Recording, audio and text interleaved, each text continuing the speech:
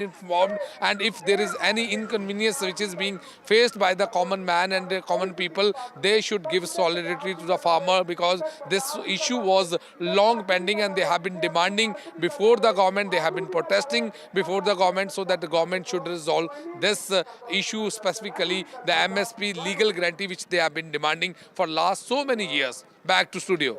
Right, Gurpreet, there are over 200 locations where traffic has been impacted. We're talking about across the state of Punjab. They're witnessing, roadblocks and major hassles that are being created, especially for the commuters this morning. Take us through which are the areas of concern.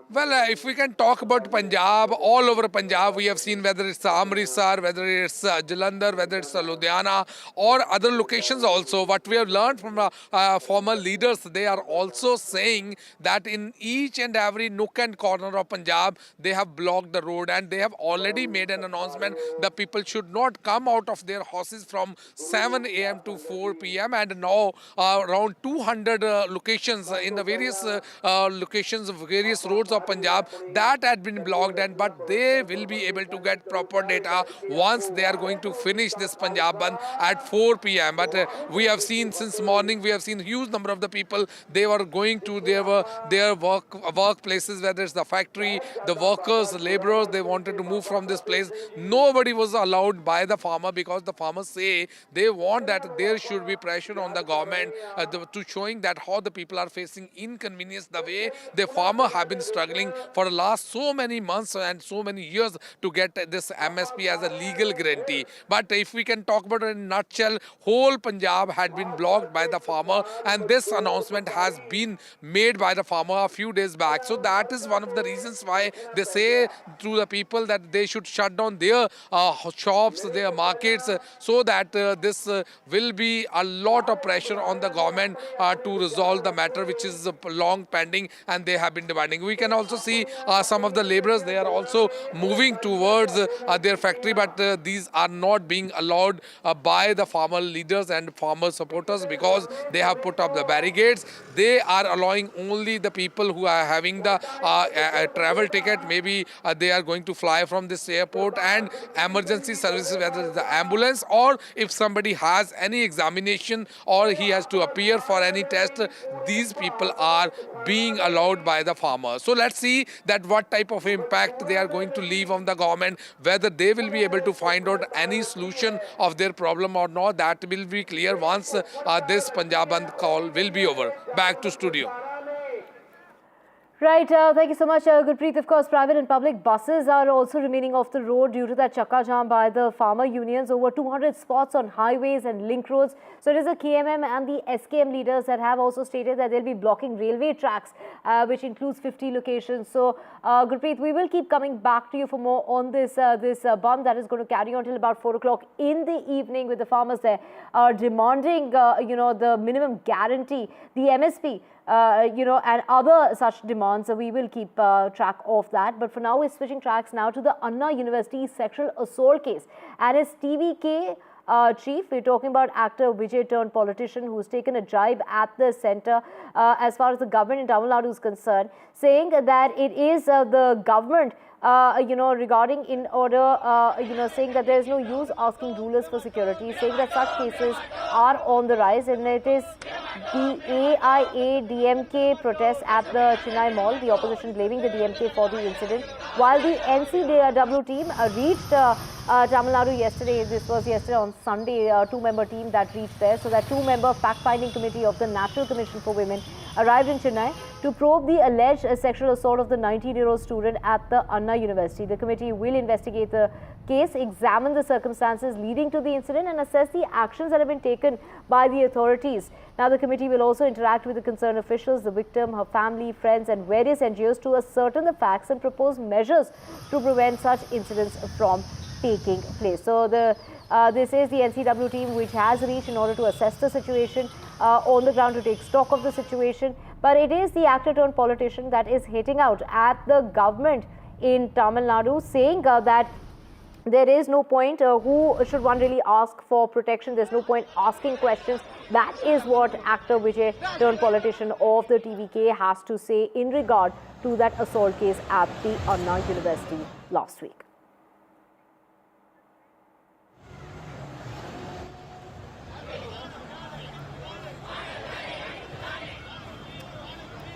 And we have Sam Daniel joining us to get us more on this. Sam is actor Vijay turned politician who will be meeting with the governor in regard to the Anna University sexual assault case. It is the TVF chief who will now be meeting with the governor of Tamil Nadu. Sam.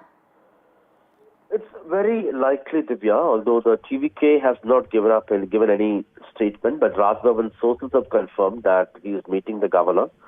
And coming in the context of his letter to women in Tamil Nadu, that he would stand with them as a brother and as a fortress, and that he is distressed over the recent sexual assault and other forms of violence against women. You would imagine that he could be meeting the governor in this regard. That's around 1 o'clock this afternoon. This also comes on a day when a 3-member team from the National Commission for Women, led by Mamata Kumari, is already on the Anna University campus, trying to find out if there were any security lapses that had led to the sexual assault. A 3-member team, including Shivani Dey, the Deputy Secretary of the NCW, and Praveen Dixit, an ex-DGP, on the campus. And this comes amid allegations that an outsider, the alleged perpetrator who sells biryani outside the campus, is the one who had sexually assaulted the woman student after attacking or assaulting her male friend. And allegations are there that the CCTVs on campus were not functional, and there was a security lapse that allowed outsiders to easily have access inside the campus. It's in that context they're going to speak to different individuals and groups to ascertain the situation, and possibly they will also brief the media in the evening. The AIADMK, the key opposition, is also holding protests in different parts of the state, alleging that this is yet another indication of the deteriorating law and order, as they call it. And they're also raising one question to who this person, the alleged perpetrator, was talking on the phone when he had allegedly sexually assaulted the woman student there. Already, the Tamil Nadu BJP chief, Annamalai too, has raised questions in terms of law and order and safety for women in the state, and he whipped him 6 times and has decided to go barefoot till what he calls the ruling DMK is ousted. But this has come as a huge embarrassment for the ruling DMK, but the state government has denied these allegations, saying that within 5 hours after the survivor had informed the police, the alleged perpetrator was arrested. He was put behind bars under sections of sexual assault. Investigations are underway, and they say a review is underway to further strengthen the campus security at all universities in consultation with university authorities. And they turned the tables against the opposition AIADMK, saying that during their regime, during the infamous sexual scandal in Pollachi, survivors were not even confident and courageous to give written complaints, unlike what happened this time. But certainly many being politicized as well, and we'll have to wait and see how it would legally have its logical conclusion. But today our eyes would be on what the National Commission for Women would have to say after its visit to the campus. All eyes also, Sam, on that meeting that's going to be taking place between actor turned politician Vijay and the governor, and that's expected at 1 o'clock in the afternoon due to that sexual assault case that took place at the university, the Anna University. We also, to know more on this, we have with us Harish Mohammed Ibrahim, political analyst, joining us. Sir, you know, it is the actor turned politician Vijay who's gone on to say there's no use asking any question about the issue to the ruling government, and, you know, really questioning as to who should they really raise their concerns with, because he's gone on to say that such cases are on the rise. Your reaction? No, after all, he's just an actor turned politician who is earning his viewpoint in Tamil Nadu politics, even without entering into Tamil Nadu politics in full fledged. So, keeping aside Mr. Vijay, we want to make sure to analyze this problem with a much more sensitivity. Case has to be addressed with much more common sense and with more precise of empathy. But here, what the Tamil Nadu political parties, which is being dealt with the opposition, like BJP and AIADMK, is doing is, even after the culprits have been nabbed within the 5 hours of the incident, and even after there has been a Madras High Court interventions to form a special investigation team with 3 IPS women officers naming Sneha Prasad, Ayman Jamal and Nesbinta, and even though there is an interim compensation have been provided to the student, and even the university's responsibilities has been addressed by the Honorable Madras High Court, still the action against officials are on the rise by the state government, which is concerned. And the National Commission for Women has also intervened by forming a 2-member fact-finding committee to investigate the incident. That ends the story. The sensitive cases like this, which is related to some kind of security lapses, has to be addressed at any given point of time. There is no doubt about it. And as an eye-opener of this issue, the Tamil Nadu state government has to make sure that all the campuses across Tamil Nadu has to be cordoned off with much more security terms in accordance to give the proper feel, and without the trauma which has been happened in Anna's University shouldn't happen to anyone across the state. There is no point about, there is no second thought about it. But the politics which has been played by BJP and AIADMK is nauseating. By considering the fact of the matter, it deals with the most amount of sensitiveness and gives a proper signal should be sent to the respective students community across the state. So I believe that the things have to be played down to rest, and we have to make sure to wait till what is the legal course of action has been taken, till the final culprit, whoever it may be, because only one of the culprit has been nabbed. There has been a saying that there has been another 2-3 has been involved in this. So let us have to wait for the fact-finding committee of National Commission for Women, and also for the SIT which has been formed by the Honorable Madras High Court. So unless all these rhetorics which has been played by the political parties which has been formed earlier or new. Yeah. Also, it's actor Vijay, who's now the chief of TVK, has gone on to point fingers at the law and order situation, saying that these cases are on a rise, and he's gone on to say, let us create a safe Tamil Nadu and let us work together to ensure that soon. So he's basically saying that the onus is on them now, because considering the fact that what he's trying to say is that the government in Tamil Nadu seems to be doing nothing, and which is why they can't even raise these concerns.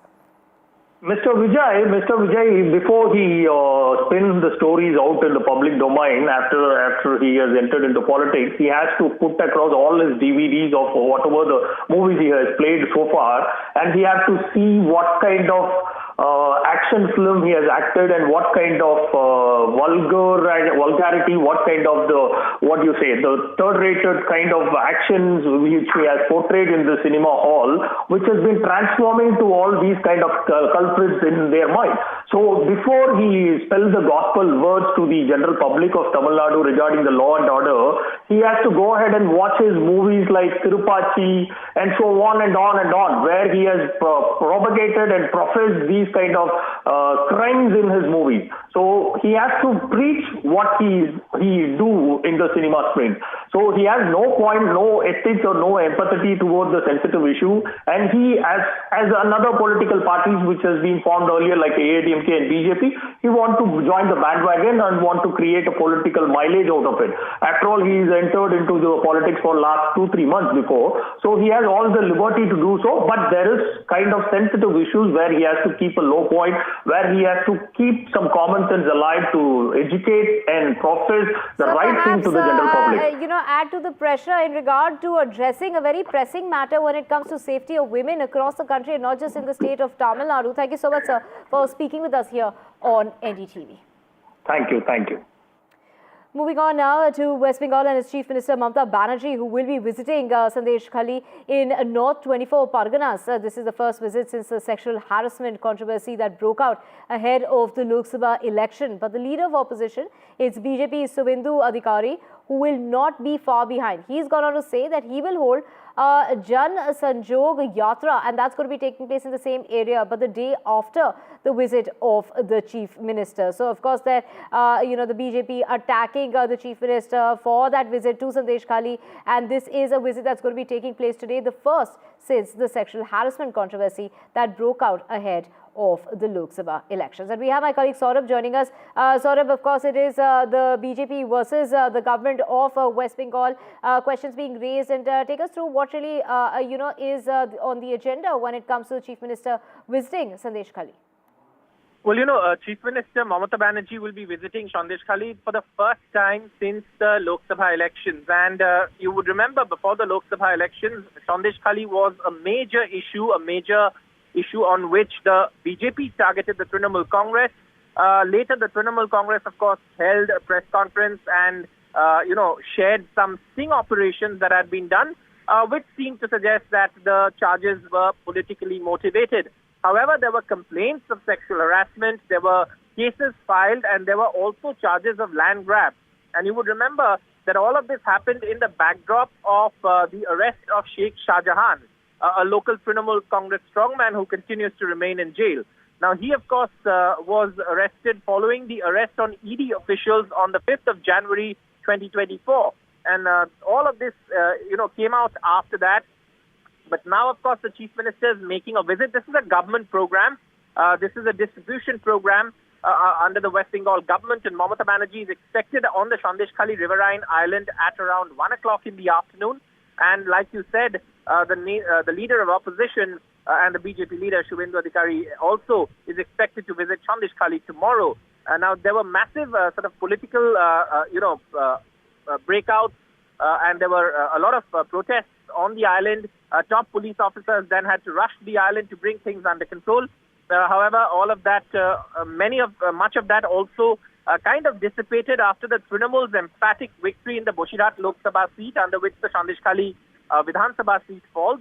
And now, of course, the Chief Minister is visiting for the first time since that entire controversy broke. Right, Saurabh, all eyes are on that visit of the Chief Minister. We will keep coming back to you for more on that.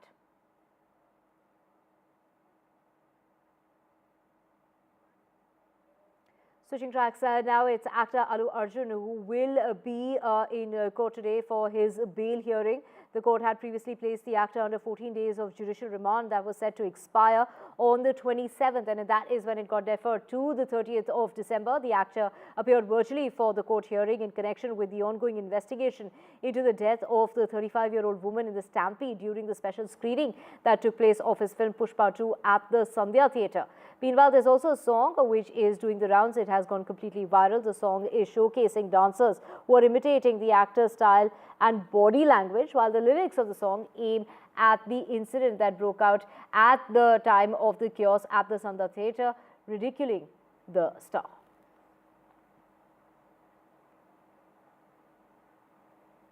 So, strike now to more news coming in, and that is Congress MLA Uma Thomas continues to be in ICU after being seriously injured on Sunday evening. She fell from the VIP gallery of Kochi's Jawaharlal Nehru International Stadium, where she had arrived to attend a dance program. She suffered fractures to her facial bones, her head, her ribs, and also she suffered spinal injuries as well as injuries to her brain, besides internal bleeding in the lungs, is what we're hearing from our sources. The police have filed a case against the organizers of the event. The police have filed that case against the organizers for the kind of arrangements they had in place.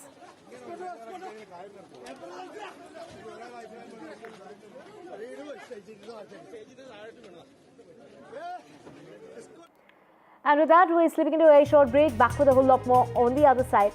To stay with us.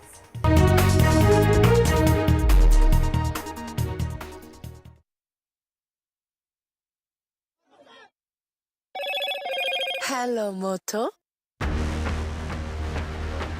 Motorola Edge 50 Pro, world's first AI-powered pro-grade camera.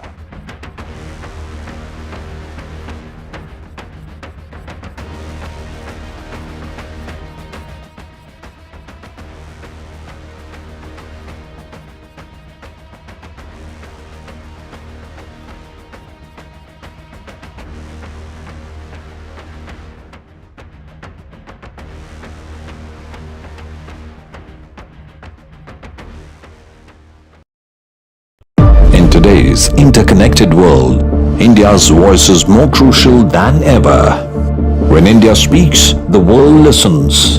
At NDTV World, we are that voice, bringing you intelligent and insightful news from India and beyond. From geopolitics and diplomacy to economic shifts, migrations, tech disruptions, and the stories of our diaspora. We cover the news that shapes our global future. NDTV World, your new home for global news is here. I've been reporting on all issues big and small from Andhra Pradesh, Telangana, rest of South India, bringing you all the action, all that you need to know, all that you want to know. The energy of Maximum City is infectious. I bring in that energy in our news coverage from financial capital Mumbai. Covering from the southernmost part of India over the last 23 years, I bring in-depth and 360-degree coverage from the Dravidian heartland. The land of Mishti is also known for its bitter politics. I have seen much water flow under the Howrah Bridge, covering Bengal in all its vivid colors.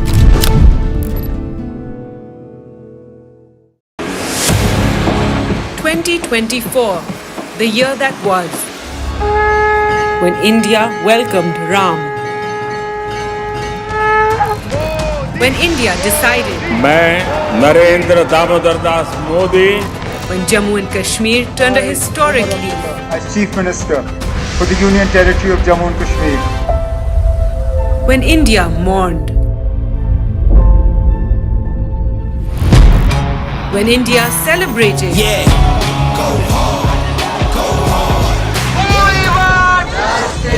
when India protested, when India felt proud, when India scaled new highs. NDTV brought it all to you, your trusted news destination, yesterday, today and tomorrow.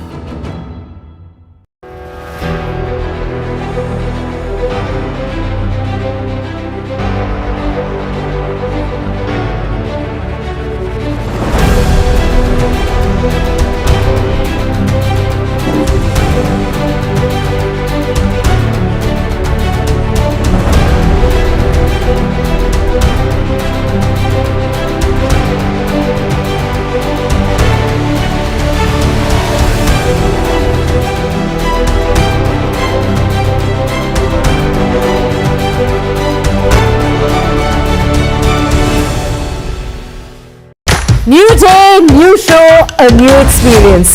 Start your day with the news, not views. We bring you stories that matter and impact your lives. News that informs and keeps you ahead. From Maximum City, Mumbai, To the state of governance, Delhi, NDTV brings to you the best breakfast show. The breakfast show only on NDTV 24/7 every morning at 8 a.m. NDTV proudly upholds its legacy of trust and credibility. According to the prestigious Reuters Institute's Digital News Report 2024, NDTV is the top-most news platform in the country. Number one in both online and offline reach in India. Beating all its competition, NDTV stands for trust.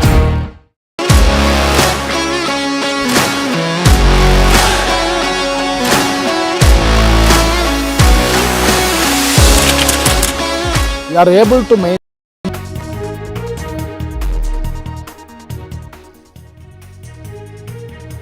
Welcome back. It's Prashant Kishore, who had expressed his full support for the students. He participated in their march as well and announced that a students' delegation would meet the Chief Secretary.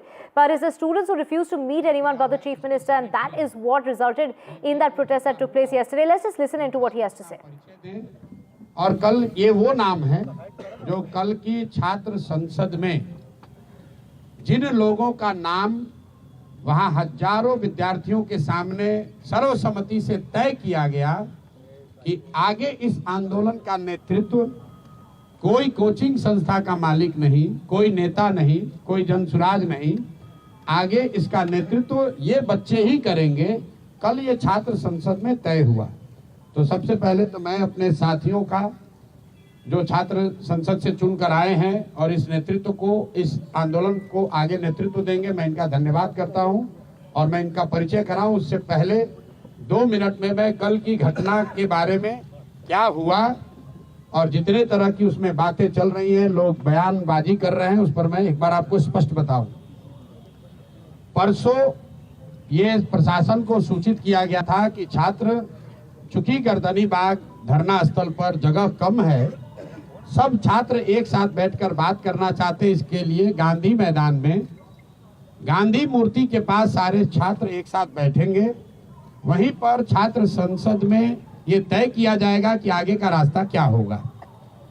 सरकार का जो पहला कहना है कि हमने permission नहीं दिया, ये बिल्कुल सरासर गलत है। परमिशन का कोई सवाल ही नहीं है। गांधी मैदान सार्वजनिक जगह है, वहां लोग दौड़ने के लिए, बैठने के लिए, बातचीत करने के लिए जाते ही रहते हैं। अगर सरकार, इतने बड़े बड़े बंगलों में सरकार के मंत्री पदाधिकारी रह रहे हैं, ये बच्चे कहाँ जाएंगे बात करने? ये वहां कोई धरना प्रदर्शन नहीं कर रहे थे, आपस में बैठकर बातचीत करने के लिए। चूंकि संख्या बड़ी थी तो ये तय किया गया कि गांधी मैदान में गांधी मूर्ति के नीचे बैठकर सब लोग बात करेंगे। आपने खुद देखा, सारे छात्र वहां जमा हुए, कोई गलती किसी ने नहीं की, कोई हल्ला हंगामा नहीं हुआ, छात्रों ने आपस में बातचीत करी, कोई तोड़ फोड़ नहीं हुई। छात्रों ने अपने आगे का नेतृत्व का चयन किया। फिर वहां से हम लोगों ने तय किया कि सरकार को अपनी मांगों को देने के लिए हम लोग जाकर उनको ये ज्ञापन देंगे। चलने से पहले 2 निर्णय हुए सर्वसम्मति से। पहला निर्णय ये था कि हम लोग कोई भी ऐसी गतिविधि नहीं करेंगे जिसको सरकार इल्लीगल कह सके। तो हम लोग पैदल चलेंगे, कोई तोड़फोड़, कोई हल्ला हंगामा नहीं होगा। सरकार जहां भी हम लोग को रोकेगी, हम लोग वहीं पर बैठ जाएंगे। हम लोग गांधी मैदान से निकले हैं, 10,000 से ज्यादा छात्र वहां से मेरे साथ और बाकी अन्य साथियों के साथ निकले। जब हम लोग जेपी गोलंबर के आसपास पहुंचे हैं, जो मौर्या और बिस्कुमान के पास, वहां पर पुलिस प्रशासन ने हम लोग को रोका। सारे Well, Prashant Kishore, they're talking about how the students had gathered at the Gandhi Maidan in order to have a peaceful discussion. That is what Prashant Kishore had to say. Do remember that it is the students who refused to meet anyone but the Chief Minister, and their insistence led to the police action that was taken, in which they retorted to water cannons being used. Lathi charge was used at the protesting students there. So, of course, while it is Prashant Kishore who's going to express that his full support is for the students. He participated in their march, announced that the students' delegation would also get to meet with the Chief Secretary, but that is not what they were demanding. So the protest in Bihar over the alleged irregularities in the BPSC exam continues, that fueled by claims of questioned paper leaks and late distribution. Therefore, they're demanding a complete cancellation of the exam and re-examination, and that is something that has, in fact, that demand has been ruled out. A state-wide retest for the 17th Combined Competitive Preliminary Examination, citing a lack of evidence on grounds for such a decision. Let's just listen in to what Tejasvi Yadav, who says he's really with the students. What does he really have to say?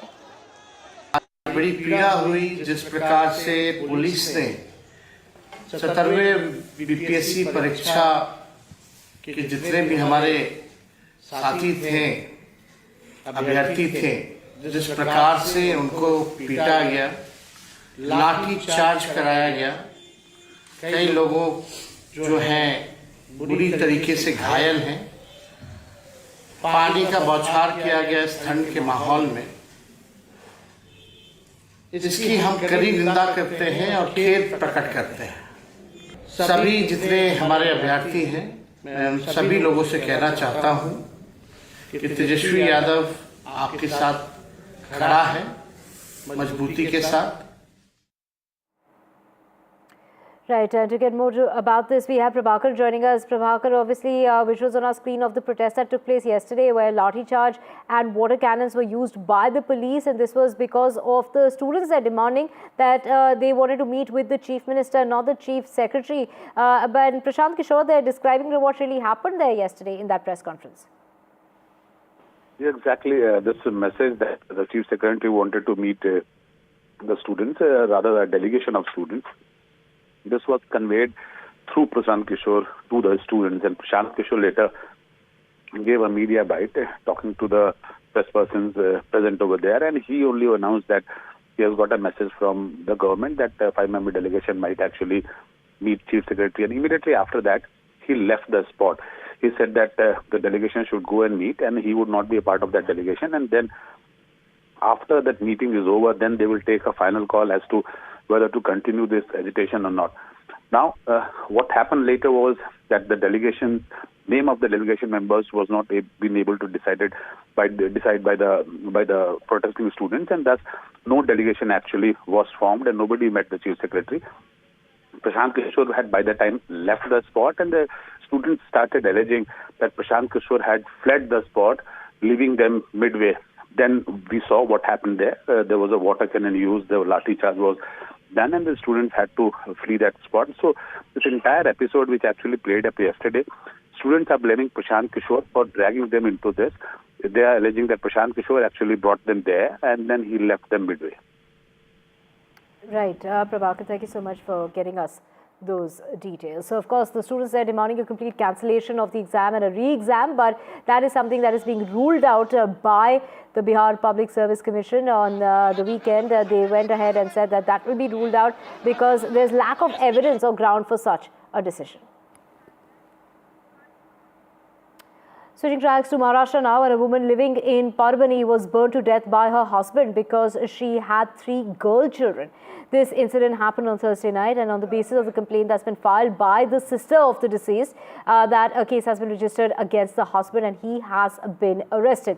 The incident not only shows the atrocities that are being committed on women, but also raises the question, how can a woman's life be so cheap just because she gave birth to daughters? There is a need to take strict action against such crimes. My colleague Anuj joining us. Anuj, of course, take us through, what really happened here, and of course, the,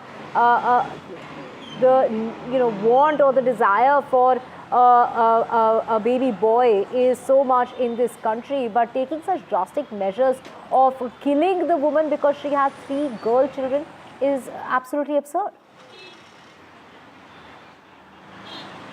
According to the elder sister of the victim, Bhagyashri, the relationship between the husband and wife had become a little strained after the birth of the 3rd girl child.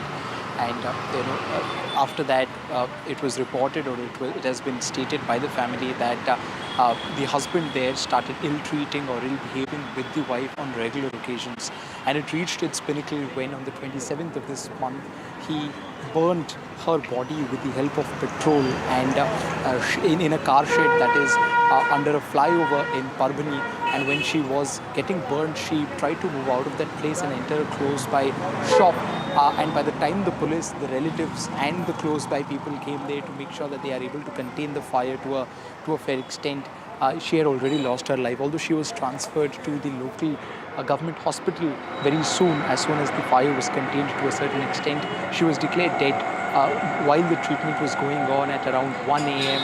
on the night of the 27th. The police took the person in question here, that is the husband, in custody immediately, and he was sent to a 3-day police custody. Today is when his police custody is going to end, and he will be presented in the local court where the future investigation of this particular matter will take shape. But as you said, this kind of sheds light on the broader question of women's safety, not just in the rural pockets of the state, but across the state, something that has been a matter of concern here, even in cities like Mumbai, Pune, Nagpur, Thane, and places like Parbhani as well. It had also become a major talking point for the opposition and for several organizations before the election. And now the fact that this such kind of incidents continue to happen is again a huge challenge in front of the law and order authorities here for Maharashtra government. But this, as I said before, is just one of the several incidents that have taken places in the last 12 to 15 months here in Maharashtra. Right, Anuj, thank you so much for getting us those details. We will keep tracking this story and coming back to you for more on that. Moving on now to more news coming in from the northeast. In a series of successful joint operations, Indian Army, in coordination with the police in Manipur and other security forces, recovered 9 weapons ammunition and warlike, these are warlike stories, the stuff that has been recovered from hills as well as the valley region in the district of Imphal. Well, the successful recovery of these warlike ammunition and joint patrolling highlights the seamless cooperation as far as the Indian Army and the other law enforcement agencies are concerned, demonstrating their commitment to ensuring the safety and security of the region. And we have Ratnadeep joining us to get us more on this. Ratnadeep, take us through what all has been recovered. Well, what we have been given to understand by our sources in Indian Army, that Indian Army, Assam Rifles and Manipur Police in joint coordinated operations in the last 24 hours in several areas of Imphal East, Technopal, Yangon, Wakpi and Churachandpur have recovered automatic weapons, ammunitions, and even IED. Have been recovered. Now grenades have been recovered. So these are important recoveries, given the fact that since the night of December 24th, there have been intermittent firing between the hill and the valley districts borders, particularly in the border areas of Imphal East and Kankopi district. There have been injuries to several people, including a security personnel and a journalist, a video journalist who was covering these areas where this violence or the fresh firings are taking place. In fact, a massive search operation had been launched by the central forces. The central forces retaliated on both sides as armed groups from both sides were firing at each other between the valley and the hills. And ever since the operations last night, there has been a bit of calm in the area. And now, in a press statement, the security forces have come on record to say that these recoveries have taken place. So therefore, as we proceed to the year end, it seems there have been efforts to spike another phase of tension in Manipur. However, this time the security forces have tackled it quite well at this point of time. Remember, Center had rushed in more forces earlier to Manipur, and in this fresh recovery, several automatic weapons, grenades, and most importantly, IEDs have been recovered from different places in the state. Right. Thank you so much, Ratnadeep, for joining us with those details. Switching tracks now, a colossal 256-foot cutout of actor Charan was unveiled in Andhra Pradesh ahead of the highly anticipated release of his upcoming film, Game Changer. Believed to be the largest cutout ever dedicated to a film star, this towering installation reflects the unmatched admiration of the actor's fan base, a tribute to Charan in Vijayawada in Andhra Pradesh.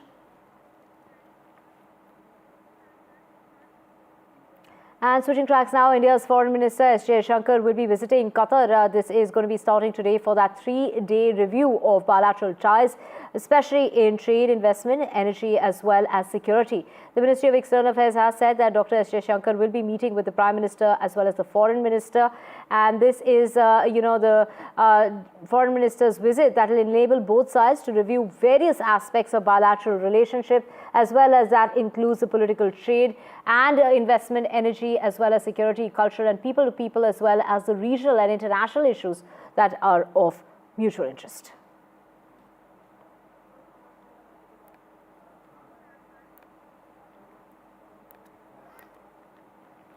Staying with international news now, it's Jimmy Carter, the 39th President of the United States, who has died at the age of 100.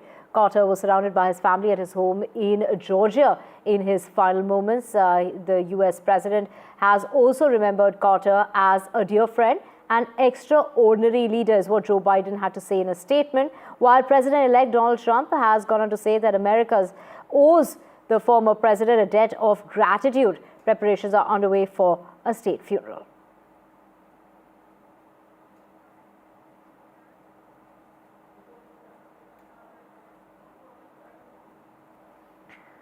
And in more international news, Azerbaijan's president has accused Russia of accidentally shooting down an airliner on Christmas Day in a disaster that killed 38 people and covering up the cause. We can clearly say that today that the plane was shot down by Russia. This is a fact, is what in a statement that was released by the leader of Azerbaijan in a televised interview, according to a transcript that has been posted on Azerbaijan's presidential website. The Azerbaijan, this is the airline plane that had traveled to, that was supposed to travel to Russia before it made that emergency landing in Kazakhstan. And Russia's Federal Air Transport Agency first said that the plane crashed after colliding with birds, though it later said Ukrainian combat drones and dense fog forced the plane out of Russia's airspace.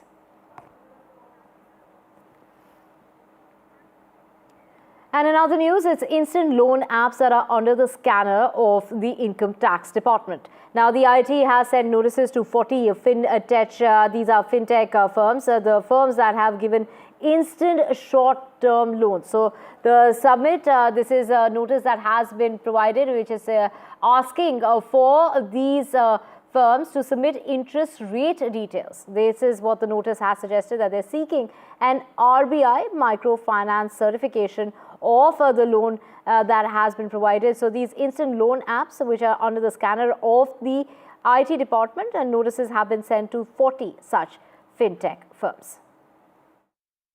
Yeah, so right, the International Taxation Wing of Income Tax Department has issued notices to at least 40 such fintechs, involved in the lending activities through mobile application. In fact, in the past fortnight, the notices were issued to these fintech under Section 133, seeking explanation over nature of transaction between the Indian arm and the foreign parent companies. Now,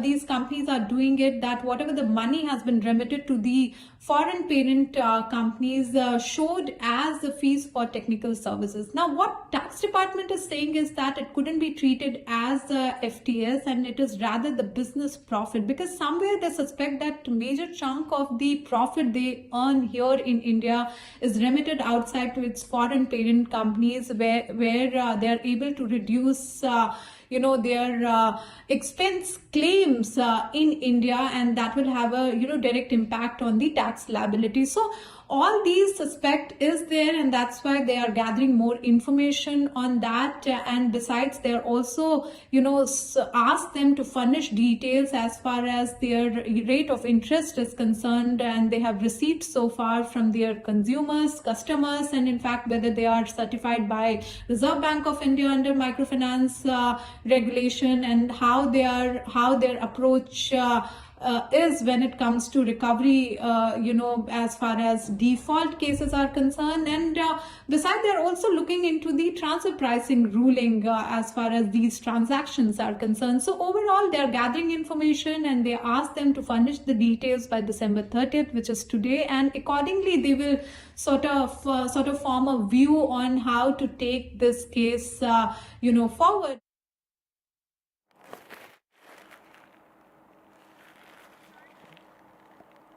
And let's get you more news coming in, and this is from West Bengal. The Forest Department in West Bengal has finally tranquilized a tigress that was on the move across 3 states for 21 days. The tigress was successfully sedated and caged after a 21-day hunt in which it covered over 300 kilometers across Odisha, Jharkhand and West Bengal. The Forest Department officials managed to tranquilize the tiger, and this was near the Bankura district in West Bengal. It is the Chief Minister of the state, Mamata Banerjee, who has also praised the efforts of the Forest Essential, these are the Forest Department officials, for their success.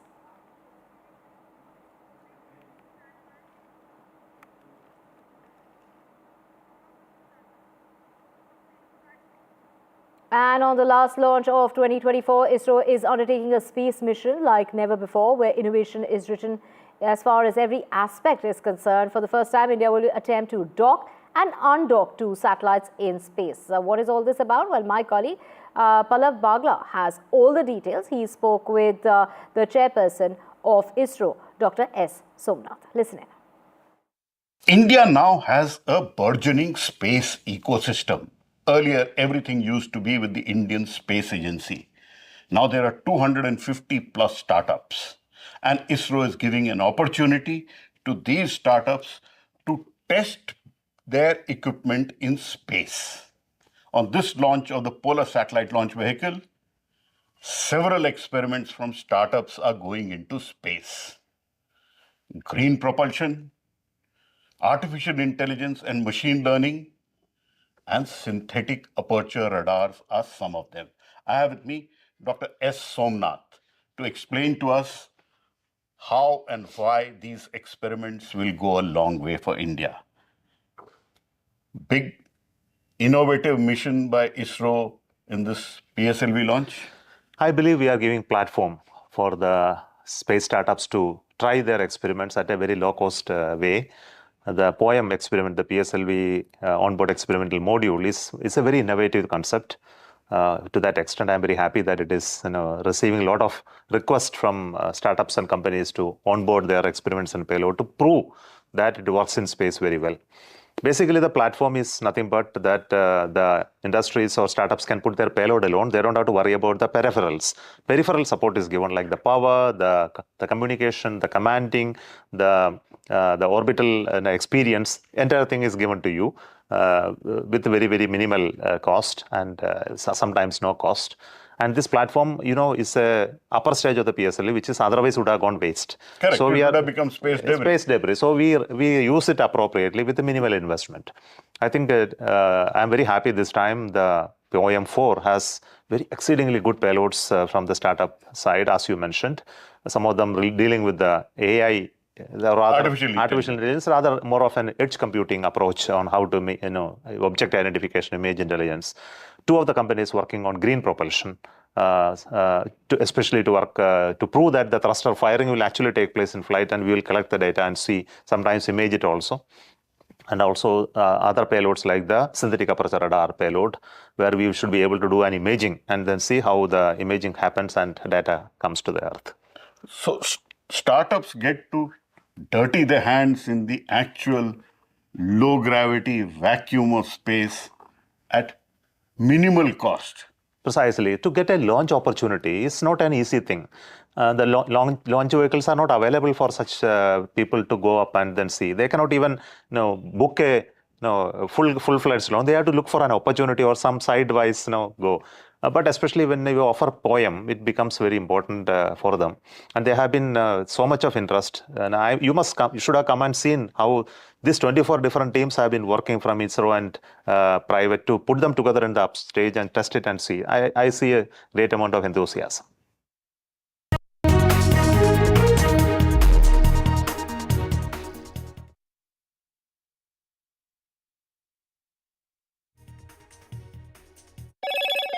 Hello, Moto. Motorola Edge 50 Pro, world's first AI-powered pro-grade camera.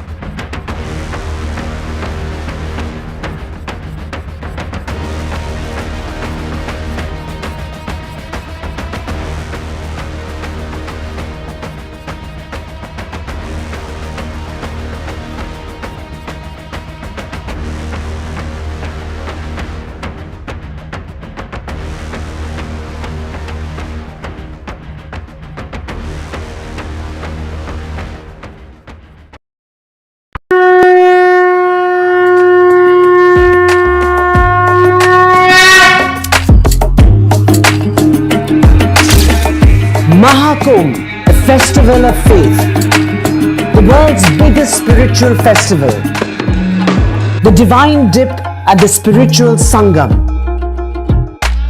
a sacred confluence of faith, culture and heritage. NDTV's mega coverage of the Mega Fest. NDTV at Mahakumbh 2025.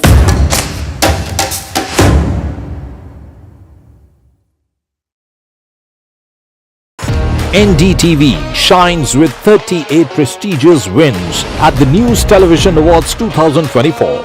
Powerful journalism to cutting-edge digital innovation, production excellence to regional leadership. NDTV sets the benchmark. 38 awards, each a testament to your trust in NDTV. NDTV stands for trust. In today's interconnected world, India's voice is more crucial than ever. When India speaks, the world listens. At NDTV World, we are that voice, bringing you intelligent and insightful news from India and beyond. From geopolitics and diplomacy to economic shifts, migrations, tech disruptions, and the stories of our diaspora. we cover the news that shapes our global future. NDTV World, your new home for global news is here.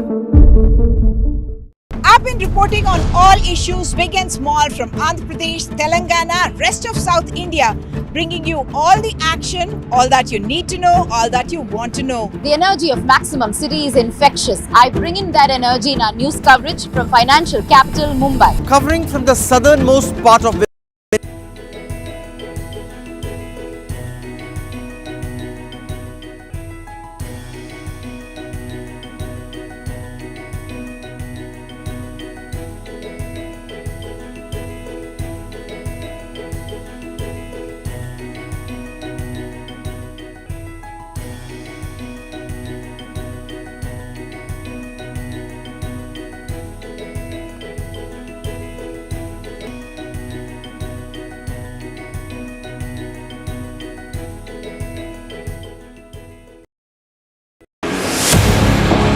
2024, the year that was, when India welcomed Ram.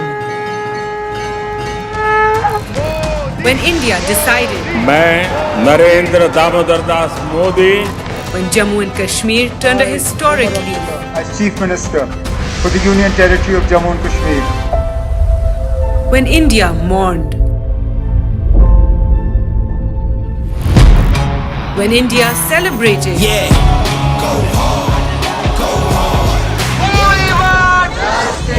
when India protested, when India felt proud, when India scaled new highs. NDTV brought it all to you, your trusted news destination, yesterday, today and tomorrow.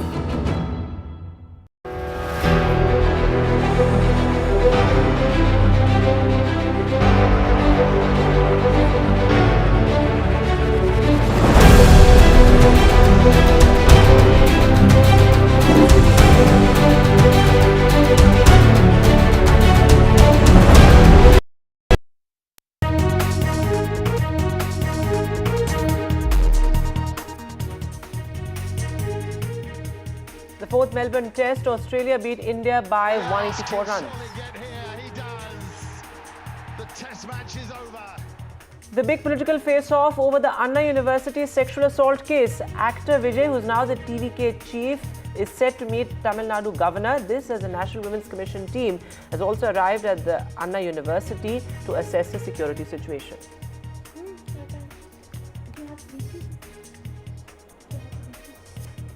A political face-off now over the re-exam ruckus in Bihar. Lathi charge on aspirants over the re-examination demand. Priyanka Gandhi and Prashant Kishore hit out at the Nitish Kumar government over what they call police brutality.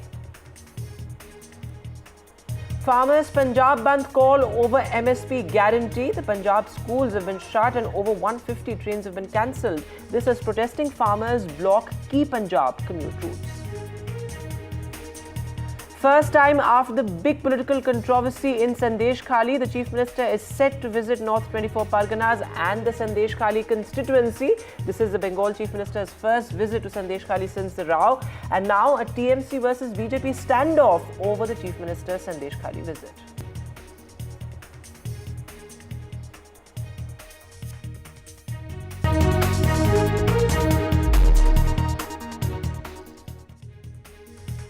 And Rika Roy is with us in studio with a piece of breaking news. Rika, over to you as India have now lost the key Melbourne Test. That's right, Vedant. India has gone 2-1 down in the series against Australia now, having lost the test in Melbourne when Rishabh Pant and Yashasvi Jaiswal were batting ahead of tea. They had put together a 70-plus run partnership and it looked like there could be a draw. But then, just after the tea, Australia cracked it open once again with that wicket of Rishabh Pant, and India lost 7 wickets for 34 runs today. They were 112 for 3 at tea, and subsequently India went on to lose the game. There was no lower order resistance by the Indians, unlike what the Australians had offered yesterday, leading to India crumbling. And that there on your screen you can see how Nathan Lyon picked up the final wicket of the match. A terrific performance by the Australian bowlers, particularly one has to mention about Captain Pat Cummins, how he came time and again hard at the Indians. He gave Australia very, very crucial breakthroughs when it mattered. In fact, he started the slide today. India was chasing 340 runs on the final day. That is a mountain of runs to chase on the final day for a win. And India was pegged back right at the start, one would say, with Captain Pat Cummins striking twice in the same over, taking the wicket of Rohit Sharma, and then KL Rahul. Rohit Sharma once again gone chasing the ball, and KL Rahul too was done in by him in the same over. And then Virat Kohli, 33 for 3. That was when Virat Kohli's wicket was gone. Once again, Virat Kohli looking off colour in this match. Now, after this, there was a very solid partnership between KL Rahul and, between Rishabh Pant and Yashasvi Jaiswal. Jaiswal scoring a back-to-back half century. He was the only resistance between India, between Australia and a win. He stood there tall for a very, very long time. He played some exquisite shots. Even though he was under pressure, he showed what young India is capable of under pressure. Rishabh Pant, though, played a monk-like knock for his 30. He was there. He was helping Yashasvi Jaiswal go through the phase, but it wasn't to last for a very, very long time, as shortly after the tea break, the Australians cracked it open, and in a space of just 9 runs, India had lost 3 wickets. Then 34 runs was all that it took for Australia to wrap up the Indian tail, as they took 7 wickets there on the final day of the test match. Interestingly, this test match was attended by more people than ever was in Melbourne on a Boxing Day. 370,000 plus people were there to witness the magical test match between India and Australia over 5 days. So that was a record attendance, as one would say. With this result, India, as you can see on your screen, is also out of the World Test Championship race. We know as of yesterday, South Africa has made it to the World Test Championship final. So they are out of the World Test Championship race. Twice India had played the final, but this year they are not going to feature in the final. Also, there was a controversy over the dismissal of Yashasvi Jaiswal, which was ruled by Snikometer. It is a technology that is used in cricket, overturned by the third umpire. There's a lot of talk on whether the kind of dismissal or the way he was dismissed is valid or not. So there is a little bit of chatter around Yashasvi Jaiswal's dismissal. However, that wasn't the reason why India lost. Overall, the Indian batters could not put up the resistance it demanded of them to draw this test match, at least on the final day of this test.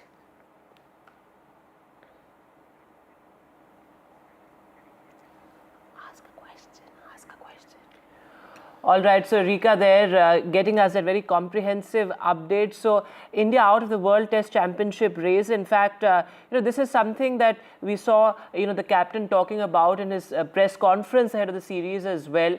About how they're all set for this Melbourne test. But just looking at it, in the larger perspective, what does it mean for Team India now going forward? There has to be a lot of introspection that has to be done on the part of the team as well. That's right. You see, India was the winner of the Border Gavaskar Trophy on the last 2 occasions. If India is to lose the Border Gavaskar Trophy, then there will be a lot of introspection. There will be a lot of questions asked, particularly of the seniors who haven't really stepped up to the plate in this series. The bowlers have been fantastic for India, particularly Jasprit Bumrah. Mohammad Siraj also had his tail up in the series. There were sessions during which he was exceptional as well, along with Jasprit Bumrah. But our batters, except for the young brigade of Yashasvi Jaiswal and Nitish Kumar Reddy, and Virat Kohli, of course, striking a century in the first test, one wouldn't really say that they have delivered the goods for India, which is what has led them to where they are right now. Of course, there is another test that starts on the 2nd, that is in 3 days' time, and India will have a chance to square the series. It is going to be Sydney, as we all know, is traditionally a spinning track, and the Indian spinners could come to the party. But having said that, losing the Melbourne test will be a psychological blow to the Indians who had gone there thinking that this time around they could retain the Border Gavaskar Trophy. Of course, there were question marks over form of some of the key players. But that said, India did have a good team. India did have someone like a Jasprit Bumrah fully fit and firing on all cylinders. Mohammad Shami is still not fit. He can't make it for the test series. But of course, Jasprit Bumrah in the first test, he led from the front. When Rohit Sharma joined the side, Rohit Sharma took over the reins. He batted in the middle order. He did not want to disturb KL Rahul in the opening slot. But then, there was the team management took a decision to restore Rohit in his original slot of opening, which is why they dropped Shubman Gill from this test match. But Captain Rohit Sharma has not really made a mark in this series, leading to a lot of questions around him and his future as well. India out of the World Championship race also means that the Indian fans will not get to enjoy good test cricket for a long time now, because till the middle of next year, which is around June next year, we don't have a test series. So one would expect that a lot of churning happening between then and now. Let's look at how the day panned out in the early half today. Well, we have Rakesh Rao with us at this hour. Rakesh, India going down 2-1 in the series. Tell us, what was where was the moment when India really lost the game today? I lost it here, between the ears. Hello? Can you hear me, Rakesh? Hello? Rakesh, where was the moment, would you say, India lost the game today? Was it the Rishabh Pant wicket that India lost shortly after the tee that opened the floodgates for India, and that put paid to all hopes of drawing the test match? Yeah. No, not really. I think when Indians went into bat, they went in with a mindset which was that of a team which has a defeatist attitude. On this day, I'm talking about. The Australians sensed it. They were on the ball right from the first delivery. And the way we played, we didn't rotate strike, which wasn't so difficult. We did not even show up, the slightest iota of aggression anywhere right through. Just look at the way we started the innings. Wickets were just waiting to fall. So, it was just a matter of time. You can now pinpoint and say it was that after we saw that fourth wicket stand and the way it go, the way it ended. Yes, now you can go and pinpoint on so many things, but a team which is fighting to survive has only 2 people reaching double digits. That speaks for itself. That means every person who left the dressing room, walked up to the crease, had this instruction that you have to stay in the middle. Now, stay in the middle doesn't mean that you're waiting to get out. And when they are all over you, you need to make things happen. You just can't walk in there and wait to get out. And that is where I think it was just a matter of time. And this is the team which has been aspiring to be in the WTC final. And, it is an old dictum that first you deserve, then desire. The way Indians have been playing at home, that last 3 matches against New Zealand, and the better part of this entire series, you are fighting to survive. You are definitely creating opportunities, but look at the sessions that Australia has won since the first Test match. So you are firmly going downhill. Let me then ask you this question. Number 1 Test team in the world to where they are not qualifying for the World Test Championship final. What has really gone amiss between then and now? It is a form. It is a form of the top order. You can't walk into such an important series, which is a must-win series for you. You haven't ensured a place in that big match, but you are still trying to look. I mean, you were just here after the way you performed at home. This became even bigger. Now, when you have your guys who are liabilities to the team only by form, I'm not questioning their contribution. I'm only saying when the stakes were high, these guys did not deliver. Day after day, session after session, they did not. Of course, look at Rohit. Look at Virat. My God, look at the way they were getting out. You are hopelessly placed. Now, bowling department, forget the first Test match. Thereafter, it is only a one-man show. You can't have Jasprit Bumrah bowling from 2 ends, right? Absolutely, so he's creating the pressure. He comes in and he comes in 5 spells, 6 spells, and he keeps pegging, at the Aussies there. So he's getting wickets. But, if it is a team game, this team is definitely not playing like one. They are definitely not playing like team. It is a bunch of individuals. Again, I'm saying going only by form. These guys have it in them to rise to the occasion. But I don't see that happening, on the 6th of January. I don't really see that Indians are going to come out feeling differently about it. Yes, you don't see that there could be a turnaround in Sydney despite, I'm not a cynic. No. I'm not a cynic. I'm an optimist by choice. But I'm also looking at how things are and not how things should be. The way things are, this team doesn't inspire confidence. This is what I told your colleague at the start of the series, that going into a series like the one in Australia, you have to carry yourself differently. Here you have a captain who joins the team midway through the first match, starts leading from the second. And now I'm not only saying just because we lost the match. Even if we had saved it, I would have been saying the same thing.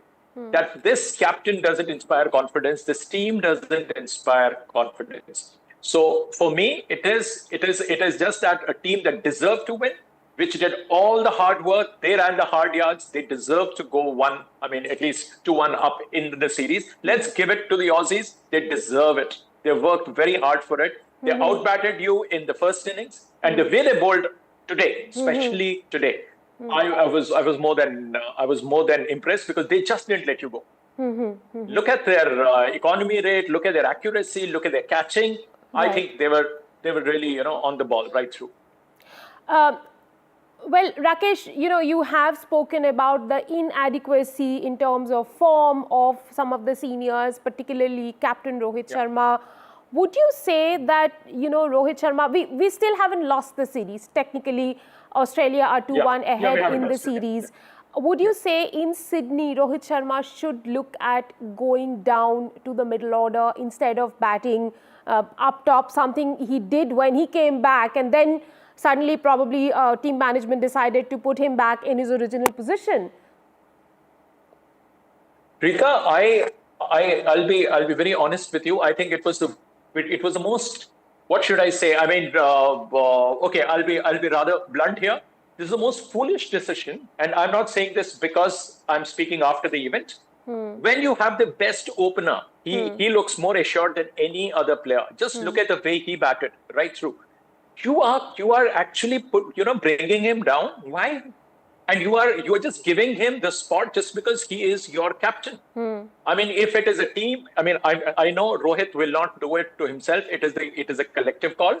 But what a call! How can you get KL Rahul to bat at number 3? That beats me completely, because he has earned that spot. You have been juggling him around in the past. That is all fine. I'm looking only by the form, people who are in form and who are not. So, guy who is showing form, who is showing guts, he's making things happen there. He's frustrating the Aussies, and suddenly they see like you lose a good opener, and you have a lousy replacement because he's not in form. Rohit is capable. I'm not questioning his capabilities, but purely by form. The team wins and loses because of how it performs on the given day, not based on the reputation of the players it has. So you can't be just giving that spot to Rohit because Rohit didn't earn that spot, at least the way KL Rahul conducted himself. He was up for the challenge, the way he batted. It was brilliant. Even if you look at the way when we were bowled out for 150, he looked assured. When we won that match after putting 200 on the board, when was the last time you saw a 200-run stand there? And because of his presence, Jaiswal gained that confidence. Right.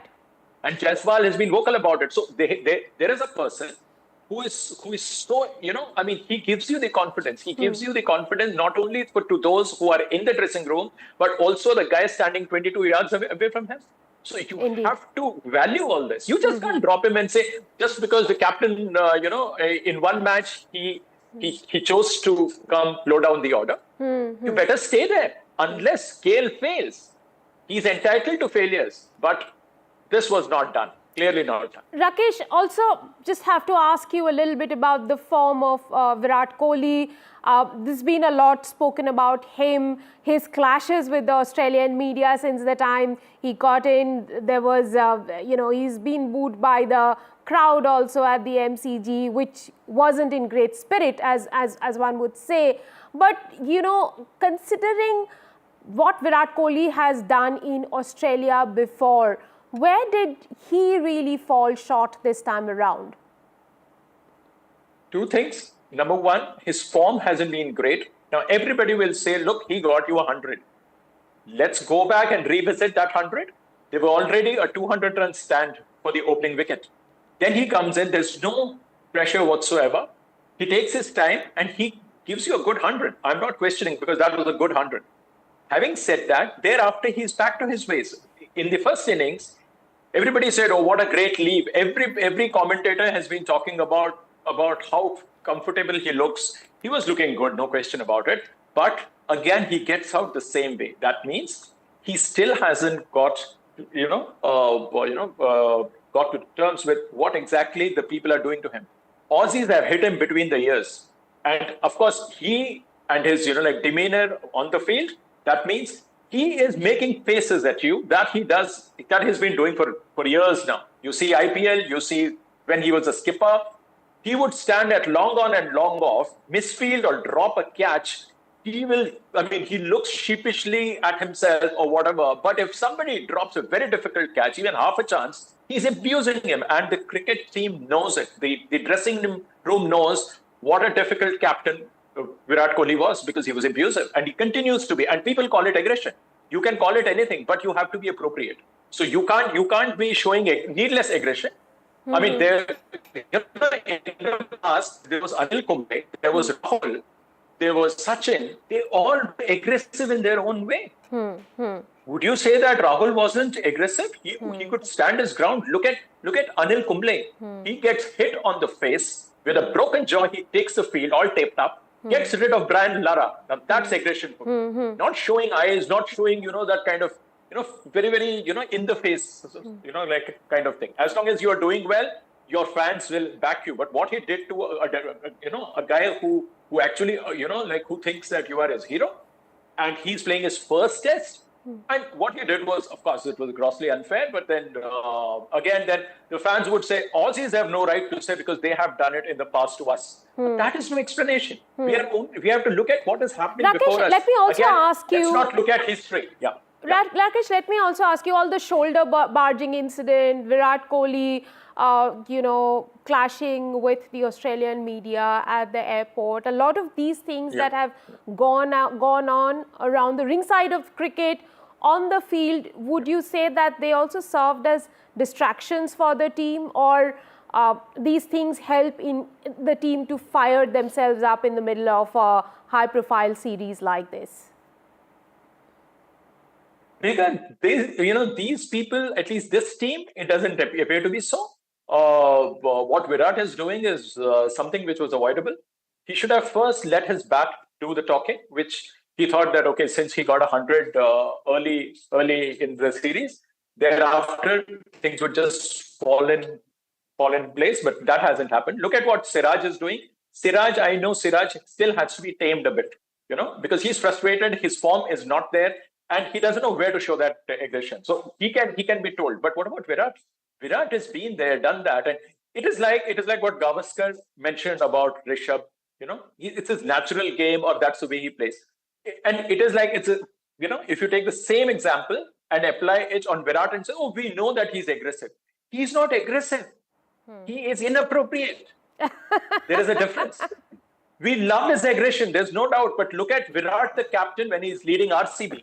Look at Virat, the captain, when he led India. I mean, you have to lead by example. Just because you score runs and you help India win, that is one side of you. Right. But that's not the complete picture. You have to look at him 360 degrees. You can't be saying, oh, what a great father. He looks at his, wife and waves at him. So what's the big deal about him? Isn't that natural? Well, Instagram stories are all about image, isn't it? Well, we will keep talking and debating about India's loss in Melbourne and what that means for Team India going forward, and a bunch of the seniors who haven't really stepped up to the plate in the series. But Rakesh, at this point, I will have to hand over to my colleague Vedant, who is in the studio for the rest of the political news coming in at this hour. Rika, thanks very much for joining us. A lot to reflect on. Rakesh, mincing no words there. But the fact of the matter is that India is out of the World Test Championship race. But looking at some other news now, well, the Delhi dangle is only heating up, with the Aam Aadmi Party announcing more electoral freebies, as it were, with Arvind Kejriwal announcing 1,800 rupees for priests. Now, that's an interesting welfare scheme, perhaps, or however political analysts may want to word it. But this is interesting given the fact that we've seen in the past 2 years at least, Arvind Kejriwal looking at some sort of paperback version of Hindutva. We all remember the Lakshmi Ganesh that he had promised to, or had pitched as an idea to print on, Indian currency notes. So that was interesting as well. So Kejriwal, in a sense, answering the BJP's Hindutva with its own paperback version. He's come under a lot of criticism for that as well, but these are all pictures of Arvind Kejriwal with Delhi Chief Minister Atishi meeting with people, meeting with Delhiites there, announcing more electoral SOPs. But let's listen to what Arvind Kejriwal had to say. ये उन लोगों के लिए है जिनका समाज के प्रति बहुत बड़ा कंट्रीब्यूशन होता है, लेकिन कभी भी समाज ने उनकी तरफ ध्यान नहीं दिया, किसी पार्टी, किसी सरकार ने उनकी तरफ ध्यान नहीं दिया। आज जो योजना का मैं ऐलान करने जा रहा हूं, इस योजना का नाम है पुजारी ग्रंथी सम्मान योजना। इस योजना के तहत मंदिरों में भगवान की पूजा करने वाले लोगों को पूजा करवाने वाले पुजारियों को और गुरुद्वारे में ग्रंथियों को हर महीने सम्मान राशि देने का प्रावधान है।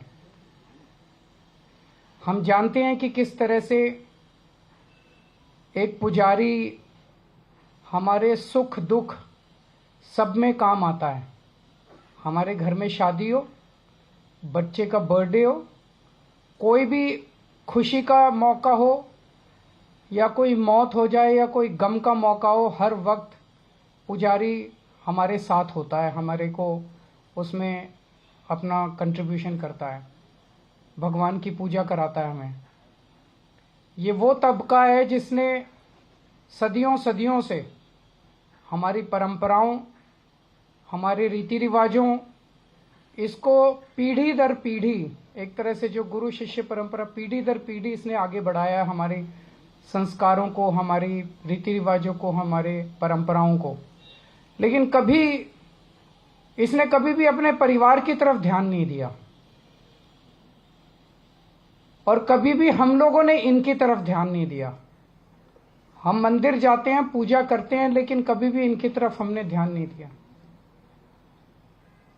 आज इस योजना के जरिए हम, इसे मैं वेतन या तनख्वाह नहीं कहूंगा, एक तरह से इनका सम्मान करने के लिए इसकी घोषणा कर रहे हैं कि लगभग 18,000 रुपये महीना इनको सम्मान राशि दी जाएगी हमारी सरकार। Let me go across to my colleague Ishika. So Ishika, this story is not so much about the freebies or the sobs, but more about, this kind of transition in politics that we have seen as far as the Aam Aadmi Party is concerned. And this is something, if you remember, ahead of the MCD polls as well, Arvind Kejriwal had announced that, we would request the central government to print Lakshmi Ganesh on, rupee notes. So this is along those lines, because we've seen the Aam Aadmi Party answering the BJP's Hindutva politics with its own paperback version of Hindutva, and this kind of outreach we've seen in the past as well as far as Arvind Kejriwal is concerned. Deconstruct that for us, break it down for us. How significant is that as far as Delhi politics is concerned? Well, in fact, as you rightly mentioned, this kind of a reply playing on BJP's Hindutva card is not new for Arvind Kejriwal. We saw similar thing, similar campaign by him rather in a press conference ahead of the MCD polls, and we are seeing an even bigger, in terms of a poll promise that he has made just ahead of Delhi elections. Today, Arvind Kejriwal, the Aam Aadmi Party National Supremo, has announced that 18,000 rupees will be credited to the accounts of the priests and the Granthis who are serving in fact, in the temples and Gurudwaras of the national capital if Aam Aadmi Party comes back to power. So certainly this time, Aam Aadmi Party, in fact, Arvind Kejriwal himself has attacked on BJP's Hindutva card, which we have seen how the BJP plays in every state elections and national elections. Now, this certainly will be posing a challenge to the BJP, but to what extent in this Delhi election, that certainly remains to be the bigger question. We'll have to wait and watch as to what response will come from the BJP side, and will they come with a bigger poll promise or not? Because until and unless that happens, this is certainly going to impact the BJP's campaign. But what is also important here, Vedant, is that today Aam Aadmi Party Supremo has also announced that the registrations for this will start from tomorrow itself, and it will be Arvind Kejriwal himself who would be starting this registration from the Hanuman Mandir in the Connaught Place. And we have seen how the Hanuman Mandir has played a very significant part when it comes to the political career of Arvind Kejriwal. When he came out of the jail, he went to Hanuman Temple. When his wife started the campaign, they went to the Hanuman Temple. So certainly, trying to get, the emotional connect with the priest as well is what we can assume here. But regarding the registrations, we have already seen how there is already a political war of words over the two poll promises, over the registrations of the two poll promises that have been announced. So certainly we are expecting a similar political war of words will erupt over the registration regarding this as well. And this is only set to intensify in the coming days. Over to you. So that's an important point you made, Ishika, that the Hanuman Mandir, there's a lot of symbolism there, as it were, given the fact that Arvind Kejriwal, after he came out of jail, he went there, he started his campaign, in Delhi from the Hanuman Mandir, and Sunita Kejriwal also, as you rightly pointed out, but also looking at the other aspect here is that, this entire welfare politics and the Delhi budget being in deficit. For the first time in many decades, you have the Delhi budget in deficit. How does the Aam Aadmi Party plan to finance these welfare schemes, one after the other, as being announced by Arvind Kejriwal? That's also going to be important, and that's going to be a big flashpoint between the BJP and the Aam Aadmi Party as well, with the BJP constantly saying that your coffers are empty. How are you going to finance these poll stops? Well, more than, a flashpoint being between the Aam Aadmi Party and the BJP, it is certainly going to be more of a face-off between the Delhi departments and, in fact, the Delhi government, as we have seen. Because remember, Vedant, that when, in fact, the Mahila Samman Yojana scheme was announced, we saw how the finance department of the Delhi government had already said that, the Delhi government, is not going to be able to afford the scheme, and thus it should not be brought for the approval of the cabinet. And then, in fact, the officials in the Delhi government themselves saying this, that for the first time in 31 years, the Delhi's budget has gone into a deficit. So, quoting all of those observations from Delhi government's own department, BJP has been attacking Arvind Kejriwal, Delhi Chief Minister Atashi, and the Aam Aadmi Party overall. So that certainly is going to continue. But we are seeing that as far as the stand of the Aam Aadmi Party is concerned, Arvind Kejriwal continues to reiterate the fact that they will be able to afford it. After they come back to election, they have the funds, is what he says. And, he will be able to deliver on those poll promises. But certainly now it is up to the opposition as to how they, they up their ante over this regarding, the fund deficit here in Delhi's budget. Over to you. All right, Ishika, thanks very much for joining us with the latest there. As Ishika is reporting, well, Arvind Kejriwal announcing more poll stops, and also a lot of symbolism behind what Arvind Kejriwal has just announced. He has announced 18,000 rupees for priests, and the registration begins today. So, welfare politics at the center of the entire Delhi dangal. With that, we'll step to a short break now. Lots more coming up on the other side.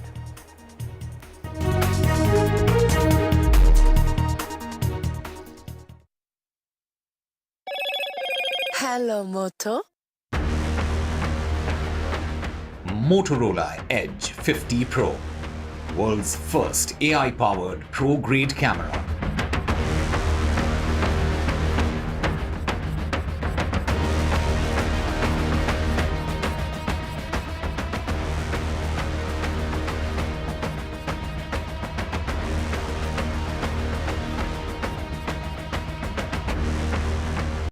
New day, new show, a new experience. Start your day with the news, not views. We bring you stories that matter and impact your lives. News that informs and keeps you ahead. From Maximum City, Mumbai, To the seat of governance, Delhi, NDTV brings to you the best breakfast show. The breakfast show only on NDTV 24/7 every morning at 8 a.m. NDTV proudly upholds its legacy of trust and credibility. According to the prestigious Reuters Institute's Digital News Report 2024, NDTV is the top-most news platform in the country. Number 1 in both online and offline reach in India. Beating all its competition, NDTV stands for trust.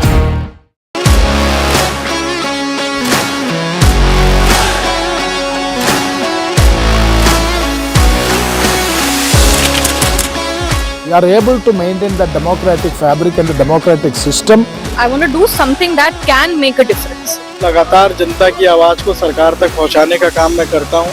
I was a student up until very recently. I really want to work and do something for my people because they have given me this opportunity. They have elected me. सोचा नहीं था कि राज्यसभा सांसद बनूंगी.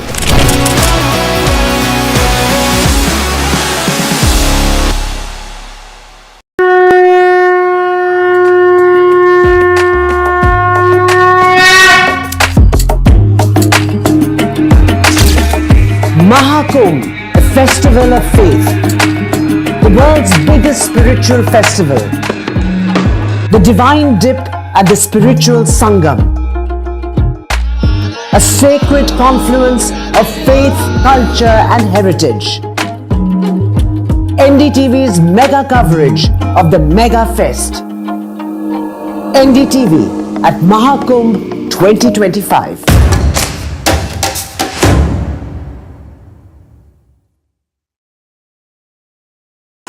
NDTV shines with 38 prestigious wins at the News Television Awards 2024. Powerful journalism to cutting-edge digital innovation, production excellence to regional leadership. NDTV sets the benchmark. 38 awards, each a testament to your trust in NDTV. NDTV stands for trust. In today's interconnected world, India's voice is more crucial than ever. When India speaks, the world listens. At NDTV World, we are that voice, bringing you intelligent and insightful news from India and beyond. From geopolitics and diplomacy to economic shifts, migrations, tech disruptions, and the stories of our diaspora. We cover the news that shapes our global future. NDTV World, your new home for global news is here.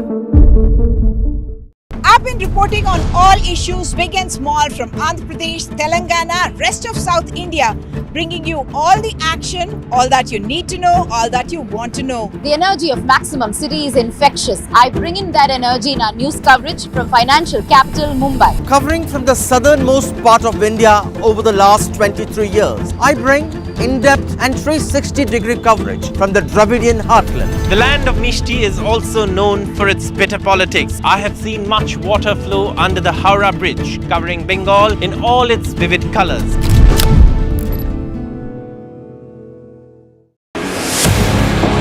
(2024), the year that was, when India welcomed Ram.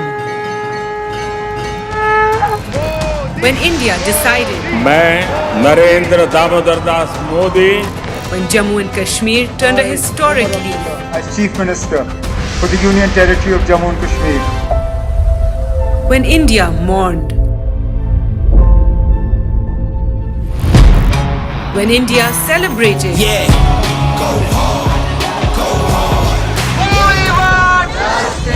when India protested,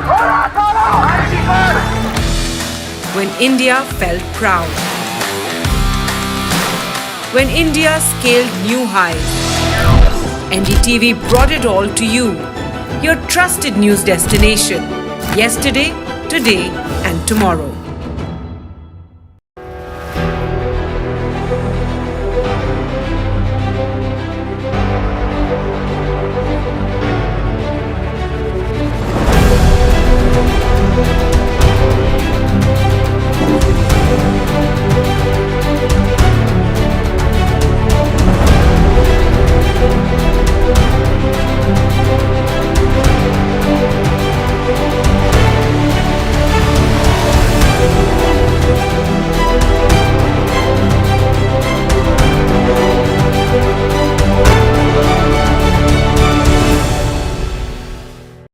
New day, new show, a new experience.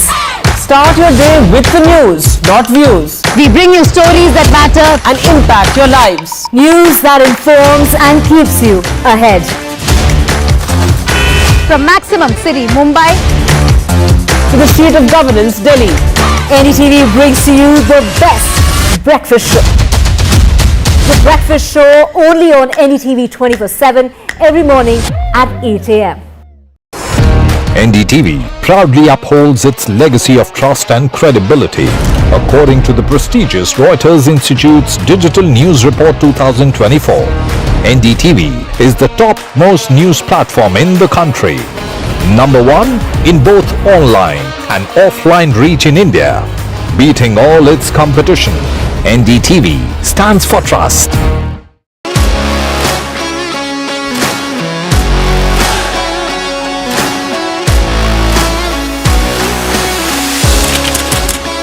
We are able to maintain the democratic fabric and the democratic system. I want to do something that can make a difference. लगातार जनता की आवाज को सरकार तक पहुंचाने का काम मैं करता हूं. I was a student.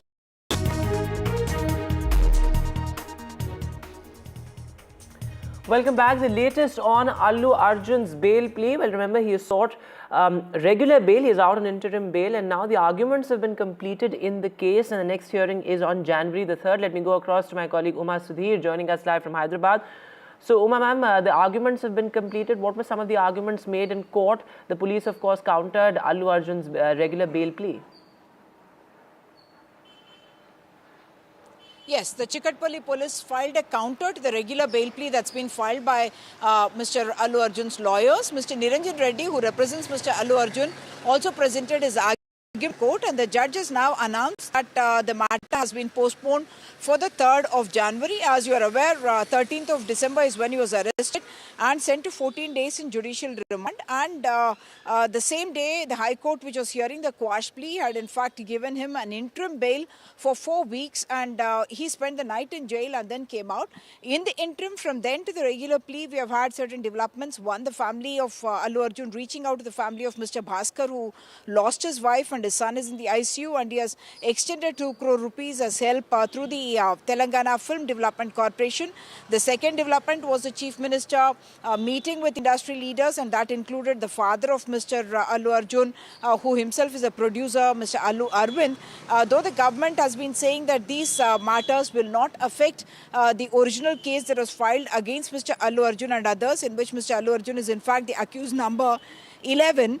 There is now a question whether the government will really push to ensure that he goes back to jail, whether they will challenge the interim bail that's been given in the High Court, and whether they are going to push to challenge the regular bail plea as well, which is coming up for hearing on the 3rd of January itself. So the softening of stance is something that people are waiting to watch, but the police and the government insisting that the case will continue as it is, because they do want to fix accountability and responsibility for the tragedy that happened during the premiere show of Pushpa 2. Back to you.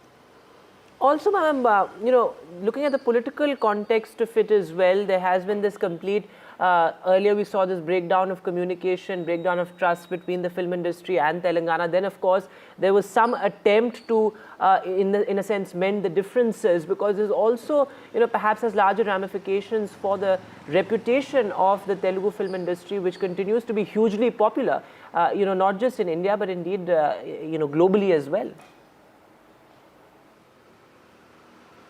Absolutely. 2021 is when the Tollywood box office collections became the biggest in the country. So in that sense, in terms of box office, it is really the biggest in the country. And of course, it has made cinema that's been recognized world over, globe over, with multiple films that have done extremely well. And of course, Pushpa 2 as well, collecting over 1,700 crores in the 3 weeks that it has run, and it has been in the theatres. And therefore, both the government as well as the industry are very keen that of the film industry and the confidence that the film industry has in Telangana and in Hyderabad as a film industry base is something that both are keen to protect. But the government and the Chief Minister were also keen to convey the message that there will not be kid gloves with which the industry will be dealt with, and that they will face the same consequences of the law. Everyone is equal before law, and that's the reason why they have tried to separate the proceedings in the Allu Arjun case as against the confidence that they want to give to the industry, that the government continues to stand with them, but that they do not want them to stand with what may be wrong, and that they must stand for what is right. So in that sense, it was a confidence building measure for the Chief Minister to invite through the Film Development Corporation multiple industry leaders, and all of them express confidence that that process will not be affected. They're continuing, the Telugu film industry continuing in Hyderabad will not be affected. Of course, 2 other developments have happened. One, whether the father of the child, Tritej, who is in hospital for the last 3 weeks now, whether he will file a plea withdrawing his complaint, because he had told NDTV that his primary focus is really on getting treatment for his son, and not really he does not blame Allu Arjun for what had happened on the night of December 4th. Whether that petition will come up is one thing. Second part, of course, is whether the government will soften its stand on demanding that Allu Arjun should stay inside jail. So they have not yet filed a counter to the bail, interim bail that is granted to Mr. Allu Arjun. And of course, they have filed a counter to the regular plea that has happened, and that's now been postponed for the 3rd of January. Of course, on this side, we also have the theatre management whose license was, a notice was issued for cancelling the license, and they have now given a rejoinder to the police saying that it is the movie production house that should take onus because they themselves have conducted multiple premiere shows and claim that never has an accident like this happened before. Back to you. All right, ma'am, thanks very much for joining us with the latest there. So parallel developments taking place in that Pushpa 2 theatre stampede case. But moving now to the other big headline and a very important story. Well, the Anna University sexual assault case. This is now, the story is becoming hugely political as well, with the AIADMK protesting at a Chennai mall, as you can see in those pictures as well. Essentially what the AIADMK is trying to convey is that there is a DMK link to the entire sexual assault case, which is why those posters being held by the protesters there. In fact, what the protesters are also alleging is that there were lapses on the part of the Stalin government as well. The government has strongly countered this. The government says that, well, there was a swift investigation and that the case was taken into account immediately after it came to light. This, of course, as the TVK chief and actor Vijay has also now met the governor. In fact, he's reached the Raj Bhavan is what the latest is. Perhaps he'll meet the governor in just a short while from now. He's also penned an open letter to the women of Tamil Nadu hitting out at the DMK government. Then we go across to my colleague Sam Daniel joining us on the phone line. So Sam, the TVK chief really coming out strongly, the AIADMK protesting as well, the government vociferously countering it. So this story, of course, taking a political turn now. That's right, Vedant. As we speak now, TVK Chief Actor Vijay has arrived at the Raj Bhavan. In a sense, this is his first key political in-person act after he officially launched his party. He was earlier criticized for not even going to the flood-ravaged areas and summoning affected people to his house to give them relief. And in that sense, through this kind of an in-person meeting with the governor, he's sending a strong message.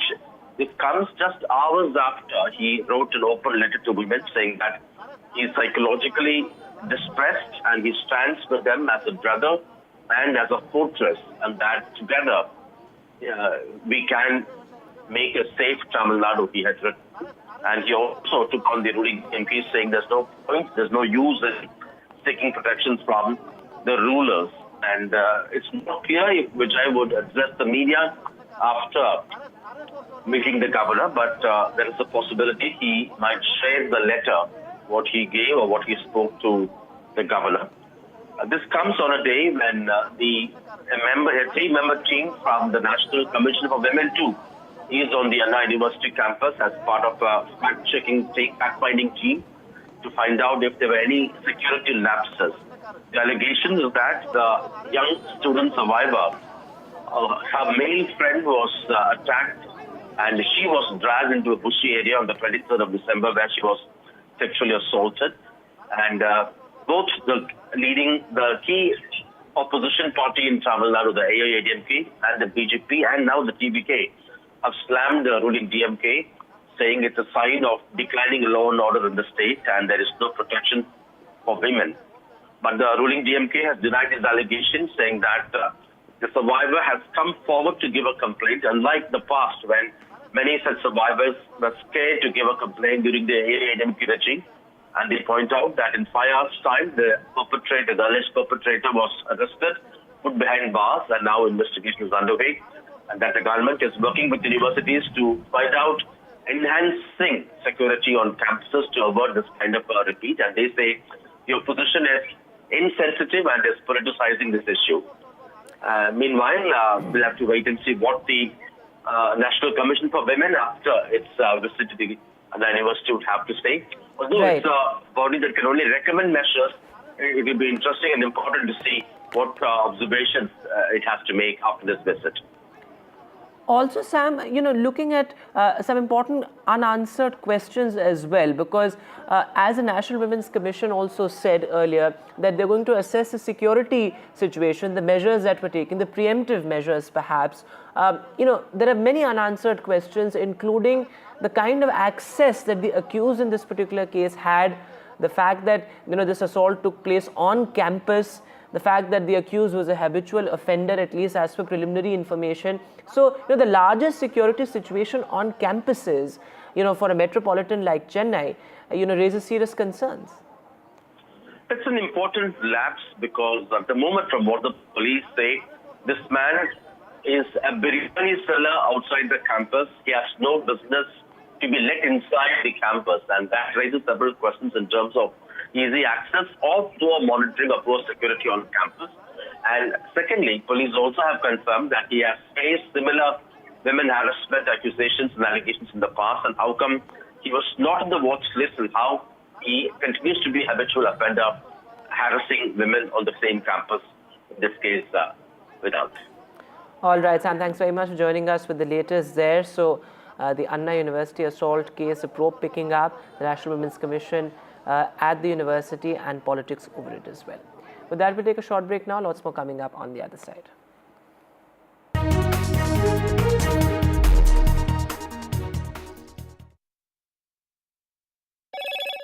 Hello, Moto. Motorola Edge 50 Pro, world's first AI-powered pro-grade camera.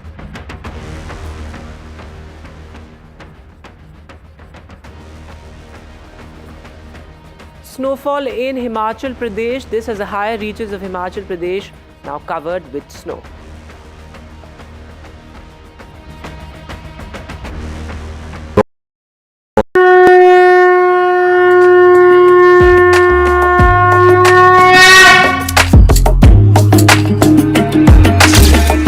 Mahakumbh, a festival of faith, the world's biggest spiritual festival, the divine dip at the spiritual Sangam, a sacred confluence of faith, culture and heritage. NDTV's mega coverage of the Mega Fest. NDTV at Mahakumbh 2025.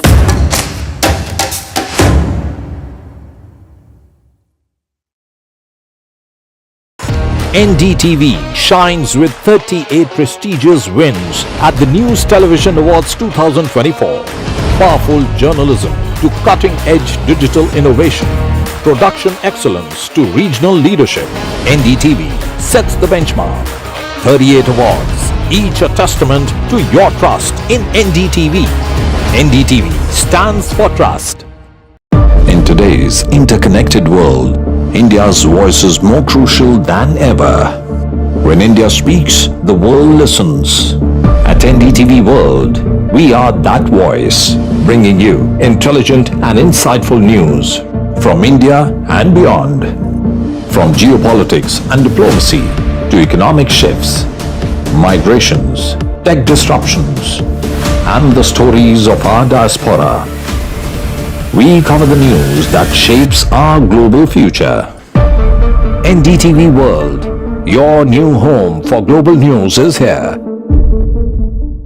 I've been reporting on all issues big and small from Andhra Pradesh, Telangana, rest of South India, bringing you all the action, all that you need to know, all that you want to know. The energy of maximum city is infectious. I bring in that energy in our news coverage from financial capital Mumbai. Covering from the southernmost part of India over the last 23 years, I bring in-depth and 360-degree coverage from the Dravidian heartland. The land of Mishti is also known for its bitter politics. I have seen much water flow under the Howrah Bridge, covering Bengal in all its vivid colors.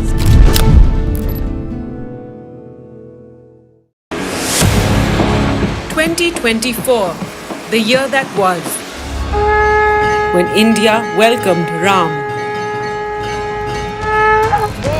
When India decided, मैं Narendra Damodar Das Modi, when Jammu and Kashmir turned a historic leaf, as Chief Minister for the Union Territory of Jammu and Kashmir, when India mourned, When India celebrated.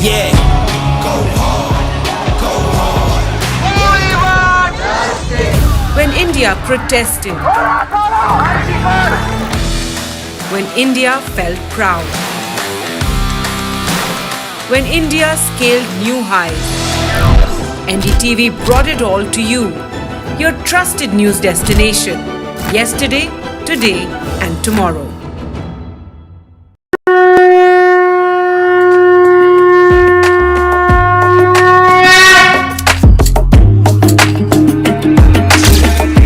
Mahakumbh, a festival of faith.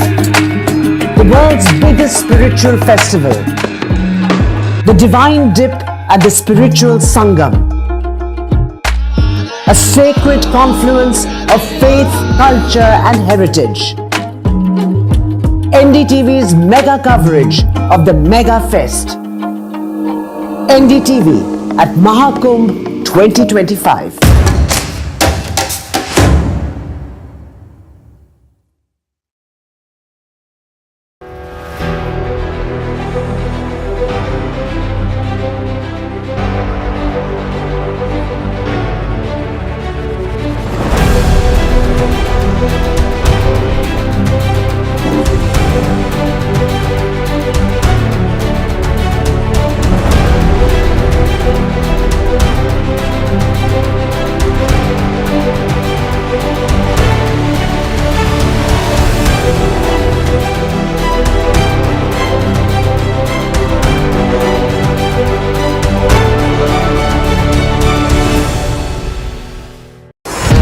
NDTV proudly upholds its legacy of trust and credibility. According to the prestigious Reuters Institute's Digital News Report 2024, NDTV is the top-most news platform in the country.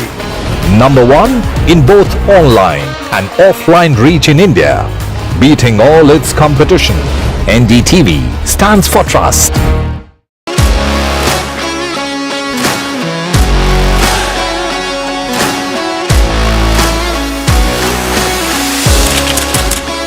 We are able to maintain the democratic fabric and the democratic system. I want to do something that can make a difference. लगातार जनता की आवाज को सरकार तक पहुंचाने का काम मैं करता हूं. I was a student up until very recently. I really want to work and do something for my people because they have given me this opportunity. They have elected me. सोचा नहीं था कि राज्यसभा सांसद बनूंगी.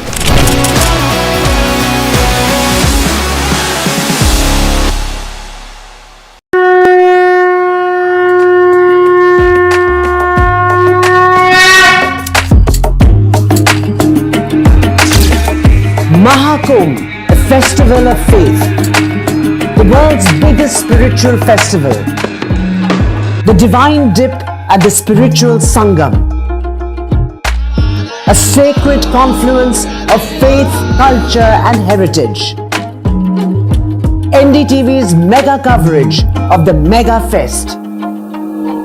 NDTV at Mahakumbh 2025.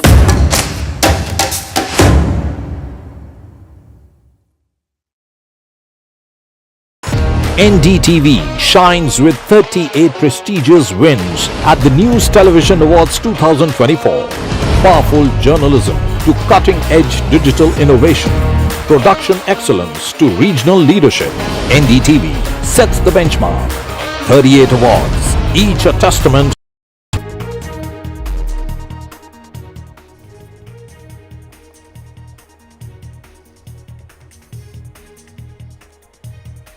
Opposition corners Tamil Nadu government on Chennai campus rape case. TVK chief Vijay meets Tamil Nadu governor. AIDMK stages protest against the government in Chennai mall. NCW fact-finding team at Anna University.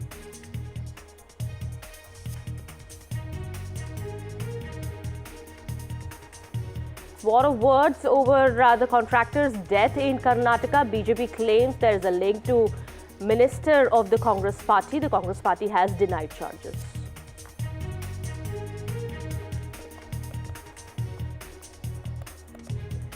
Aam Aadmi Party's new promise ahead of Delhi polls, 18,000 rupees monthly payment announced for freeze.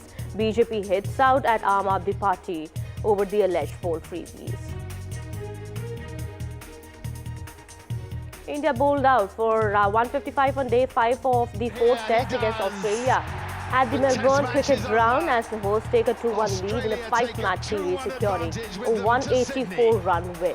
Controversy over Yashasvi Jaiswal's dismissal. He's out. Have checked the fit placement and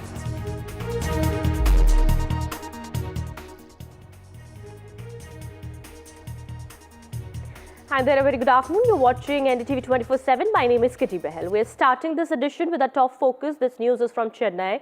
TVK chief and actor turned Neta Vijay is meeting the Tamil Nadu governor over the issue of Anna University sexual assault case. This comes just hours after he had written an open letter to the women of Tamil Nadu on this very issue. The actor politician has promised to stand with the women of the state as their brother and also help create a safe Tamil Nadu. Remember, the opposition parties including AIDMK and the BJP have been targeting the Tamil Nadu government ever since the sexual assault case was reported at the Chennai campus last week. Now, a second engineering college student was sexually assaulted inside the campus and her male friend was beaten up. One suspect has been arrested so far. Now, a 2-member fact-finding committee of the NCW is also visiting the campus today. My colleague Sam also joins us on the broadcast here. He is getting us more details here. Well, we do understand that TVK chief and actor turned Neta Vijay is now meeting the Tamil Nadu governor at the moment. What more details can you give us, Sam?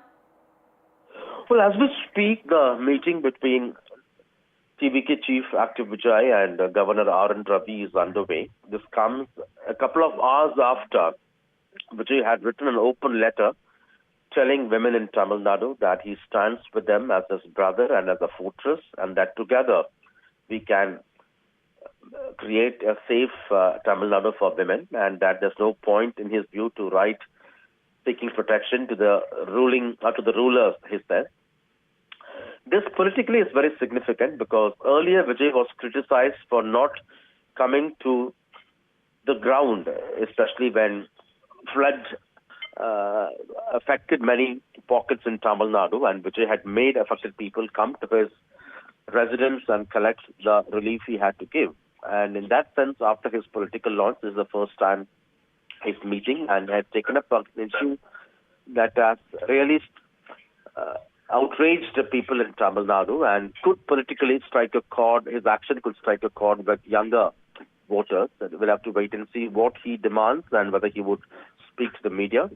We expect in the worst case he could share the letter he presented to the governor.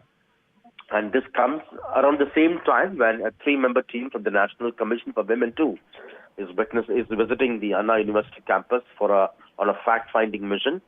And this comes amid allegations that the CCTVs on the campus were not working, and despite security, the alleged perpetrator, a biryani seller, was able to gain access into the campus, and he had first assaulted the male friend of the survivor and then all right, Sam, pulled her into I have to interject there.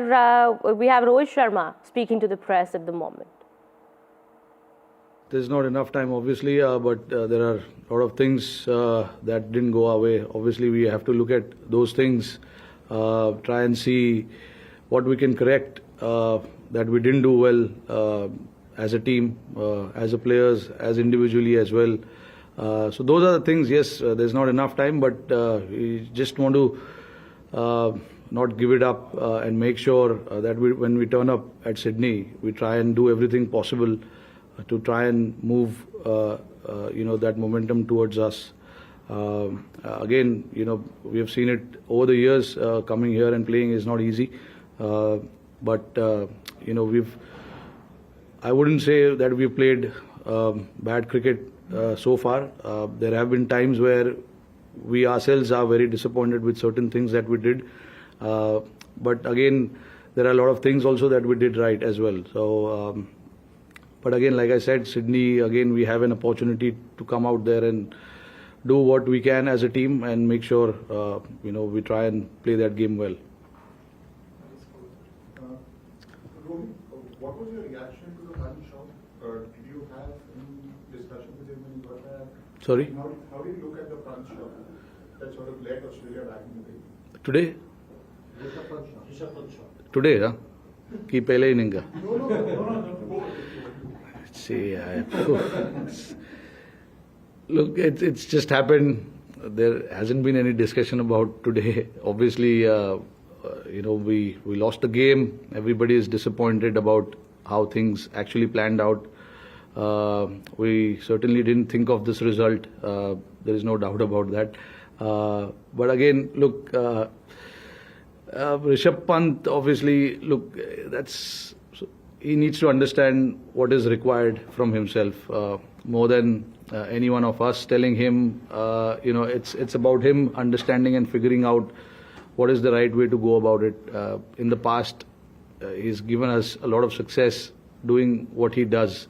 So as a captain, there is a kind of mixed reaction to that. Sometimes you want to back that thought of him playing the way he plays, and sometimes when things doesn't look good, it frustrates everyone. But that is what it is. That's the reality. It's the success and the failure. There needs to be a balance about it. And as a captain, it's very hard to have conversation when it has given him a lot of success as well. But it's about him figuring out what is the right way to do things. It's just about situation as well. Certain situation of the game where if there is a risk percentage, do you want to take that risk? Do you want to let the opposition come back into the game? Those are the things he needs to figure out himself. I know Rishabh for a very long time, and I understand his cricket as well. In the past also we've had a lot of conversation. So conversation, in terms of conversation, there's no way I can say that I've not had a chat with him or he doesn't understand what the team expects. He understands that, but the things that he does gives him results as well. So it's just that fine line between telling him not to do those things or telling him to do those things. Rohit, Bumrah has been spectacular through the series, but as a captain, how do you restrain yourself from overboarding him? Is there a danger of overboarding him? Yeah, there is. To be honest, he's bowled a lot of overs. There's no doubt about it. But again, every test match we play, we keep that in mind, the workloads of all the bowlers, in fact. But again, like if somebody is in such a great form, you want to try and maximize that form how much ever you can. And that is what we've been trying to do with Bumrah.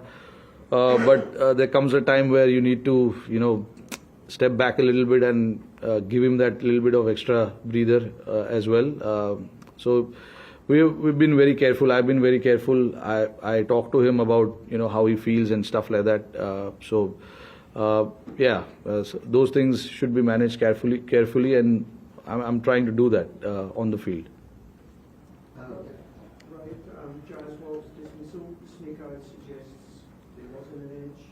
The video suggests there was an edge. Jaswal went and spoke to the umpires for a couple of seconds before it went off. What's your reaction as captain to what was obviously a crucial dismissal for you? Yeah, look, really I don't know what to make of that because the technology didn't show anything, but with the naked eye, it seemed that he did touch something. So I don't know how the umpires want to use the technology, but in all fairness, I think he did touch the ball. But again, look, it's about the technology, which we all know is not 100%. But again, like I said, we don't want to really look too much into that. It's just that we are more often than not, we are the ones falling on the wrong side of it. So it has been happening since India. But yeah, that's where I feel we've been a little unfortunate. Captain, of course, one of the stars of this match was Reddy. The way he has batted in this series, India's second highest scorer, average of more than 60. How do you talked about fast tracking him in India, but now when he's playing like this, showing this kind of maturity in Australia, how do you see his growth and the kind of potential he has with both bat and ball? No, look, when we saw him for the first time, we saw there's a lot of potential, which is why he came here in the first place. And he's come and shown here what he's capable of. With the bat, he was brilliant. He understood the situation pretty well, read the situation pretty well, and he's got solid technique as well. And superb mind, not to forget, is very strong character. He wants to fight it out there. Right now it's very hard to say the growth part, because it's only been 4 test matches for him, and I hope that he plays for long enough for India in all forms and keeps doing what he does. From here he obviously he's only going to go up because he's got all the tools to be very, very successful at this level. Thank you.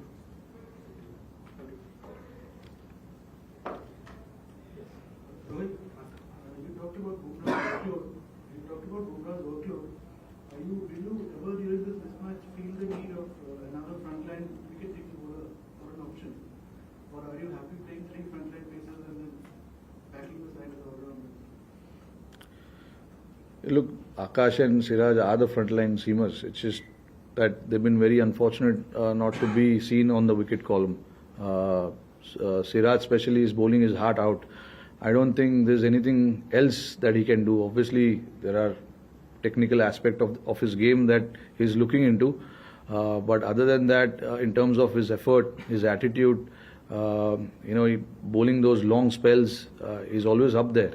It's just that the wicket column doesn't show how well he is bowled, but so is Akash. In Brisbane and here, in both the games, he's bowled really well.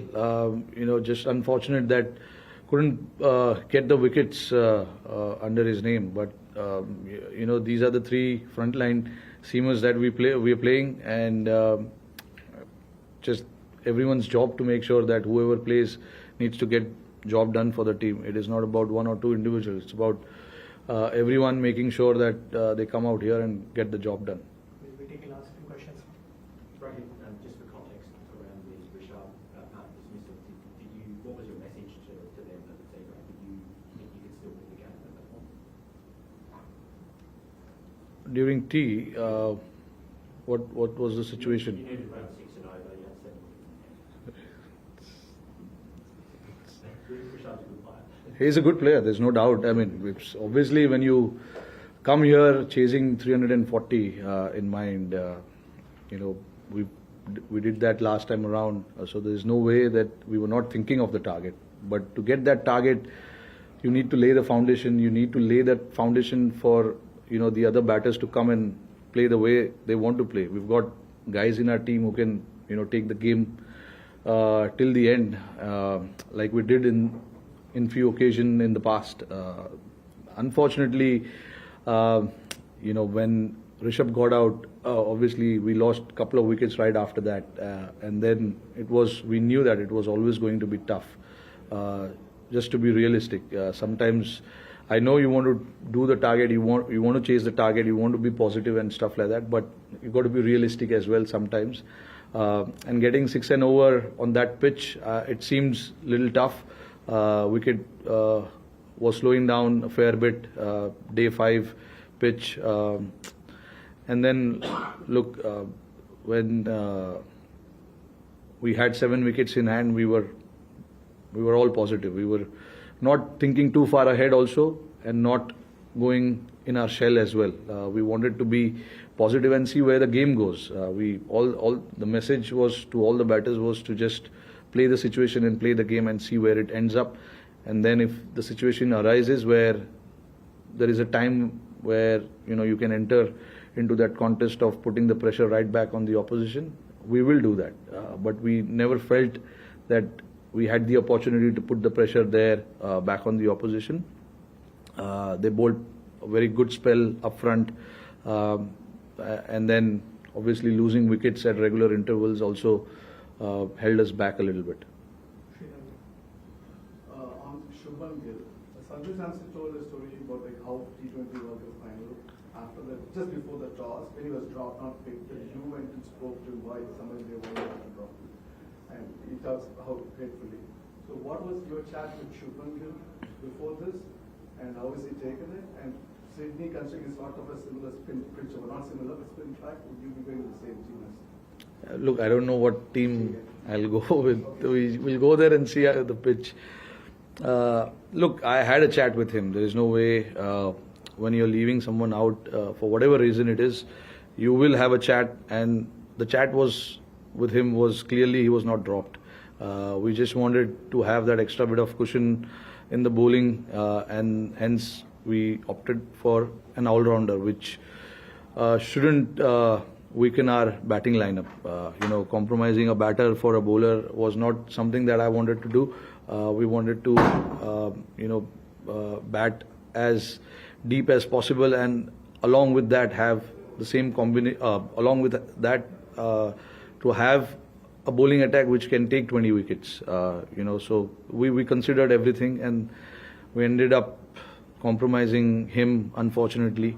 But again, look, with him, there was never a doubt that he was not batting well or he was not scoring runs or anything like that. It was just to get that combination where we can cover both bases, batting and bowling. We opted for that option. Of course, I mean, everyone has to understand that, because eventually we don't make personal decisions. It is in the best interest of the team. We want to put the team ahead and think about what is the right combo for this particular venue and this opposition. So that's how I plan, picking up the team. Sometimes, you can see there's been a lot of changes in the team, but sometimes you got to make sure that whatever suits the conditions, suits your team, and where you can cover all sides of the facets of the game, you make that decision, and that's what we did. Thank you, Captain. Thanks, guys. Thank you. Well, it's been a disappointing day for Indian cricket, and a fabulous performance by Australia. India was bowled out for 155 on day 5th of the 4th test against Australia at the Melbourne cricket ground, as the host took a 2-1 lead in this series. Well, Australia had scored about 184 run win, and we have seen Yashasvi Jaiswal scoring about 84 runs before he was dismissed. It was a controversial dismissal that saw him depart from the match, and Jaiswal did look in brilliant form against Australia, but his gritty knock came to an end as he was caught behind off the bowling of Pat Cummins.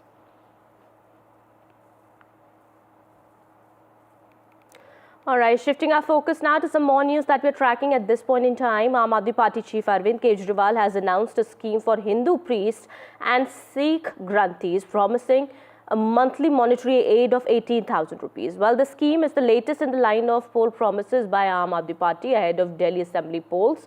Well, Arvind Kejriwal said that Aam Aadmi Party will launch Pujari Granthi Samman Yojana after returning to power in Delhi. Well, at the same time, we do understand the All India Imam Association chief has said that he is going to meet the Aam Aadmi Party national convener and the former Delhi Chief Minister Arvind Kejriwal to push for the payment of their salaries. He's claimed that imams haven't been receiving their salaries since the past 17 months. Well, that's the latest that's coming in at the moment. We also have Aam Aadmi Party spokesperson Anmol Pawar joining us on the broadcast here. Anmol, how do you explain this? Well, the BJP has been saying that you've been distributing freebies to the people, and this is a bid to influence the Delhi voters. How do you respond? Aditi ji, social spending is a fundamental, it's fundamental to a welfare state. So labeling these facilities as freebies, I mean, it is, BJP always used to say that we are providing free electricity, free water, free education, free healthcare to the people of Delhi, which in fact is a constitutional obligation of any state government to provide these basic amenities to the people. And today, the religious leaders who play a vital role in preserving the tradition, rituals, and our backbone of our society. The ones who have been guardians of spiritual practices from generation, who often prioritizes their sacred duties over their own personal and family needs and have been working selflessly since a long time. They rarely received any recognition or support which they truly deserve. So today, Arvind Kejriwal ji announced this Pujari Granthi Samman Yojana, which aims to provide an honorarium of rupees 18,000 per month to Pujaris and the Granthis of Gurudwara. It is an attempt to bridge this gap by ensuring financial stability and dignity of this overlooked section of society. And this is for the first time in our country that such an initiative has been introduced, acknowledging the tireless contributions of these custodians of faith and culture. So the Bharatiya Janata Party, instead of criticizing this move, the imams must haven't been appreciate and receiving their implement salaries it for in the last their own 17 states months. as well. The Imam Association chief, he's spoken to the media and he said that he wants to meet Arvind Kejriwal to push for the payment of their salaries. He's claimed the imams haven't been receiving their salaries since the past 17 months. And your party is going on announcing scheme after scheme for the other section of the society. Aditi ji, when Kejriwal ji was jailed, BJP stopped the salaries. In fact, they even resorted to stopping the pensions of the elderly citizens. But when Arvind Kejriwal ji came back from jail, he's ensuring that everyone receives their dues. And the process is underway. However, what is surprising is that the moment we talk about providing these honorarium to the priests, the Bharatiya Janata Party and their ecosystem, they suddenly bring up this issue, which is created by them. All right. Thank you so much, Mr. Pawar, for speaking to NDTV and,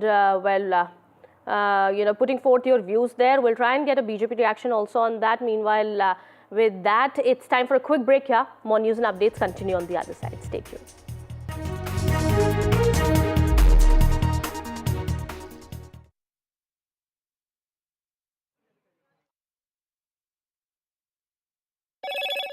Hello, Moto. Motorola Edge 50 Pro, world's first AI-powered pro-grade camera.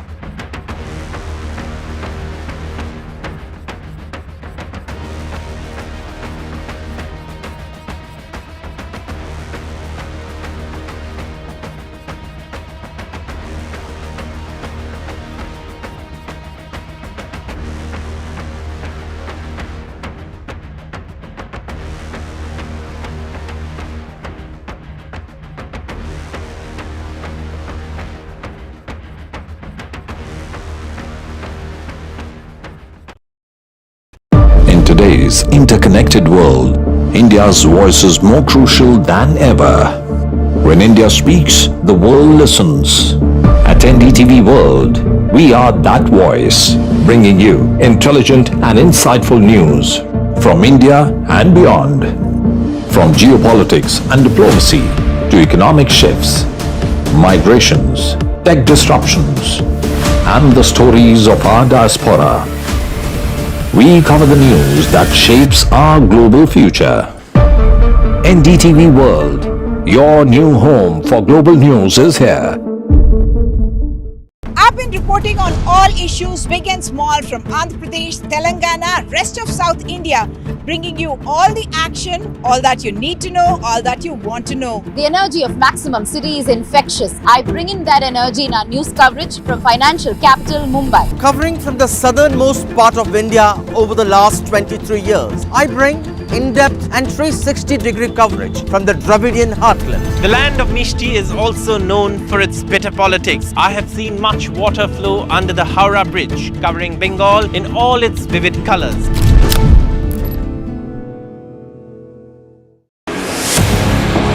(2024), the year that was, when India welcomed Ram. When India decided, मैं Narendra Damodar Das Modi, when Jammu and Kashmir turned a historic leaf. As Chief Minister for the Union Territory of Jammu and Kashmir. When India mourned. When India celebrated.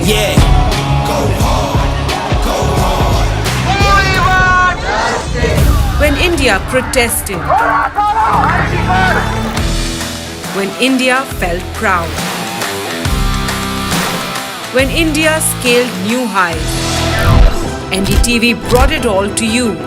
Your trusted news destination. Yesterday, today and tomorrow.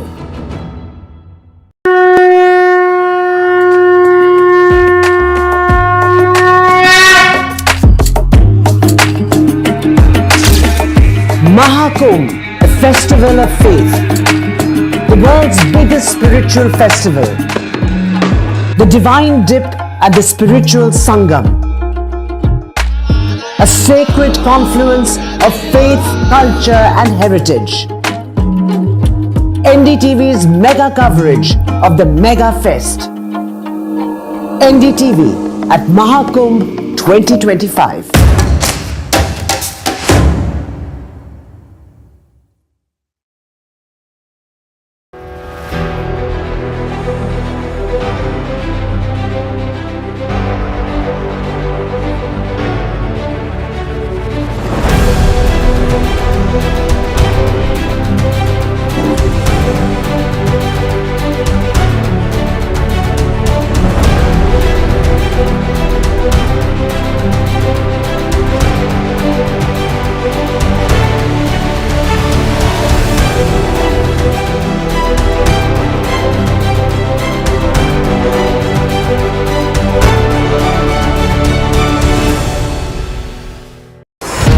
NDTV proudly upholds its legacy of trust and credibility. According to the prestigious Reuters Institute's Digital News Report 2024, NDTV is the top-most news platform in the country. Number one in both online and offline reach in India, beating all its competition. NDTV.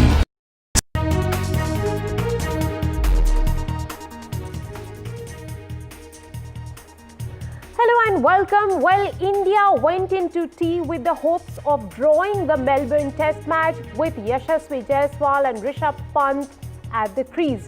But in one session, India lost 7 wickets, thereby losing the Test match in Melbourne by 184 runs. Those are the final moments of the Test match that is played out at the Melbourne Cricket Ground, which was attended by a record audience ever for a Melbourne Test. Over 370,000 people turned up at the MCG to watch this iconic clash between India and Australia. India going down in the Test and falling behind in the series now by 2-1. What's next for Team India really, and what's next particularly for the seniors who haven't really stepped on to the plate?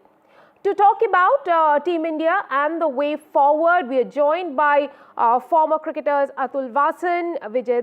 We'll also be joined by senior journalists Shada Ugra and Rakesh Rao. Let me go straight over to Atul. Atul, the way India went down, particularly in the last session of the Test match, how would you assess the team that was once, the world #1 side from there to this slide in Melbourne today? I don't want to, say that I said it, but, before you remember it, there was a show when, before India left, and I said, I'll be glad if they will not lose, more than 3-0. But the first Test match, actually, I thought, that was brilliant because that was one man genius, Bumrah. Imagine if Bumrah wouldn't have been on this tour, how this tour would have panned out for India. But, we just get carried away. I think complacency, not just in the team, not in the players, it is just generic all around, if you see. And we feel that we are so good that we have to be every time in the World Test Championship. But look at that. South Africa team is not even rated anywhere. And they have made it to the Test Championship finals. Can you imagine? What is happening behind our back? No cricket fan in India is bothered. We're just so full of ourselves. And once this happens, then we get disappointed because this is bound to happen. Because, everybody beats themselves into a frenzy that we are so good. We are much better than everybody. But Australia is another kettle of fish. We won their last Yes, that was a big achievement, but it's not going to happen every time. And especially when you lost 3-0 at home to New Zealand, I think the writing was on the wall. Atul, the C word that you used, complacency, really hurts when, someone talks to an Indian cricket fan. Indian cricket team that is considered to be a superstar, rock star team that has got all the possible management within and around shows signs of complacency. Tell us specifically, where did you think that the team was complacent? I think you answered yourself. You've used these adjectives, superstars, rock stars. Why did you use them? How do you think we are superstars, rock stars? Tell me. So I think your question, you have answered yourself. Okay. Do you think that the star image of the Indian cricket team is really hurting them at the moment then? I think because, I don't blame the players, because in this kind of a fishbowl, even a player who's just playing some IPL matches becomes a huge draw, then they think they've arrived. This is the culture of India. I think we have to actually lower our, raise our threshold. But how can we do that? Generically, our society is such that anybody who's more famous, got more money, is better than you. I mean, you can imagine a builder who's got millions of making these illegal flats and comparing a PhD professor in Delhi University. Who do you think people will go for? So this is us. This is a mirror of society, and I think Indian cricket team is part of that whole ecosystem. So I think these players, in spite of being very grounded, in spite of knowing that they're professionals, cannot help it, because it's just around you, and it has to be superhuman personality to actually ignore all this and just. But the highlights of the tour for me has been Jaiswal and Nitish Reddy. Because we're just focusing on Pant, Rohit, Virat and all. And that's why we're disappointed, because this is a team sport. And that's why we have to bring it down to not superstars. It's just a team. Okay, let's talk a little bit about the achievement of the youngsters before we talk about the big guns who have not really stepped onto the plate. You mentioned yourself about Yashasvi Jaiswal and Nitish Reddy. What really was that they did differently from others to stand tall even amid the ruins? This is how this career, this superstardom for Virat Kohli started, when he performed well in Australia. And that time he was not known. There were other bigger stars in the team. But imagine, this is if Jaiswal and Nitish Reddy will become superstars again, and then we'll be expecting every time they step out to do well. It's not possible. So that's why I'm saying that through your medium, through your channels, whenever we put out analysis of cricket, we have to say this point that it doesn't really matter personal performances. I mean, Nitish Reddy's 100 is very good. Everybody is praising him. Of course, he deserves it. But it has to be taken in a larger picture, that your team has lost. So what good is this 100? So I think once these players realize that, but now what's going to happen is he's going to get a lot of calls, a lot of contracts, and then this idea of team gets left behind, in spite of not wanting it. Mm-hmm. Well, that's a sad reflection of the Indian society, that we follow the stars more than the sport itself. But, talking about the other men who make this sport, and which is why a lot of people, there was a record audience at the Melbourne cricket ground, and one would understand that's because of the draw in terms of, the stars that brought about. The two in the middle, the two biggest stars in the middle, Virat Kohli and Rohit Sharma, their form, the way they have panned out in the series, what are your, assessments of these two Indian stars going forward? Well, this is sad. Every time a great player struggles, and especially at the end of the career, because they are not the ones which will struggle and now will make a comeback. They also know that whatever they had to give, the best of them is past them. And I think they have got a bigger role to play. And people also should look them with those eyes, not looking for their hundreds. But yeah, just adding to the picture, helping the team forward, bringing their experiences, creating new leaders from the team, and then making sure that the team, they leave in good hands with a good legacy. I think that is how I look at them. And what they've done, they've been there, done it, got the t-shirt. We all know that they're great players. But sadly, time comes for everybody. You get the tap on the shoulder, because once that you pass that age, no matter how fit you are, your eyesight goes a fraction of a second. And then, all players know that. You can't actually, rewind the circle. Atul, I'll have to ask you one question before I move on to our other guests. A lot of talks online on Sydney Test, possibly Rohit Sharma's last. Your thoughts on it? Well, I think I would have liked Ashwin to play the Sydney Test, but he's not there. So, but I'm sure that Rohit also knows that, and because of this IPL now, in the future, they also don't want to say, okay, but they can, like Ashwin said, there's a lot of cricket left in me. But Rohit Sharma, you never know, he's a great player. He might be saving the best for his last. Over to Madan Lal. Thank you very much for joining us on the broadcast. Lots of talk online, on social media, that Sydney Test could be the last for Rohit Sharma. What are your thoughts on it? I don't know about that. That is his personal decision. Like he has to decide whatever he wants to do it. It's not anybody's decision. He has to feel how he's going to perform, what he's going to do. That's what it is. I always believe this is very, very personal decision. I'll really also have to ask you about Virat Kohli. Virat Kohli burst onto the stage and went on to do big things in Australia, which is why everyone had celebrated the iconic stature of Virat Kohli. What really happened to him in this series? Is it just the lack of form, or is it that Virat Kohli hasn't been in the zone? I think it's a lack of form, but he got 100 in the first test match. Like in cricket, you have to understand the game also very much. Because the first 20-30 run is always going to be difficult. When the bowler is bowling, he bowls in one corridor, he bowls in his place, like 3 slip, 1 gully, cover point, and extra cover. So, he keep on pegging the ball there. If you get 20-30 runs in the beginning, then you score a big runs. But then you can get a big score. But in the first 30 overs, 30 runs is always going to be difficult. Because sometimes you think that the ball is there to hit, and suddenly the ball moves, and you get out. But, the same fellow has scored 1800. I know we need his run because to win the series, but definitely sometimes you're out of the form, and that's what happens, Let me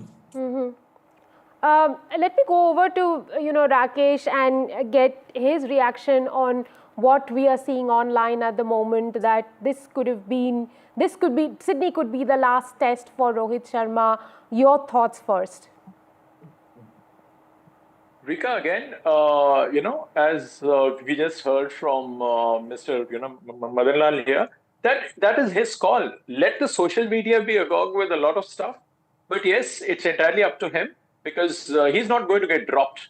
So it is for him to take the call. It is not that the selectors have it in them to, say that, okay, enough is enough. And, like what they indicated to somebody like Ashwin. So Madan Lal ji ne bilkul sahi kaha. I mean, whatever that he has said is like on the ball. But at the same time, it need not be his last. Need not be, because he can still continue. But yes, going by his form, and he would like to go out, on a high. He will not just, get out of the scene thinking that he's not doing his bit, because obviously his form is not there. But everybody goes through these kind of, streaks. But again, he must be feeling only, like he knows what he's going through, because he joins the team when the team is 1-0 up in the series. He takes over his captaincy from his deputy. And then thereafter, we have been struggling. So everything is right in front of us. But let's be honest with ourselves. Both Rohit and, Virat, both are struggling. They have the experience. They have it in them to do really, really well at the SCG. But again, overnight, can they regain their form?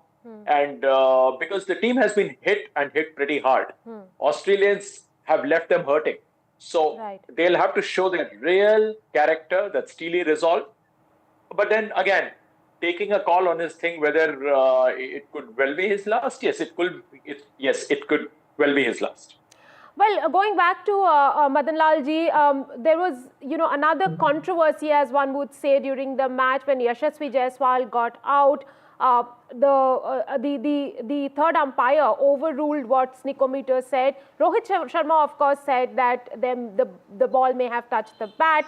What was, your take? You would have also watched that piece. Did Rohit Sharma sidestep the controversy? Sensing that it was becoming controversial, did he sidestep the controversy? I think technology is for the both sides, and there is a lot of decision which not gone in favor of the players. But watching that ball, you can see the ball has deflected a lot, and the wicketkeeper also taken in the leg side. So in my point of view, I think he touched the ball. But the best thing, the Jaiswal can only know that whether he touched the ball or not. But for my point of view, I think definitely he has touched the ball. That's why the ball has deflected a lot. Sometimes the ball moves a lot, but if you look at the very closely, the bat, the logo of the bat, ball brushed the logo of the bat, then deflected.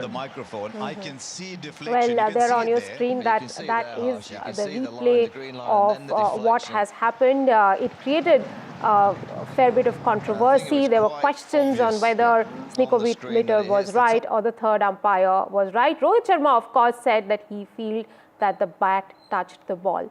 Sharda Ugra is also there on the show. Sharda, I really have to talk to you a little bit about the bigger picture. Once the number one, test side, from there they go on to lose against New Zealand, and though they made a fantastic comeback and in Perth, but again, going down in the series 2-1. Of course, they haven't lost the series yet. Atul Vasan used the word complacency. Do you agree with him on that? And what really happened to our team? Rika, I think, what Atul Vasan is saying, complacency is the word. I think there was certainly a sense of, it started with the tour that New Zealand came to India, where they were talking about the Australia series. They were not talking about the opponents that faced them.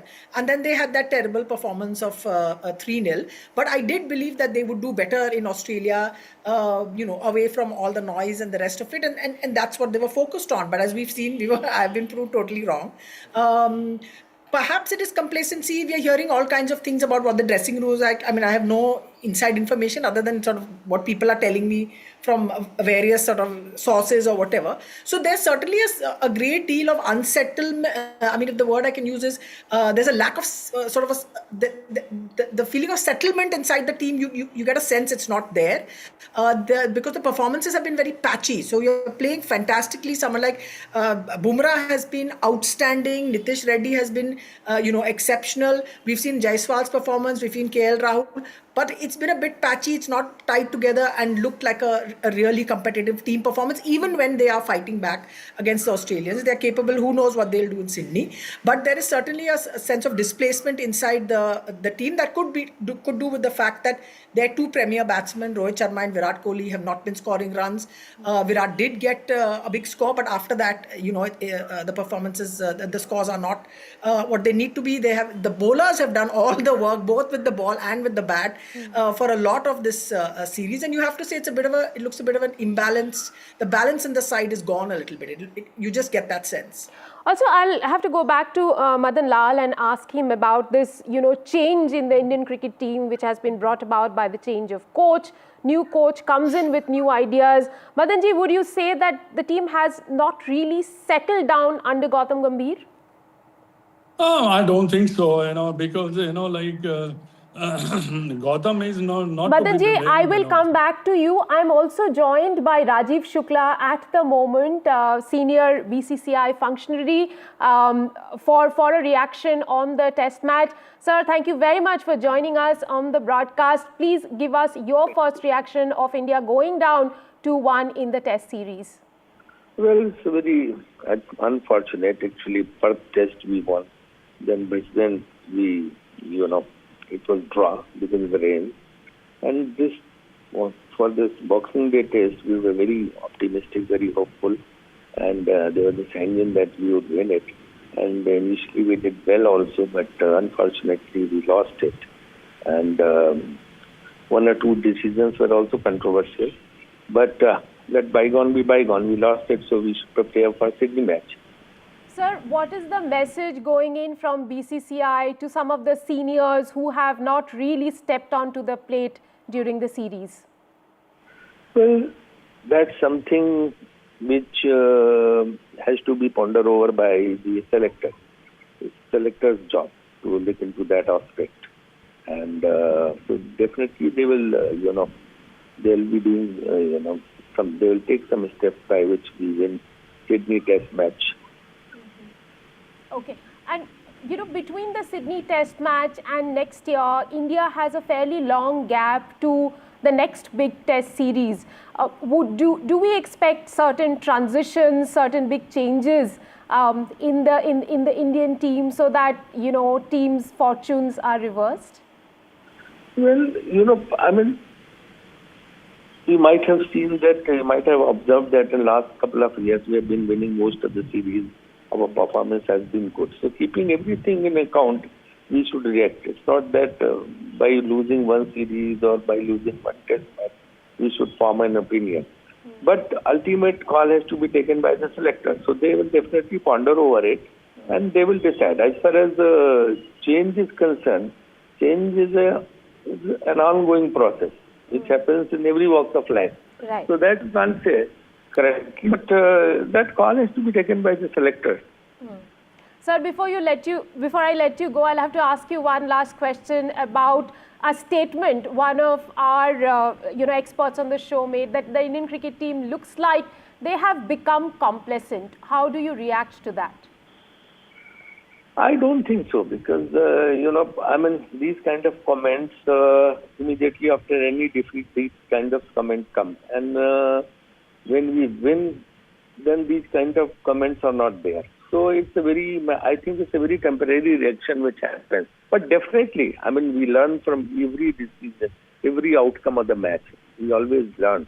So definitely we will keep in mind the views expressed by everybody, especially our former cricketers. Thank you very much, Rajiv ji, for joining me on the broadcast and sharing your thoughts as India went down in Melbourne against Australia. They are 2-1 behind in the series. Let me go back to Madan Lal ji, who was answering my question on whether or not India settled down under Gautam Gambhir. Madan ji. Let's analyze the game. The thing is, this coach is as good as your team is. He can. I understand that coaching is a very specialized job. He can make the strategy or something, but execute. Who is going to execute the plan? Is the player who is going to execute the plan? देखिए, dressing room में कुछ नहीं है जो आप बात कर रहे हैं. There is nothing wrong with the dressing room. If you see your top batsman is not getting run apart from Jaswal. And look we got the chances to win this test match also, but we didn't capture it. क्योंकि that crucial points जो होते हैं matches के, international matches के जब खेले जाते हैं, उसको पकड़ना बड़ा जरूरी होता है. हमने कैचेस भी ड्रॉप किए और हमने जो पार्टनरशिप कराई है, जो इसकी नेथन लाइन और बोलन की जो पार्टनरशिप हुई है 61 रन की, वो और ऋषभ पंत का एंड मौके पे आउट होना.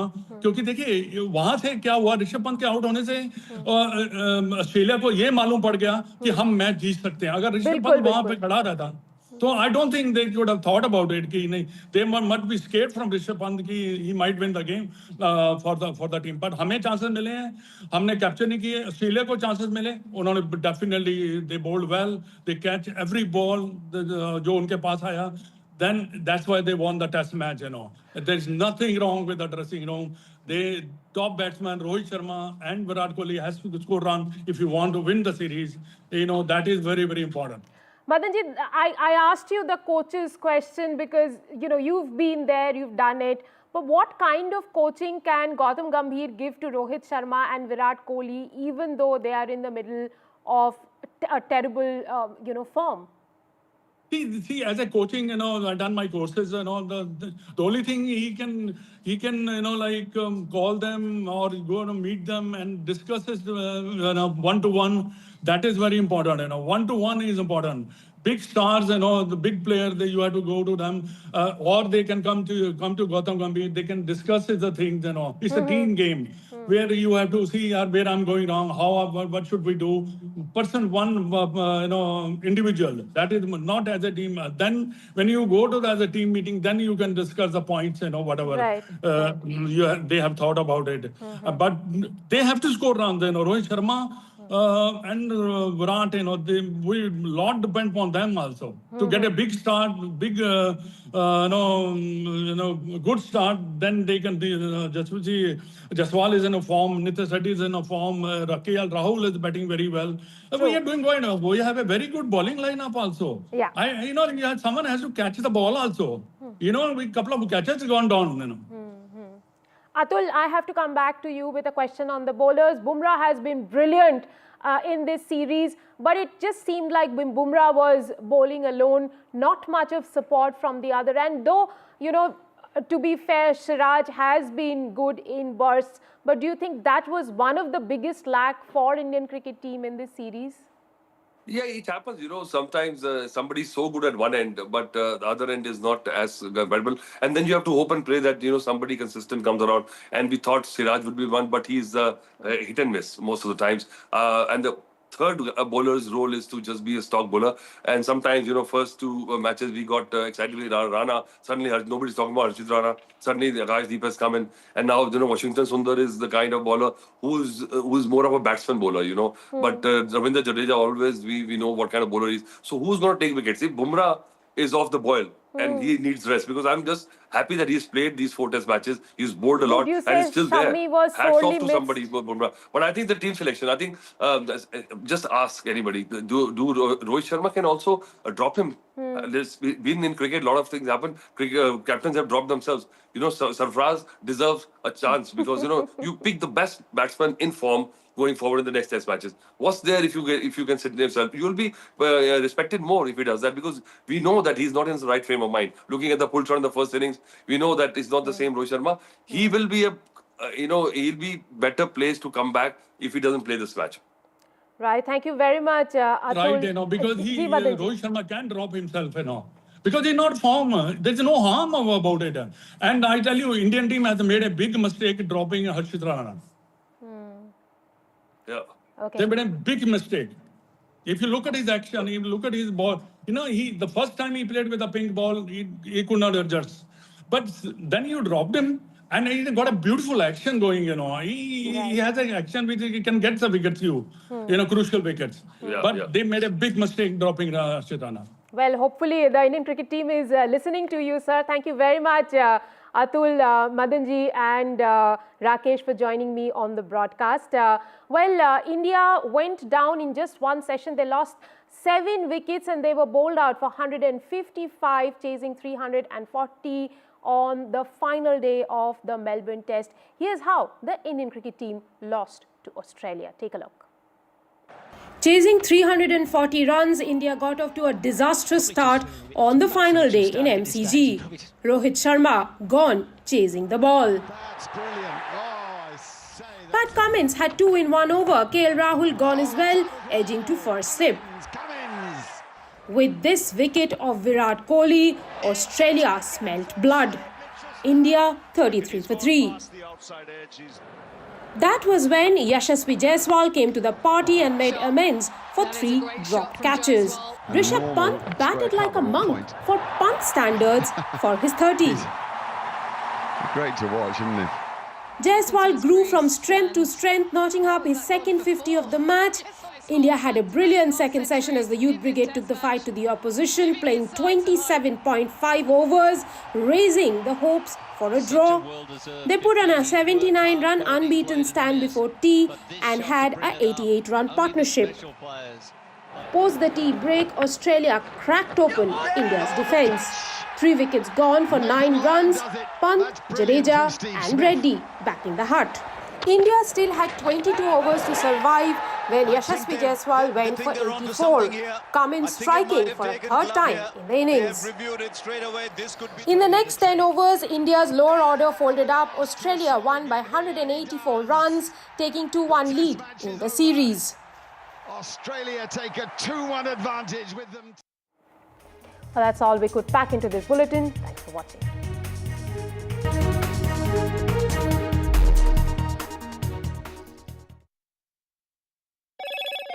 Hello, Moto. Motorola Edge 50 Pro, world's first AI-powered pro-grade camera.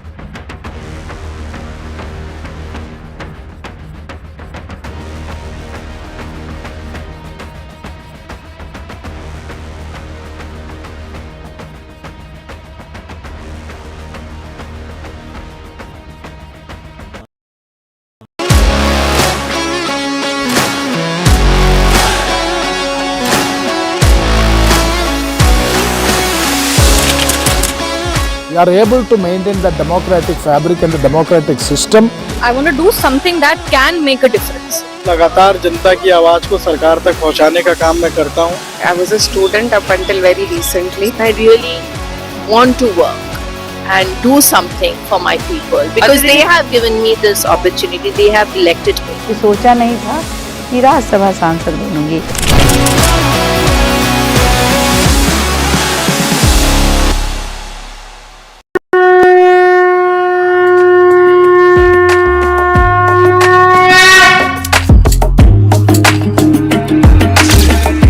Mahakumbh, a festival of faith, the world's biggest spiritual festival, the divine dip at the spiritual Sangam,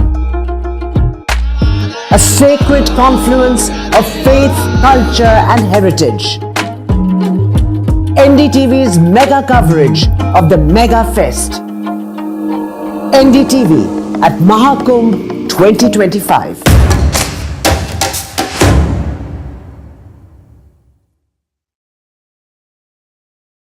NDTV shines with 38 prestigious wins at the News Television Awards 2024. Powerful journalism to cutting-edge digital innovation.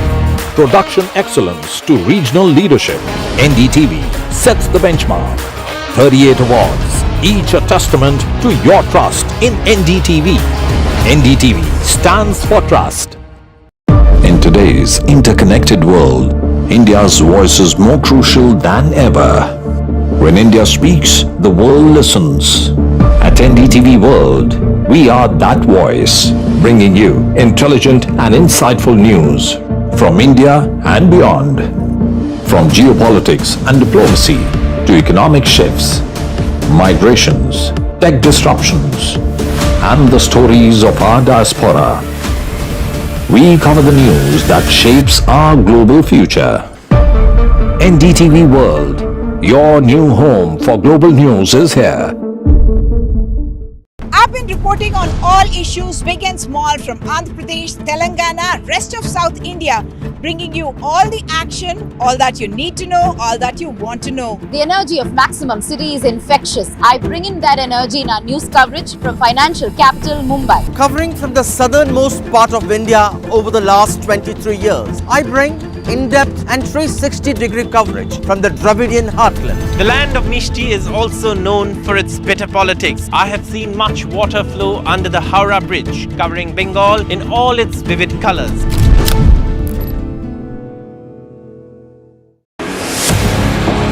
(2024), the year that was, when India welcomed Ram.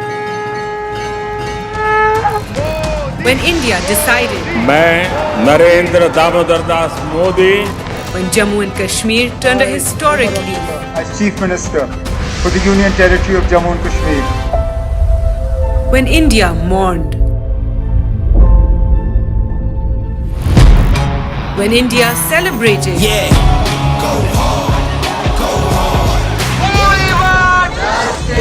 when India protested, when India felt proud, when India scaled.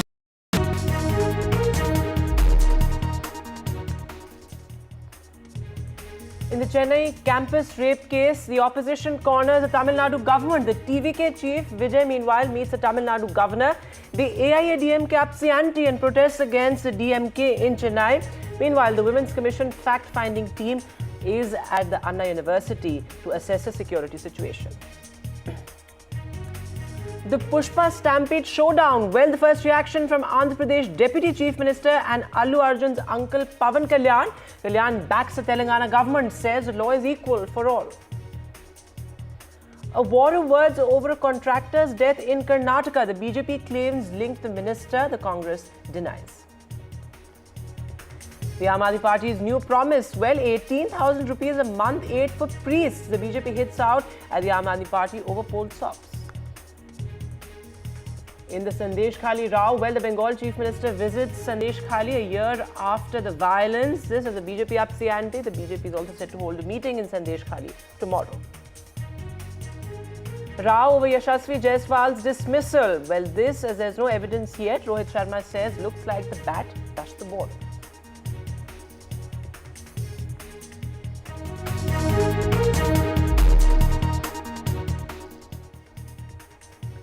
Hello and welcome. You're watching NDTV. I am Vedant Agarwal. Our lead story, well, in the Pushpa theatre stampede showdown, the first reaction has now come from Allu Arjun, the Deputy Chief Minister of Andhra Pradesh, and also Pawan Kalyan's, also Allu Arjun's uncle, Pawan Kalyan, who has now backed the Telangana government and the Telangana corps.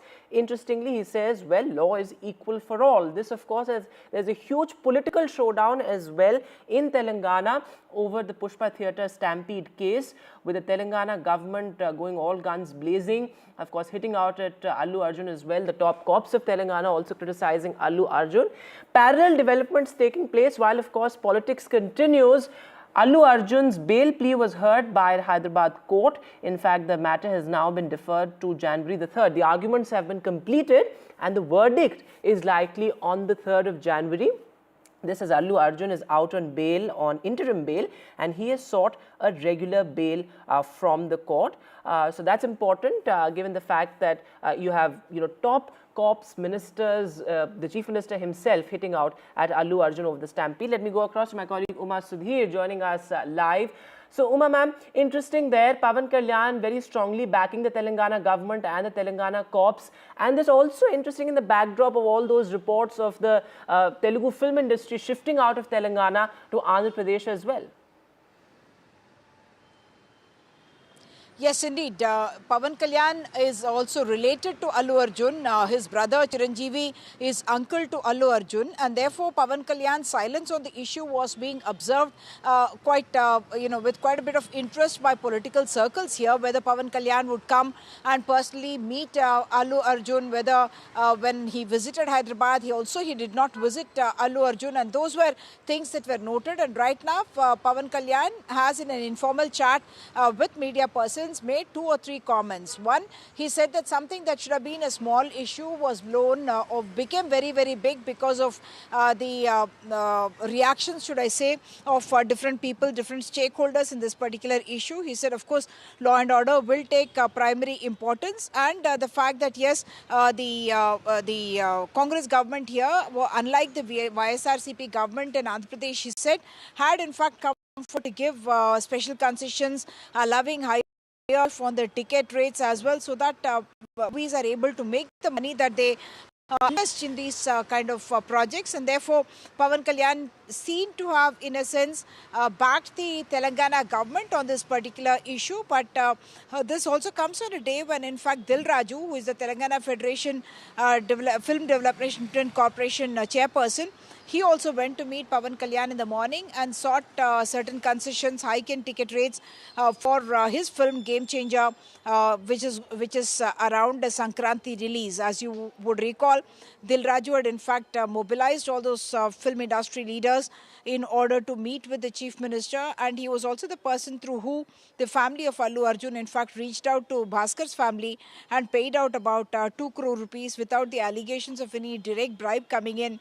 This was made out to be something that the film industry wanted to contribute and take care of the family of Bhaskar, because they had suffered because of the film promotion event that happened on the 4th of December. So while the court, on the one hand, will be hearing and possibly giving a verdict on the regular bail plea applied by Allu Arjun in this particular case, as of now, he is of course outside court on an interim bail for 4 weeks, and the verdict in that case is expected on the 3rd of January, because already we have heard the arguments of Mr. Niranjan Reddy, counsel for Mr. Allu Arjun, in court, and the counter has also been already filed by the police. All right, ma'am. Thanks very much for joining us with the latest there. As Uma is reporting there, Pawan Kalyan also related to Allu Arjun, so finally breaking his silence there and very strongly backing the Telangana government. Meanwhile, the other big headline at this hour, the Anna University sexual assault case in which parallel developments taking place. This, of course, as the National Women's Commission team also arrived at the Anna University to assess the security situation, given the fact that security lapses are in question as well. This is politics continuing over the case as well. You have the TVK chief and actor Vijay very strongly coming out and also writing an open letter to Tamil Nadu's women. In fact, he met the governor as well. And what you see on the right-hand side of your screen are visuals of the AIADMK staging a protest at a Chennai mall against the DMK, questioning the DMK government over lapses as far as this entire case is concerned. Let me go across to my colleague Sam Daniel, who is joining us live on the phone line. So, Sam, sir, that politics continues, but as far as the investigation is concerned, the National Women's Commission visited the university. What's the latest that you have on the investigation, on the probe? Has the National Women's Commission come out with a statement yet? They are still on the campus, Vedant. We understand they're meeting various individuals and groups besides visiting the exact location where this sexual assault had taken place. By the end of the day, we understand they may brief the press, but their job is to find the facts, what exactly happened there. After a survivor, a student from the Anna University, complained that she was sexually assaulted on the 23rd evening around 8 o'clock on campus, after her male friend was assaulted by the perpetrator.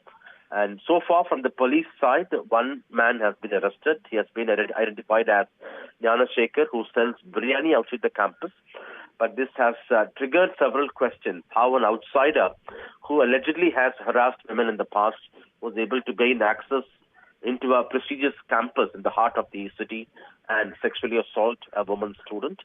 And the opposition, particularly the AIADMK, the key opposition, and the BJP, and now active Vijay's TVK, all have joined hands, and they are slamming the ruling DMK of what they call as declining law and order and no safety for women in the state. And this, on the same day, actor turned politician Vijay too met the governor, and he had placed 3 demands to the governor to act and ensure that law and order in Tamil Nadu, and that there would be safety for women at all places. He also urged the governor to ensure that the central government would grant the relief sought by the state government to provide relief in the aftermath of the recent devastation by Cyclone Fainjal. He says that many people have not received relief, and the centre ought to release what the state government requires. And the larger point, the entire opposition is up in arms, and the ruling DMK has denied these allegations, saying that unlike the past, this time within 5 hours, the alleged perpetrator was arrested. He has been booked under sexual assault provisions, and investigation is underway. In the past, when the AIADMK was in rule, they point out that survivors from the Pollachi sexual abuse incident, they were scared even to give a complaint, but now women are confident, and they are working with the university authorities to enhance security on the campus. The larger picture, of course, although it's a very sensitive issue, it is also being politicized, and we'll have to wait and see what the National Women's Commission would have to say, although it's only a recommendation. Yeah, I think that's an important point you're making, given the fact they're still on campus as you're reporting. Remains to be seen what they actually say as far as this entire incident is concerned. But the politics over it as well. In fact, joining me on the show this afternoon, Harish Mohammed Ibrahim, political analyst who supports the DMK. Also, Kovai Satyan, who is an AIADMK spokesperson. Thanks very much both for being with us. Going across to you first, Harish Mohammed Ibrahim. A lot of serious questions being raised as far as the lapses are concerned. The fact that the accused had such easy access to the university campus, the fact that this absolutely horrific incident took place on campus raises serious concerns about the preemptive measures that could have been taken as far as women's security is concerned. I mean, this is a metropolitan we're talking about, and these protests, etc., that you see in Chennai, of course, you may sort of rubbish it as a bit to score political brownie points, but the fact that serious questions on lapses on the part of the government are being raised is important. No, of course, it is a serious lapse, and the government has taken a cognizance of the issue, and the government has made sure that they will be taking care of all the kind of security protocols in a strict way when it comes to the further development. And number two, ADMK or the BJP has no moral grounds to play the petty politics in Tamil Nadu by taking such a sensitive case like this, where there is a collective responsibility and a common sense should be there. But the ADMK, which has been lapsed with the Pollachi Jayaraman, who has been the accused, Pollachi Jayaraman's relative, who has been the accused in the mass exodus of women who have been harassed during their tenure, we are not doing any kind of political stunt at that point of time. That is where the common sense and the most sensitive kind of these kind of issues are to be dealt with utmost sincerity and respect. But here, the BJP as well as the TVK, which has joined the bandwagon, Mr. Vijay, who has to take care of his movies where he has preached and professed and propagated all kind of eve teasing issues which glorify the women of doing eve teasing. And he has to make sure to have some moral grounds to go ahead and oppose this government, which has taken the cognizable offense within 5 hours. The culprits have been nabbed. And the CCTL has That's an important point. Let me quickly get Mr. Satyan's response to this. I'll come back to you. Mr. Satyan, your quick response. What the analyst there is saying is that the AIADMK has no right to claim the higher moral ground, and also the fact that the government took cognizance immediately after the incident came to light and an investigation is now underway. What is the point in politicizing the case? I seriously don't want to respond to bootlickers who impersonate as analysts here. Okay, let's not get personal. I would respond to a DMK spokesperson, official, or anybody. That's not how we do it on NDTV. Let me please at the outset request you to please avoid such personal comments. But go ahead. Let me finish. The court has come down heavily on the lapses on the investigation taken care by this police. The court has asked how come the commissioner is able to determine that there is only one person who is involved in this offence. Our fight is to deliver justice to this girl. It is not one person. There is one more person who is on the run, and the police are not able to nab him because they are protecting him because of political pressures. Because the people who are involved in this are DMK affiliates, DMK office bearers, and that's the reason there is a pressure on the police not to act. In another 1 or 3 o'clock, I am going to release another set of evidences. This Jnana Shekhar being involved with DMK and he being a DMK member. In another 1 hour, I am releasing another video. So that's an important point you're making. You are saying, and they are covering up the entire issue. In another hour, the AIADMK is going to release an important piece of evidence that will, in a sense, prove some sort of a link between the accused and the DMK. Is that what you're saying? Yeah, they are saying that Jnana Shekhar doesn't belong to DMK. Another 1 hour, I'll release a video how Jnana Shekhar is an active DMK member. By 3 o'clock, I'll release the video. So there is a massive cover-up happening and police hands are chained. They are puppets in the hands of this DMK. Just because there are senior members of the DMK involved, they are trying to wrap this under the carpet by ignoring. Mr. Ibrahim, your quick response there is an to that, injustice to because the girl. what the AIADMK spokesperson is saying is significant. They are saying that they have evidence. Hear me out. They are saying they have evidence to prove that there is some sort of a link between the accused and the DMK, in the sense that they are saying that he's an active DMK member. Is there a possibility of a cover-up? That's a major concern here. No, there is been a three-member panel has been associated. The SIT has been constituted by the Madras High Court. First of all, before that, don't bring such a third-rated ADMK spokesperson like O.V. Satya to the channel and degrade yourself, number one. And number two, there has been a SIT probe.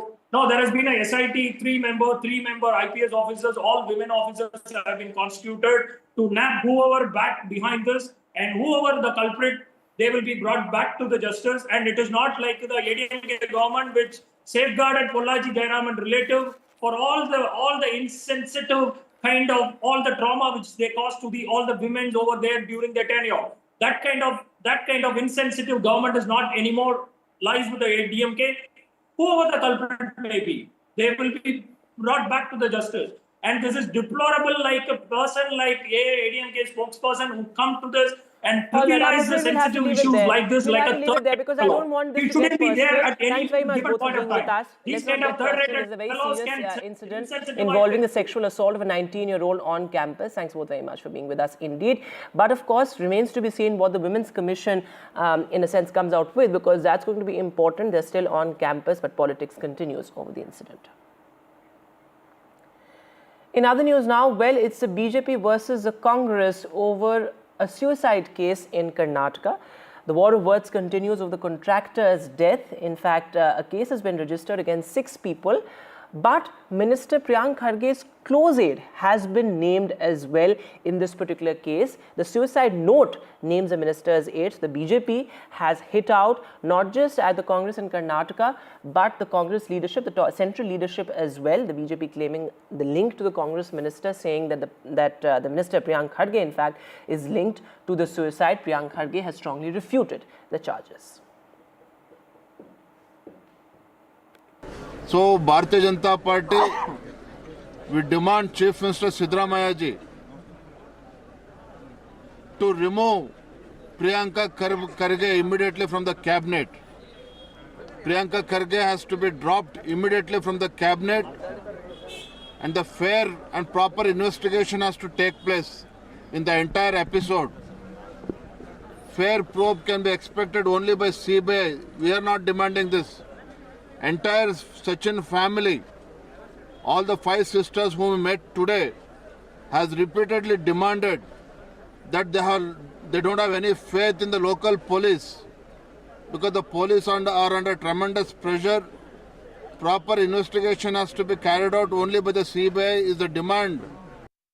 No, it is not necessary. We have already decided to hand over it to COD. There is no necessity for giving it to CBI. And they have to ask us for resignation from... It is not necessary as of now. Let me go across live to my colleague Nihal, who's joining us on the phone line. So Nihal, the BJP now really cornering the Congress government, saying Priyank Kharge must step down. See, in a similar case, almost a couple of years back, when Dr. Ishwarappa was the cabinet minister, he had faced a similar kind of charges. Then he was forced to step down, and the Congress party then was in the opposition and had raised it a big issue. But now the same thing has happened in case of Priyank Kharge, but there is a slight difference.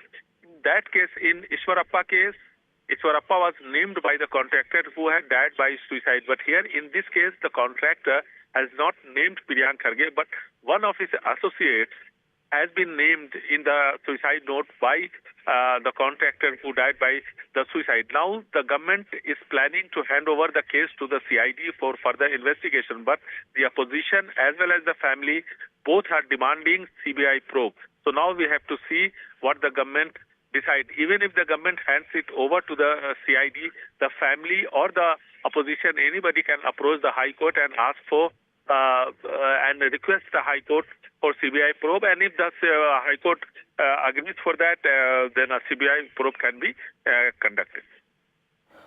All right, Nihal, so thanks very much for joining us with the latest there. As Nihal says, reporting, well, politics continues over the contractor's suicide. And well, with that, it's time for me to say goodbye. It's a wrap from me on NDTV. It's been a fascinating journey, an honor really to bring the news on a channel that has always risen above hate and differences, to bring you the real stories that matter and speak truth to power. And that pursuit for the real stories will continue, but perhaps we'll see you some other place, some other time. Bye for now.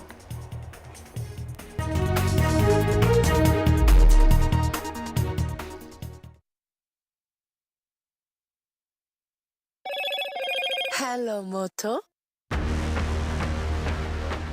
Motorola Edge 50 Pro, world's first AI-powered pro-grade camera.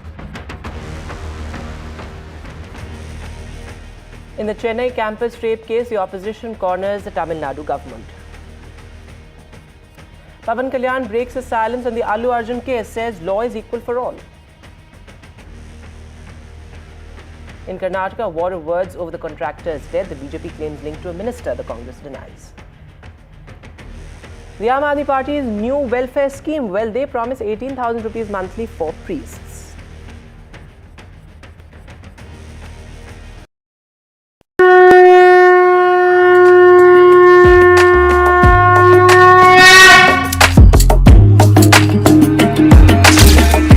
Mahakumbh, a festival of faith. The world's biggest spiritual festival. The divine dip at the spiritual Sangam. A sacred confluence of faith, culture and heritage. NDTV's mega coverage of the Mega Fest. NDTV at Mahakumbh 2025.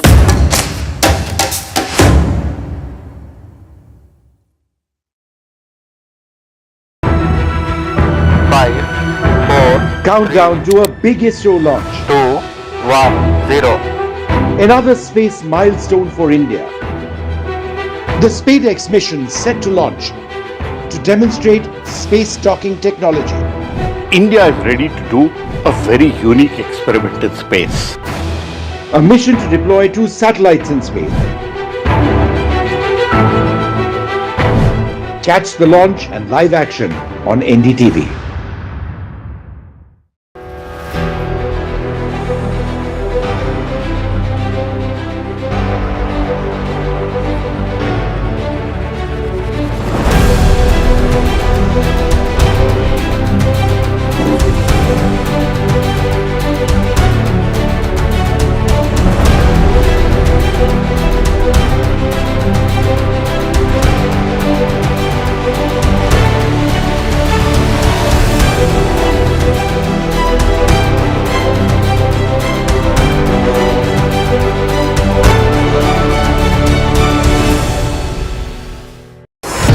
NDTV proudly upholds its legacy of trust and credibility. According to the prestigious Reuters Institute's Digital News Report 2024, NDTV is the top-most news platform in the country. Number 1 in both online and offline reach in India. Beating all its competition, NDTV stands for trust.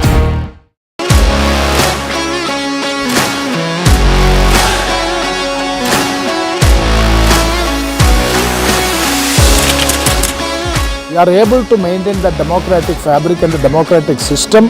I want to do something that can make a difference. लगातार जनता की आवाज को सरकार तक पहुंचाने का काम मैं करता हूं. I was a student up until very recently. I really want to work and do something for my people because they have given me this opportunity. They have elected me. सोचा नहीं था कि राज्यसभा सांसद बनूंगी.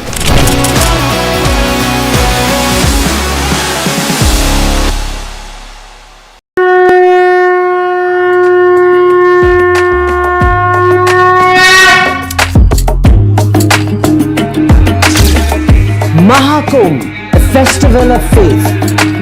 The world's biggest spiritual festival. The divine dip at the spiritual Sangam.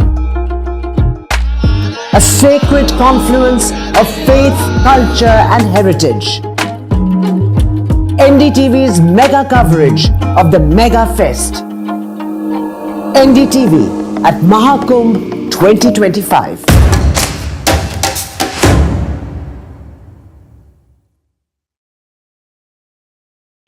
NDTV shines with 38 prestigious wins at the News Television Awards 2024. Powerful journalism to cutting-edge digital innovation, production excellence to regional leadership. NDTV sets the benchmark. 38 awards, each a testament to your trust in NDTV. NDTV stands for trust. In today's interconnected world, India's voice is more crucial than ever. When India speaks, the world listens. At NDTV World, we are that voice, bringing you intelligent and insightful news from India and beyond. From geopolitics and diplomacy to economic shifts, migrations, tech disruptions, and the stories of our diaspora. We cover the news that shapes our global future. NDTV World. Your new home for global news is here. I've been reporting on all issues, big and small, from Andhra Pradesh, Telangana, rest of South India, bringing you all the action, all that you need to know, all that you want to know. The energy of Maximum City is infectious. I bring in that energy in our news coverage from financial capital Mumbai. Covering from the southernmost part of India over the last 23 years, I bring in-depth and 360-degree coverage from the Dravidian heartland. The land of Mishti is also known for its bitter politics. I have seen much water flow under the Howrah Bridge, covering Bengal in all its vivid colors.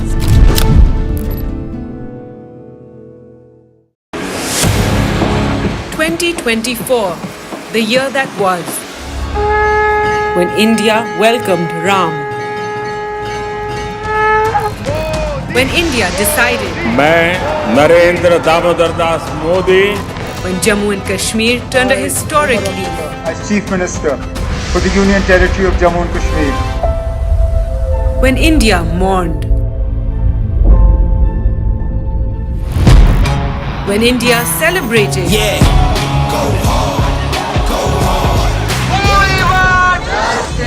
when India protested,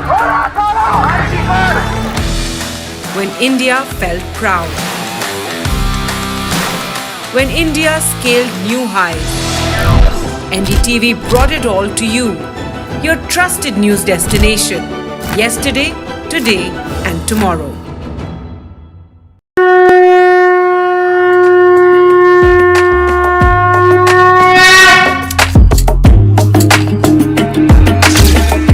Mahakumbh, a festival of faith, the world's biggest spiritual festival, the divine dip at the spiritual Sangam, a sacred.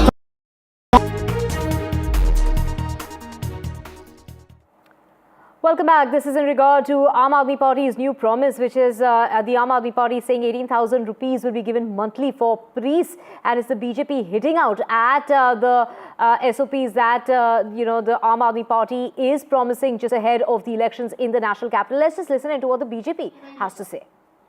A भी नहीं लिखा, zero भी नहीं लिखा, केवल वो खाली dash है। तो वो डैश वाली मकान संख्या में 87 वोट है। तो ए में, डैश में, जीरो में, केवल ऐसे ऐसे मकान संख्या में हजारों से ज्यादा वोट बने हुए नई दिल्ली विधानसभा में।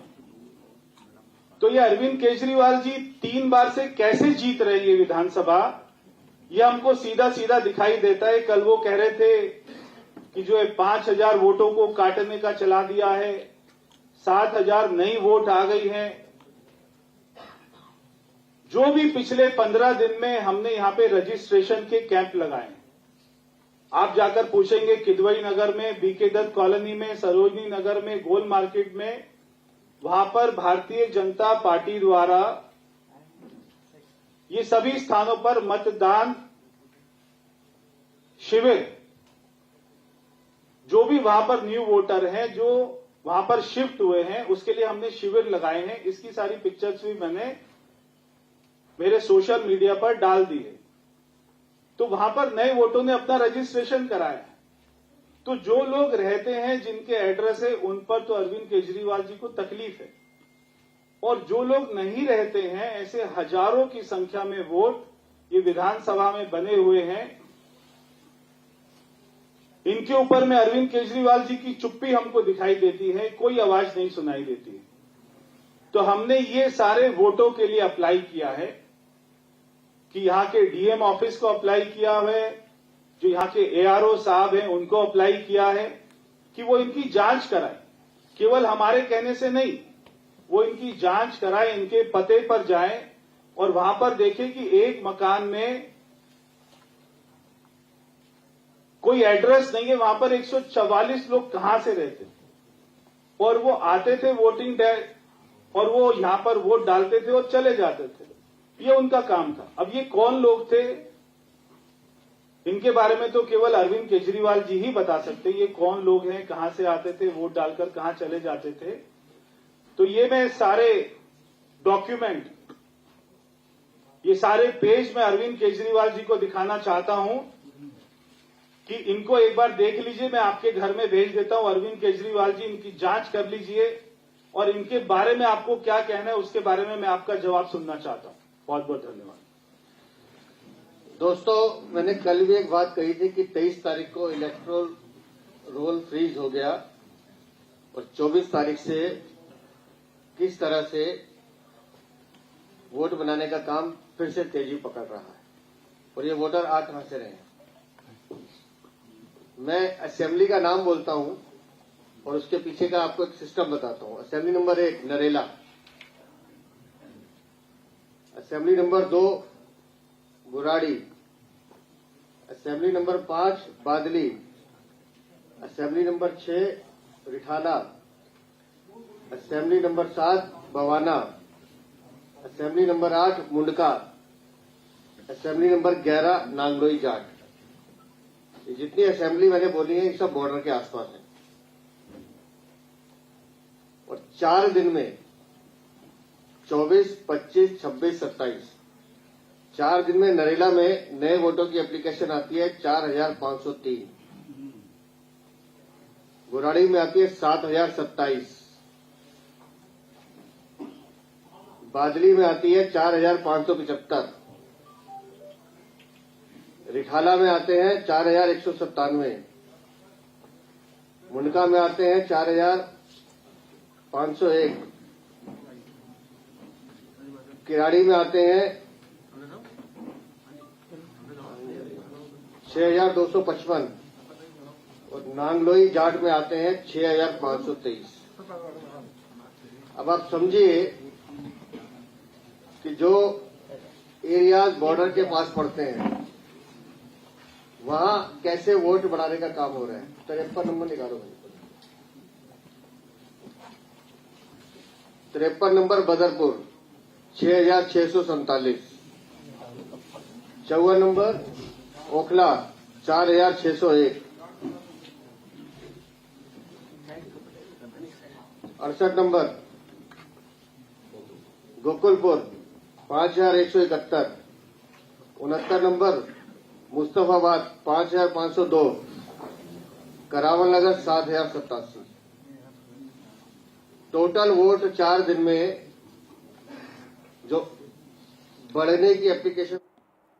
The BJP there raking up the fake voter issue, and this is, well, we just heard the BJP there hitting out at the Aam Aadmi Party, asking why is the Aam Aadmi Party silent on this particular matter, and it is the BJP saying that they need to probe on the voters list. Well, moving on now to more news, and this is in regard to, let's switch tracks to West Bengal, and it's the Chief Minister Mamata Banerjee who is in Sandeshkhali, marking the first visit of the Chief Minister since allegations of sexual harassment and land grabbing by local Trinamool Congress leaders surfaced earlier this year. Speaking to reporters at the State Secretariat, the TMC Supremo has said that her visit in fact to Sandeshkhali is aimed at distributing benefits under state government schemes and addressing the concerns as far as locals are concerned.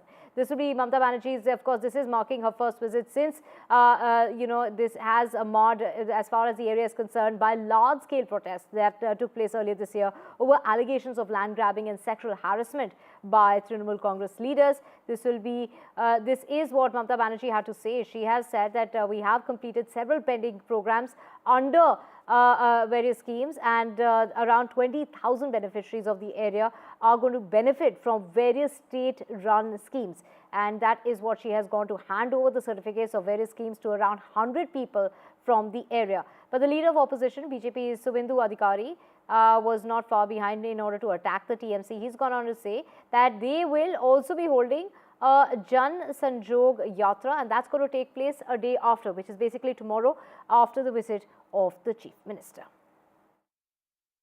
West Bengal Chief Minister Mamata Banerjee visiting Sandeshkhali, and of course sending out a very strong message, saying money was paid for certain narratives, of course targeting the BJP, asking people not to fall for money. But this, of course, is the strongest attack that the Chief Minister has made from Sandeshkhali itself, which, as you know, was in the headlines right before the elections over allegations of sexual harassment of women. And also what the Chief Minister pointed out was that if someone calls you, don't go. That is a right that women have.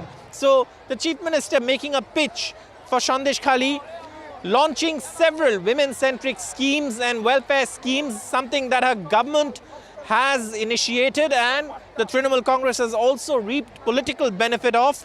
But this, of course, was the strongest attack from Mamata Banerjee from Sandeshkhali, where she also tackled the allegations that came up during the Lok Sabha elections and hit out at the BJP, calling them,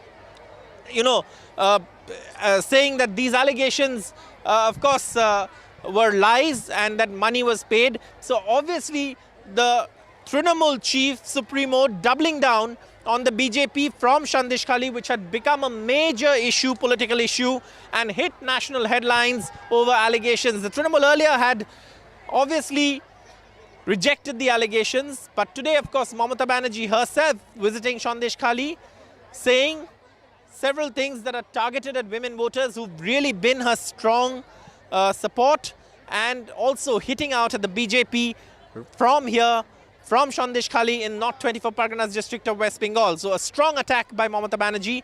Of course, a day after Mamata Banerjee's visit, Shubhendu Adhikari, the leader of the opposition and BJP MLA, is also expected. So obviously, following Mamata Banerjee's visit, Shubhendu Adhikari arrives here. But this is, of course, the strongest attack from Mamata Banerjee as far as Sandeshkhali is concerned, and the strongest defense of a party by rolling out several welfare schemes right in the heart of Sandeshkhali.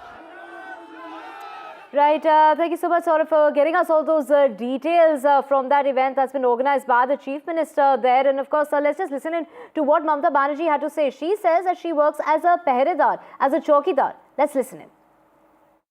BJP টাকায় হাত দেবেন না আর ইদানিং কিছু হঠাৎ যে বামফ্রন্ট সবচেয়ে বেশি অত্যাচার করে গেছে মানুষের উপরে, তারা আমাদের খুন করতে দ্বিধাবোধ করেনি দিনের পর দিন। তারা আজকে হঠাৎ বড় বড় কথা বলতে শুরু করেছেন। নরকঙ্কালের দল, পাষণ্ডের দল, অত্যাচারীর দল, মানুষকে মেরে ফেলার দল, বিসর্জনের দল আর দৃশ্য দূষণের দল। মনে রাখবেন, এদের মিথ্যে কথায় ভুলবেন না। দিদি যদি বলে দিদি করবে। দিদিকে মনে রাখবেন, সন্দেশখালীতে একটা ঘটনা ঘটলে আমার কানে আসবে 1 সেকেন্ডের মধ্যে। আমি সকাল থেকে রাত মানুষের পাহারাদারির কাজ করি। কাজে আপনারা ভালো থাকলে, আপনারা সুস্থ থাকলে আমি ভালো থাকি, আমার মন ভালো থাকে, আমি সুস্থ থাকি। Switching tracks now to the Pushpa 2 stampede case that resulted in the death of a 35-year-old woman. It's Pawan Kalyan who has now reacted. We're talking about Andhra Pradesh's Deputy Chief Minister who's backing the police as far as Telangana is concerned. Pawan Kalyan was heard saying that law is equal for all and that the court is hearing the plea as far as the actor is concerned. So the next date of the bail hearing will take place on the 3rd of January. Do remember the woman who died, her child continues to be in hospital and it's close to 4 weeks now in the death that took place at the Sandhya Theatre during the special screening of Pushpa 2, the film of the actor. Now, of course, it is Allu Arjun in the docks. Let's just listen in to what Pawan Kalyan had to say. So basically, it's Pawan Kalyan who's gone on to say that law is equal for all, and he is there backing the police as far as Telangana is concerned.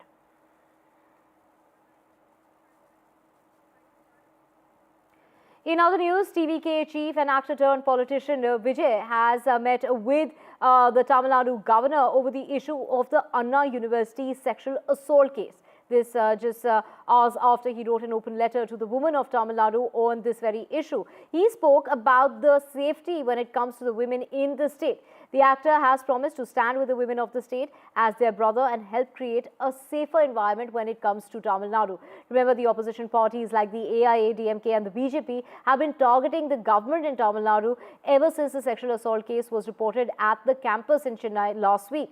Now, a second engineering A college student was sexually assaulted inside the campus and her male friend was beaten up. One suspect so far has been arrested, and a 2-member fact-finding committee of the National Commission for Women is also visiting the campus in order to establish what really happened and in order to ensure such incidents are not repeated.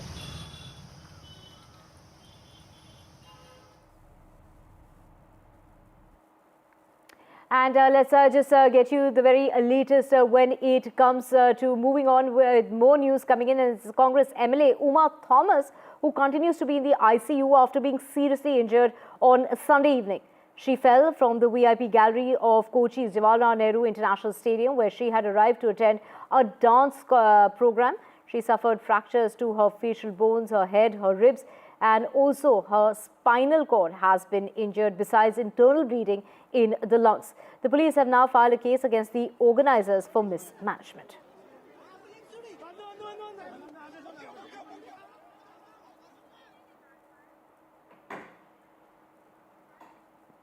And a huge face-off between the BJP and the Congress in Karnataka over the suicide of a contractor and his allegations against an aide of Karnataka Minister Priyank Kharge.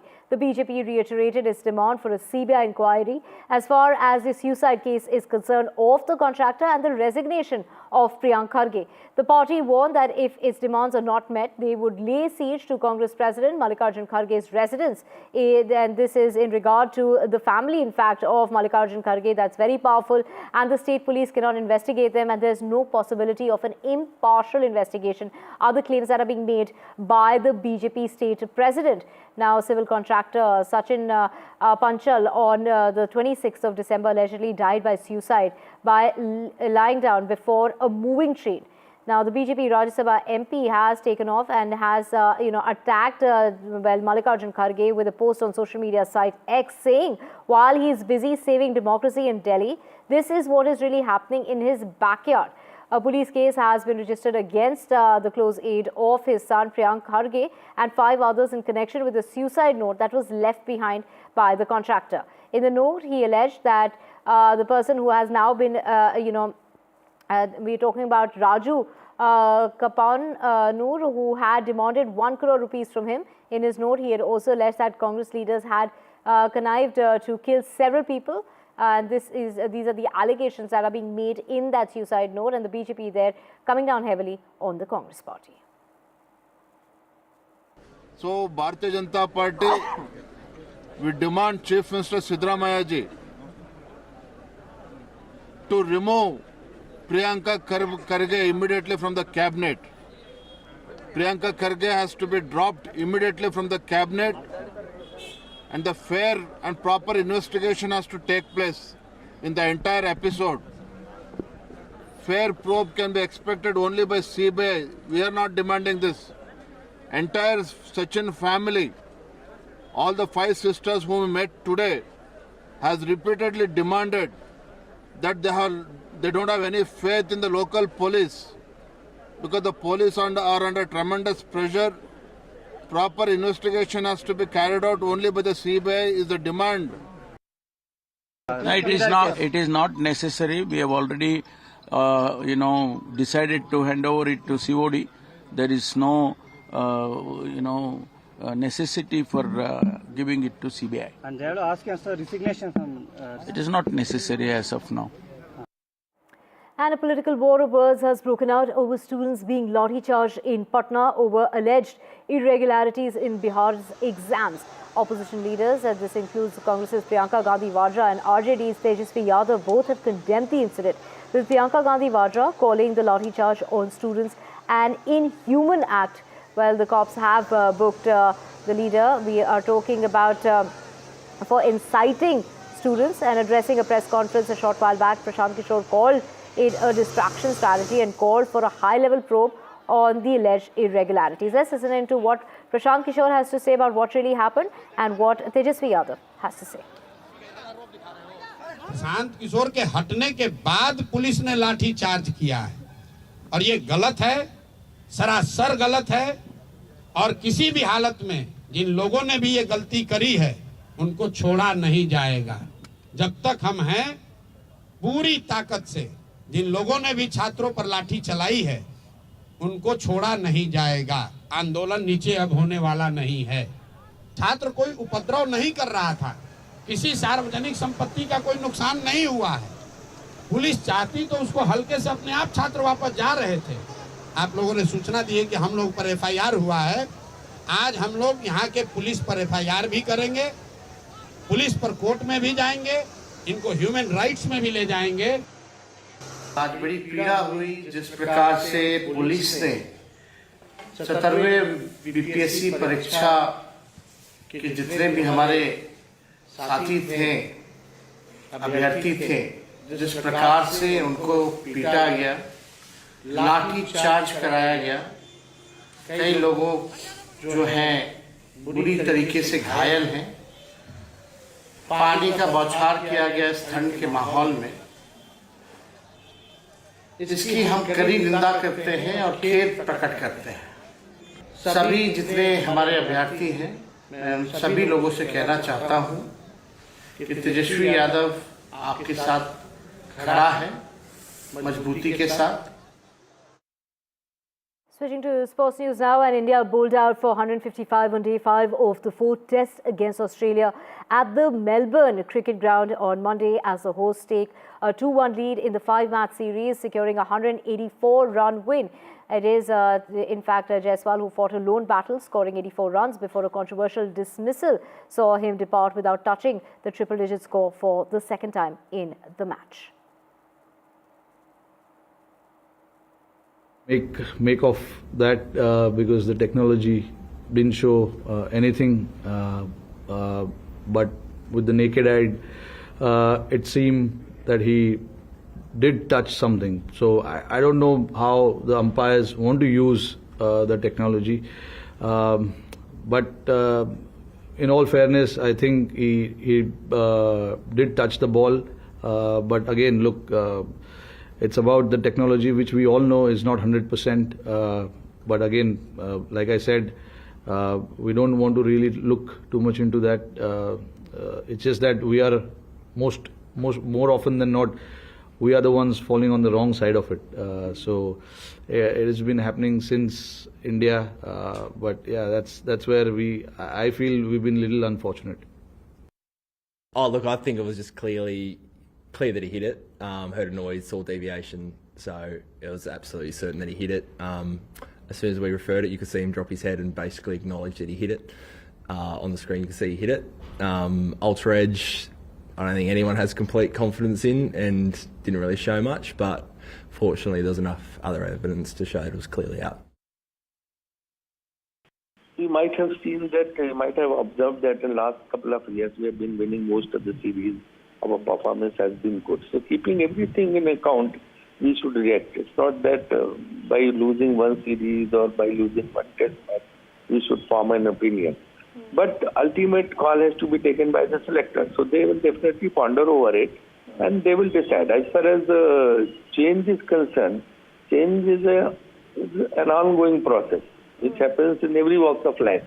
Right. So that one says, correct. But that call has to be taken by the selector. You know, I mean, these kind of comments, immediately after any defeat, these kind of comments come. And when we win, then these kind of comments are not there. So it's I think it's a very temporary reaction which happens. But definitely, I mean, we learn from every decision, every outcome of the match.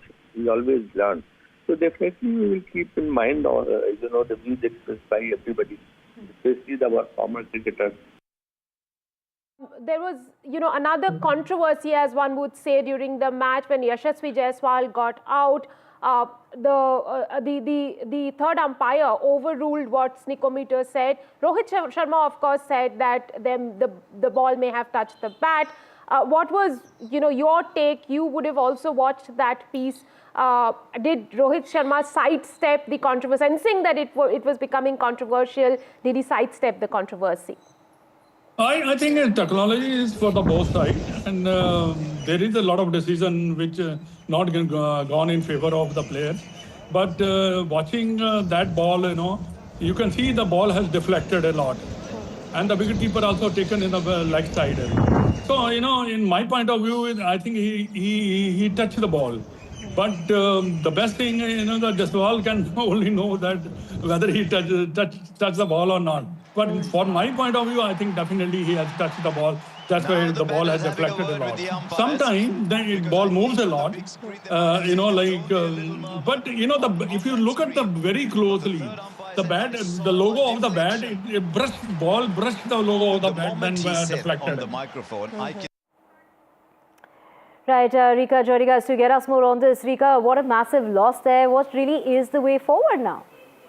Well, Divya, I'll just pick up from where Rajiv Shukla left off. I asked him the question about the transition of the Indian cricket team, the future of the seniors. He said, most of the test matches we have been winning, but nothing should be decided on the basis of one loss or one big loss. But then he went on to say that change is a process, change is the only constant, selectors have to take a call.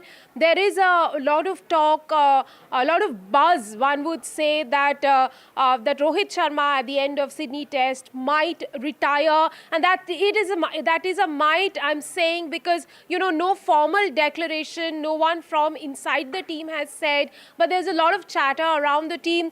Also, as one understands that not everything is good perhaps inside the Indian cricket camp.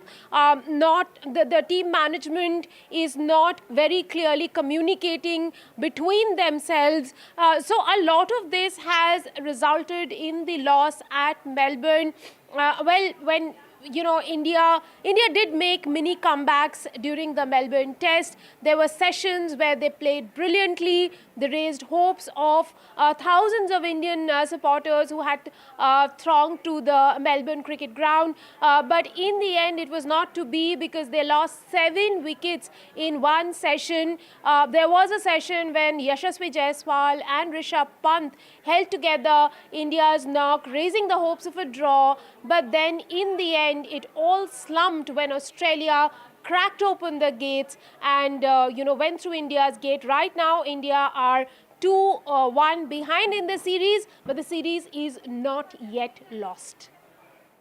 Right, thank you so much, Rika. Of course, all doesn't seem to be well, especially the team not settling perhaps under Gautam Gambhir. Thank you so much for joining us.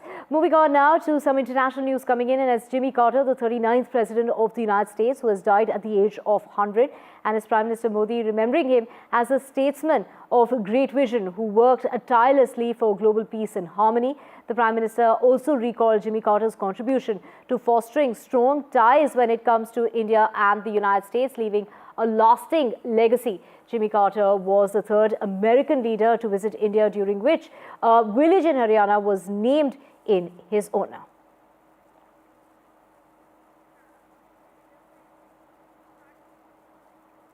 And with that, we're slipping to a very short break. News and updates will continue on the other side. Do stay with us.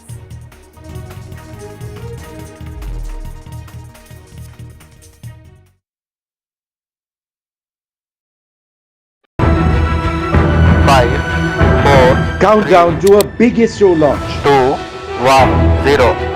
Another space milestone for India. The SpaceX mission set to launch to demonstrate space docking technology. India is ready to do a very unique experiment in space. A mission to deploy 2 satellites in space. Catch the launch and live action on NDTV.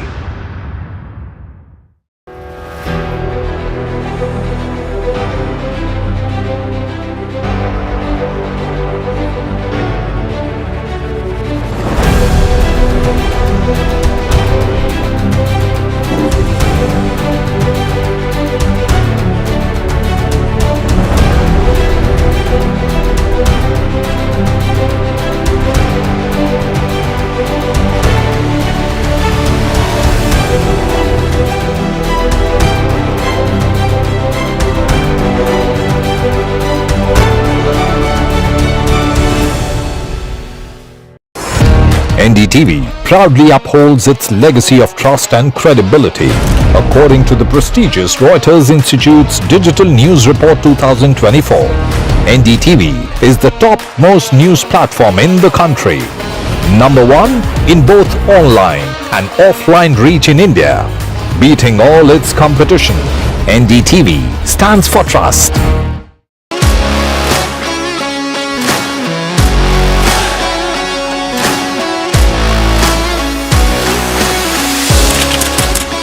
We are able to maintain the democratic fabric and the democratic system. I want to do something that can make a difference. लगातार जनता की आवाज को सरकार तक पहुंचाने का काम मैं करता हूं. I was a student up until very recently. I really want to work and do something for my people because they have given me this opportunity. They have elected me. सोचा नहीं था कि राज्यसभा सांसद बनूंगी.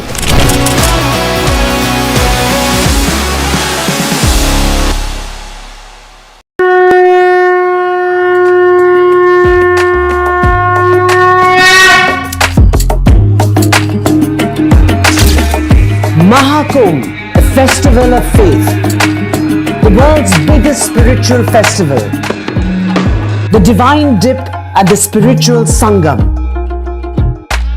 a sacred confluence of faith, culture and heritage. NDTV's mega coverage of the Mega Fest.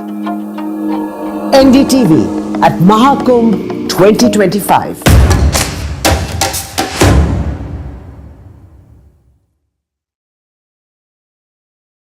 NDTV shines with 38 prestigious wins at the News Television Awards 2024. Powerful journalism to cutting-edge digital innovation, production excellence to regional leadership. NDTV sets the benchmark. 38 awards, each a testament to your trust in NDTV. NDTV stands for trust. In today's interconnected world, India's voice is more crucial than ever. When India speaks, the world listens. At NDTV World, we are that voice, bringing you intelligent and insightful news from India and beyond. From geopolitics and diplomacy to economic shifts, migrations, tech disruptions, and the stories of our diaspora. We cover the news that shapes our global future. NDTV World, your new home for global news is here.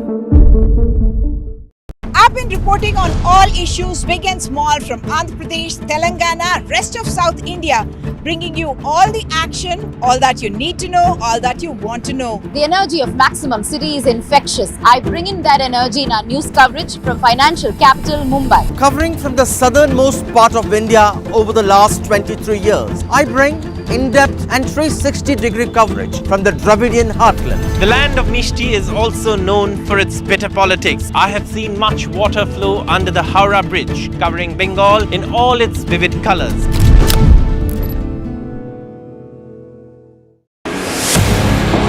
(2024), the year that was, when India welcomed Ram. When India decided, मैं Narendra Damodar Das Modi, when Jammu and Kashmir turned a historic leaf, as Chief Minister for the Union Territory of Jammu and Kashmir, when India mourned, when India celebrated,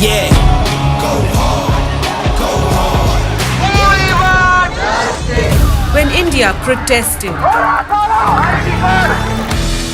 when India felt proud, when India scaled new highs. NDTV brought it all to you, your trusted news destination, yesterday, today and tomorrow.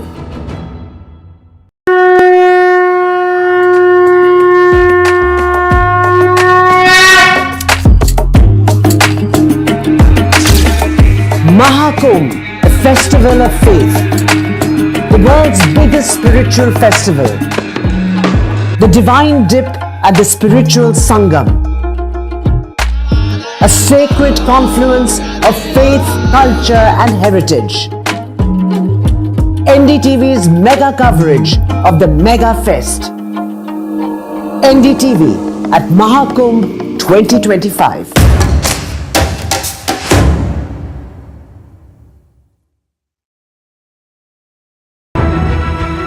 5, 4, countdown to a big ISRO launch. 2, Another space milestone for India. The SpaceX mission set to launch to demonstrate space docking technology. India is ready to do a very unique experiment in space. A mission to deploy two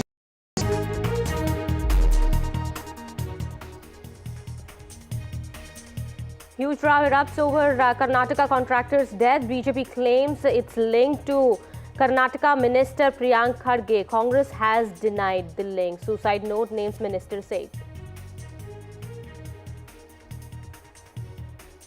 Amid Pushpa stampede showdown, first reaction from Andhra Deputy CM and Allu Arjun's uncle Pawan Kalyan. Kalyan backs Telangana government, says the law is equal for all.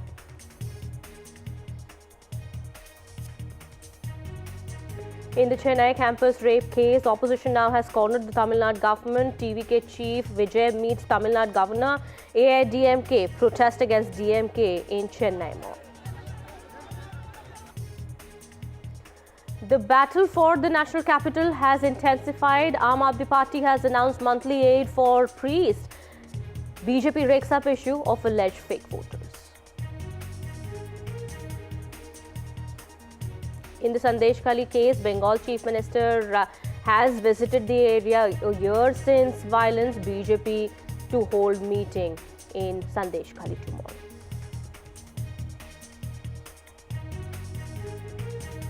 Amid talks of Sydney Test being the last for Rohit Sharma, Vice President of BCCI Rajiv Shukla tells NDTV that it will be the selector's call and that change is constant with Indian cricket.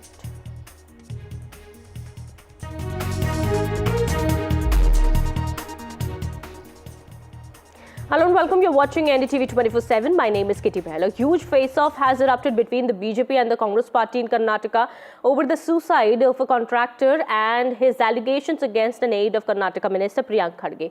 The BJP reiterated its demand for a CBI inquiry into the contractor's suicide and resignation of Minister Priyank Kharge. Well, the party has warned that if its demands are not met, they would lay siege to Congress President Mallikarjun Kharge's residence in Kalaburgi in January. Well, they've said the Kharge family is very powerful and the state police cannot investigate them and there is no possibility of impartial investigation.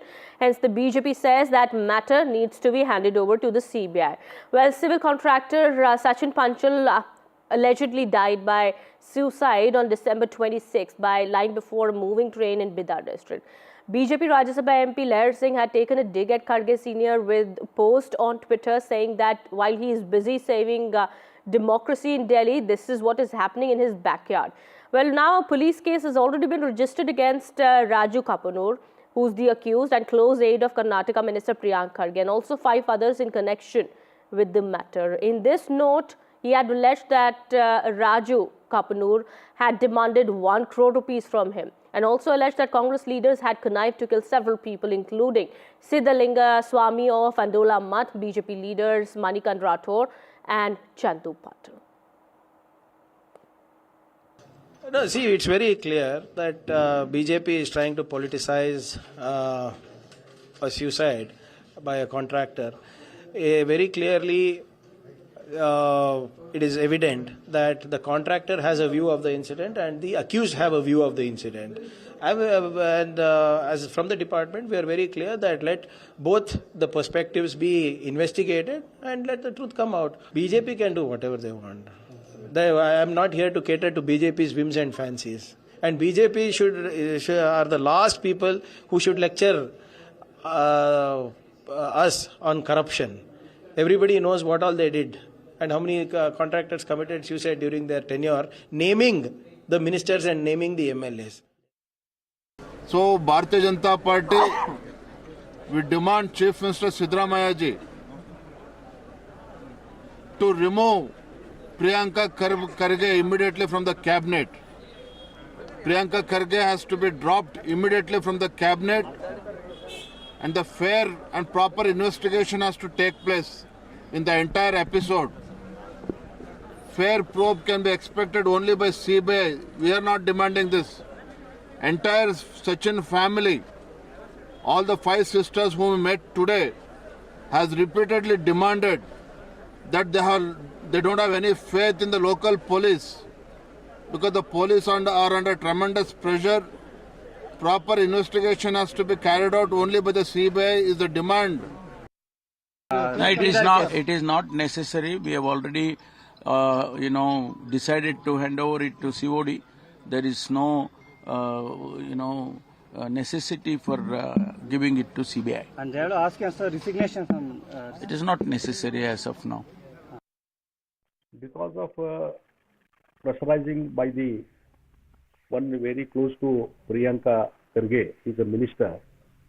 Because of his pressure, one contractor Charan, he committed suicide, and even in his death note, he clearly stated, because of closeness of Priyanka Kharge, this so and so person has insisted for the asking for the some amount.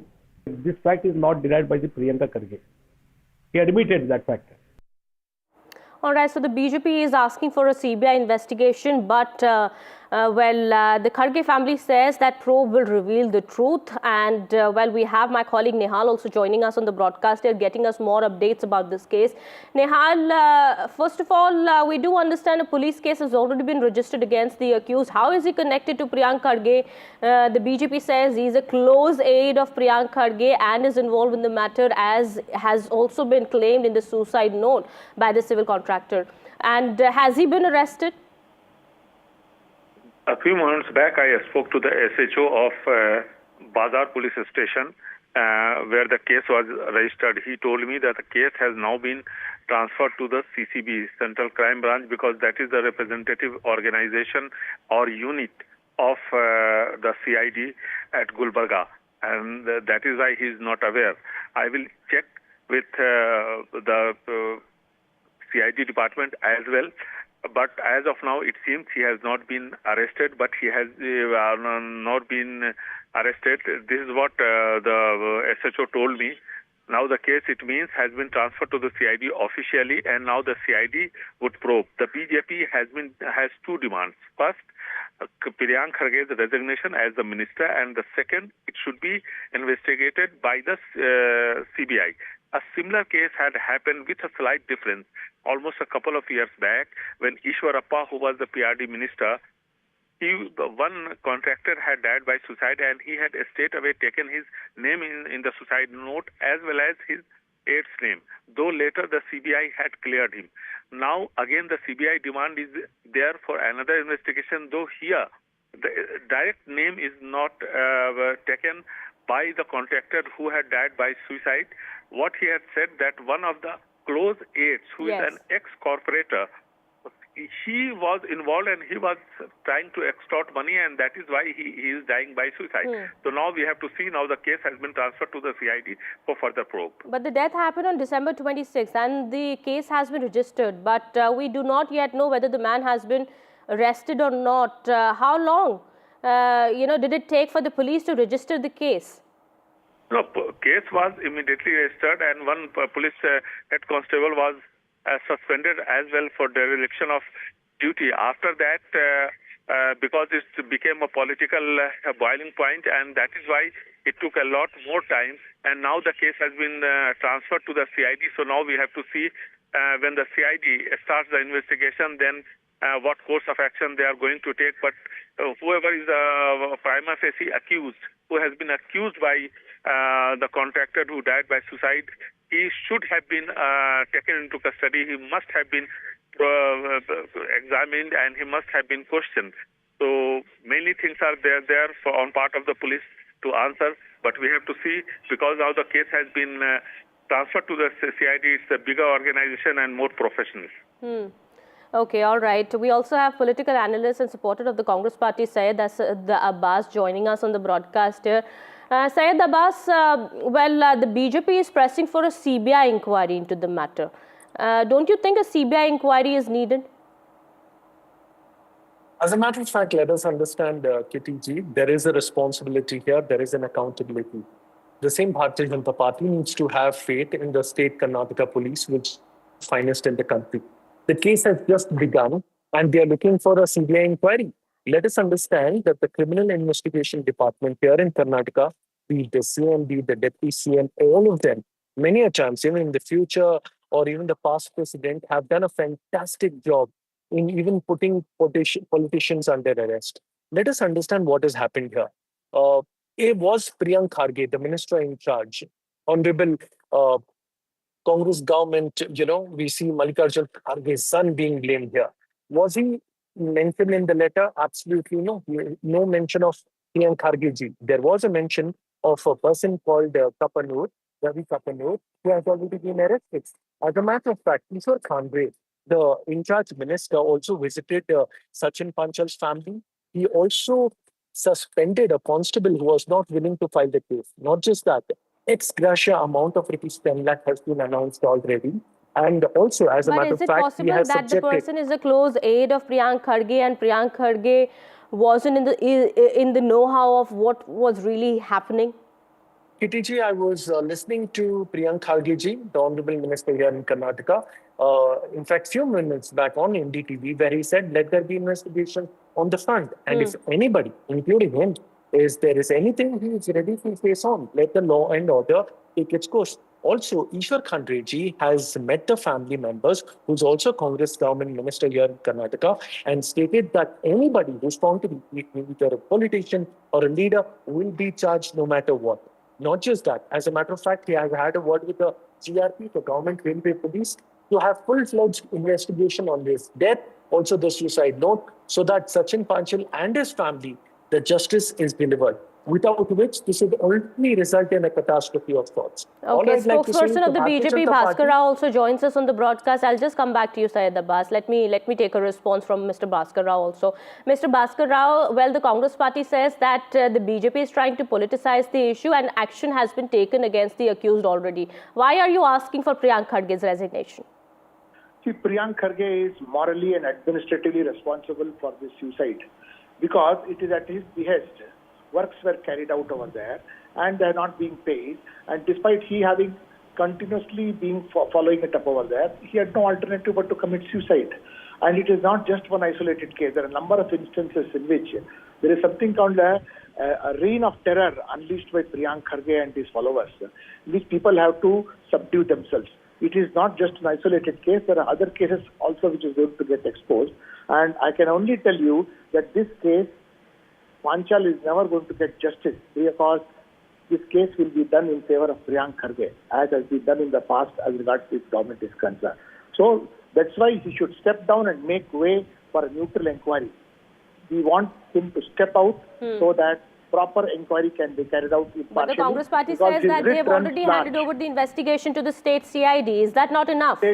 Even the state CID, we have doubts, but still we'll give them the benefit of doubt that they will carry out a fair investigation. But with Priyank Kharge around, they can never get justice because an atmosphere of terror has been unleashed on the people over there. Nobody can question his position. Mr. And he Syed employs Abbas. the patronage of his father also. And the same other ministers also not able to speak anything because he has got a habit of poking his nose and having an opinion of every ministry in the government. Okay, so Mr. Syed Abbas also wants to respond to you.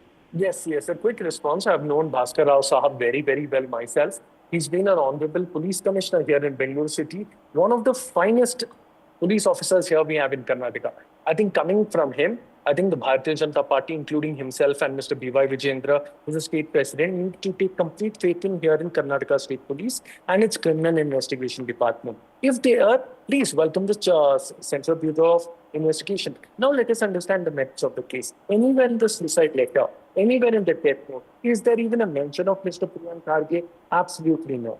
Yes, there is a mention of Mr. Ravi Kapanur, who's already been arrested, as per the Congress government Minister Ishwar Khandre's orders, and the police officer who's not registering the case. In the note is also mentioned that Congress leaders were planning to kill several people. That includes BJP leaders Chandu Patil, Manikant Rathod, and also Siddhalinga Swami of Andola Math. Yes, absolutely, Kitty ji, and all those who are found to be are already under investigation. Not just that. Okay, Mr. Bhaskar Rao has a point to make on that. Yes, Mr. Bhaskar Rao, please go ahead. It is historic that a sitting minister is contemplating to give superiority to eliminate people. So this is much larger than what is happening, and It is not the right thing that should be happening. It will bring down the credibility, and it is in the best interest of Sri Siddaramaiah that this minister is dropped and room for fair investigation is given. I am telling you in an absolutely neutral way. I am not mixing any politics inside this here, but except to see that justice is given. Justice is given, and nobody in their senses will write anybody's name in the suicide note, give up their life. So there is an element of truth. Let us respect the dead, and power will come and power will go. Let's. Okay, sir. What has happened is very unfortunate. Shouldn't have happened. But yes, fair and clear investigation is what is needed at this point in time. Syed Abbas, thank you so much. Also, Mr. Bhaskar, thank you so much for speaking to NDTV and putting forth your views there. All right, shifting our focus to some more news that we're tracking at this point in time. Amid the Pushpa stampede showdown, it's the first reaction coming in from Andhra Deputy Chief Minister and Allu Arjun's uncle, Pawan Kalyan. Pawan Kalyan has backed the Telangana government, saying the law is equal for all. Well, also remember Hyderabad Namapalli District Court has postponed the hearing on actor Allu Arjun's bail plea in the Sandhya Theatre case to January 3rd. The incident had taken place on December 4th when Allu Arjun attended the premiere of Pushpa 2 at Sandhya Theatre, and a massive crowd had gathered to catch a glimpse of the actor, and after that chaos ensued when he waved to fans from the sunroof of his car.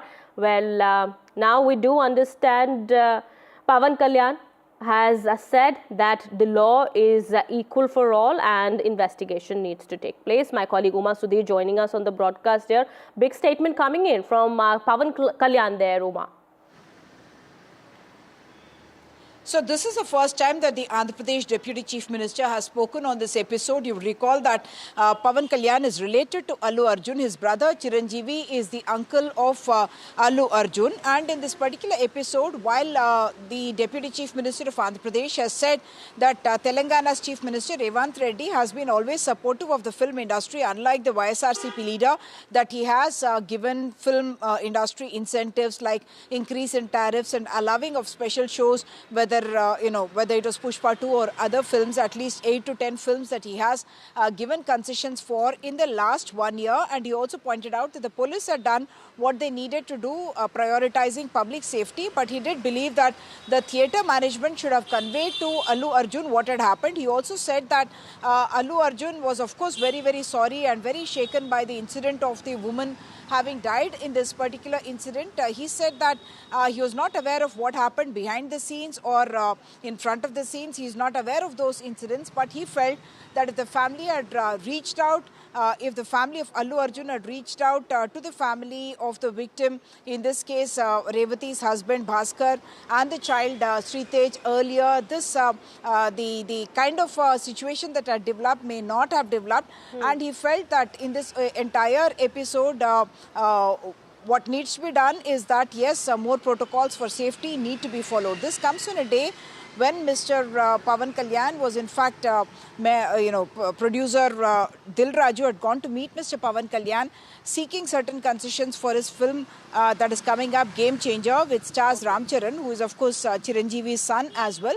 And Pawan Kalyan, for the first time, has spoken about the Allu Arjun episode, because even earlier it was expected whether he would come and meet Allu Arjun and whether he would express solidarity with him. So, in a sense, Pawan Kalyan has played a very balanced card, talking about the government responsibilities and the action of the Chief Minister, justifying it and saying that Allu Arjun alone cannot be held responsible for what happened, because a film promotion or campaign is a team activity. Absolutely. That's a very cautious statement made by Pawan Kalyan there. Uma, stay on with us. We have some more news that we're tracking at this point in time. Congress MLA Uma Thomas is in ICU after she was seriously injured on Sunday evening. She had fallen from the VIP gallery of Kochi's Jawaharlal Nehru International Stadium, where she had arrived to attend a dance program. She suffered fractures to her facial bones, head and ribs, and also had brain and spinal injuries. We are learning the police have filed the case against the organizers of the dance event. Well, my colleague Uma Sudhir continues to be with us. Uma, what is the condition of the Congress MLA and what action is being taken in this regard? So the latest medical bulletin that's been issued on Uma Thomas, who is the Trikakara MLA, is not showing very good news because she still continues to be on a ventilator. The good part is that the brain injury has not worsened, is what we are told. But yes, the lung injury that she had suffered due to the fall, that's something that has led to some more complications, because of which doctors feel that she will have to continue on the ventilator for longer. We are also told that she has suffered a spine injury, but they may not require immediate medical attention. She will be allowed to recover a little more before that will be handled. On the organizers' part, they have booked a case of negligence, criminal negligence against the organizers, because the Greater Cochin Development Authority, which is actually managing the stadium, has pointed out that they had a contract with the organizers, and that the safety protocols were not followed by the organizers, who had in fact built a temporary kind of a stage for the lamp lighting, and the temporary stage was barricaded with some steel poles which were connected by ribbons. And what Uma Thomas had done was to hold on to one of the ribbons, and she tripped and fell almost 15 to 20 feet, suffering brain, head, spinal as well as lung injuries, which was a very, very unfortunate incident that happened. And subsequently she was shifted to a private medical hospital where she is undergoing treatment. We'll keep an eye on the developments here, and we'll get you more on that. Thank you so much, Uma, for getting us all those details there so far. Well, that's the latest that we're picking up at the moment. We have more news that we're covering at the moment. We're learning TVK chief and actor Vijay had met the Tamil Nadu governor today over the Anna University sexual assault case. This came just hours after he had written an open letter to the women of Tamil Nadu on this very issue. The actor politician had promised to stand with the women of the state as their brother and help create a safe Tamil Nadu. Remember, the opposition parties, including AIDMK and BJP, have targeted the Tamil Nadu government over the sexual assault case. It was reported at the Chennai campus last week. A second engineering college student was sexually assaulted inside the campus, and her male friend was beaten up. Well, one suspect was arrested in the matter. Two members of the fact-finding committee of NCW are also visiting the campus. DMK and the police are hell-bent to save the real culprits behind this. Only one has been caught. And the court has come down heavily on the commissioner. How come you decide it is only one person? Since BJP and DMK are hand in glove with an alliance now, and they don't want the truth to be unveiled any further, and blatant statements and remarks by MK Stalin stating that he will safeguard women and children is a laughable stock. 40 women were molested. The arrested person seems to have direct links with the sitting minister of DMK now. Now, the student wing of the BJP ABVP is holding protest at the Tamil Nadu House in Delhi over the Anna University sexual assault case. We have my colleague Anushka Garg joining us on the broadcast here. Anushka, take us through the details. What's happening on the ground? Well, certainly, Kitty, the student wing from ABVP, all the students have been protesting here since the last 2 hours. We'll first show you the visuals from the ground. We are at the Tamil Nadu Bhavan, where students are protesting mass. Students have been staging a protest here since the past 2 hours amid heavy security deployment. Now, this whole protest is going on against the brutal rape and assault of a 19-year-old student from Anna University in Tamil Nadu. And, the protection that has been provided to the perpetrators by the Tamil Nadu government. The protest also kind of, aims to raise awareness about the increasing violence against women in Tamil Nadu. And the students here who have been protesting are asking for justice. Now, we are showing you the visuals from Tamil Nadu Bhavan. We're also being joined by the ABVP State Secretary Harsh Atri. Now, Harsh, we're seeing that you guys have been protesting here since the past 2 hours, if I'm not wrong. What all is your demand, through this protest? Basically, this protest is in solidarity with those ABVP activists, those who were fighting for the rights of that girl who was being molested and sexually assaulted by a DMK activist and a close associate of Udayanidhi Stalin in her own university. And when ABVP activists were trying to fight for her, and when they were protesting for their rights, and they were protesting for women's rights and safety for women in Tamil Nadu, they were arrested on 27th night. Our state secretary, our state office secretary and other ABVP activists were arrested, and they were sent to the custody as well. Also, we are demanding that the justice must be served. This syndicate, This Stalin DMK syndicate of molesters, murderers, rapists, this must stop now. We are also demanding that the violence against women, the crimes against women must stop in Tamil Nadu. We are demanding the release of those activists, those who are protesting for their rights, those who are giving their support to that girl who was brutally being assaulted in her own university.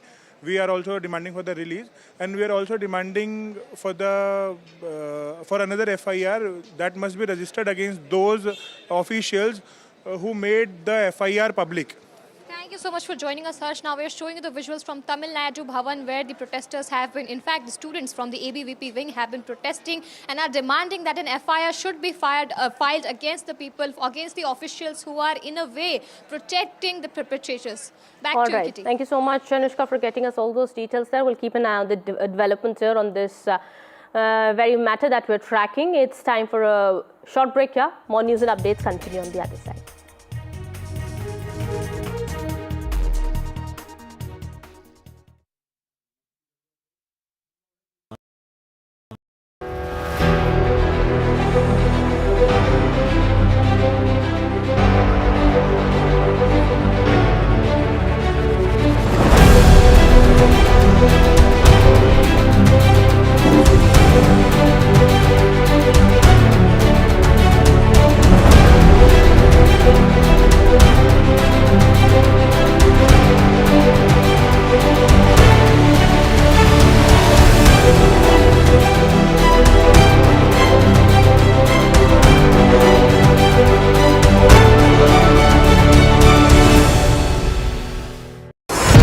NDTV proudly upholds its legacy of trust and credibility.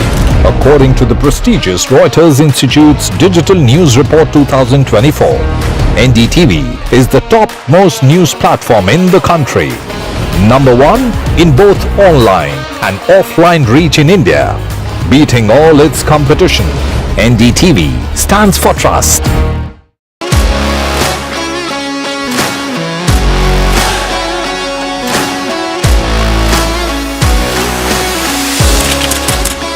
We are able to maintain the democratic fabric and the democratic system. I want to do something that can make a difference. लगातार जनता की आवाज को सरकार तक पहुंचाने का काम मैं करता हूं. I was a student up until very recently. I really want to work and do something for my people because they have given me this opportunity. They have elected me. सोचा नहीं था कि राज्यसभा सांसद बनूंगी.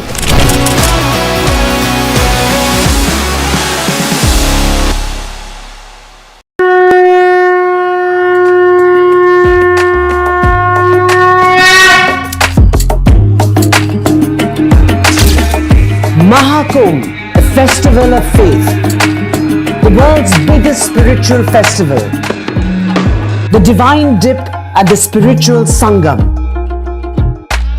a sacred confluence of faith, culture and heritage. NDTV's mega coverage of the Mega Fest. NDTV at Mahakumbh 2025.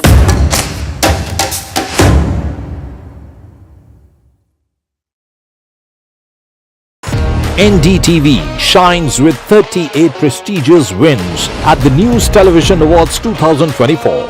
Powerful journalism to cutting-edge digital innovation, production excellence to regional leadership. NDTV sets the benchmark.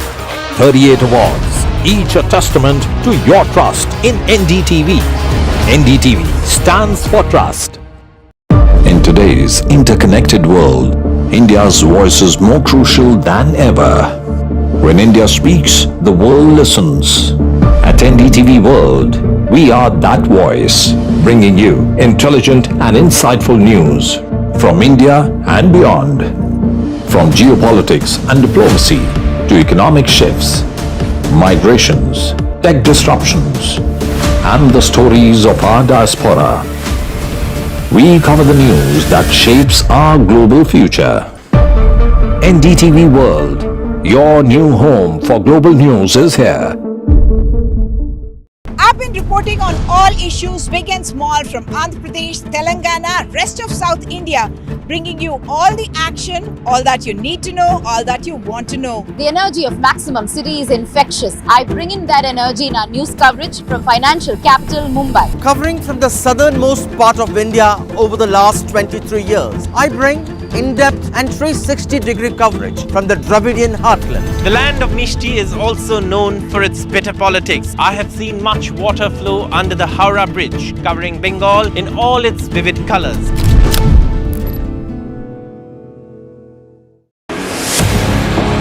(2024), the year that was, when India welcomed Ram. When India decided, मैं Narendra Damodar Das Modi, when Jammu and Kashmir turned a historic leaf, as Chief Minister for the Union Territory of Jammu and Kashmir, when India mourned, when India celebrated,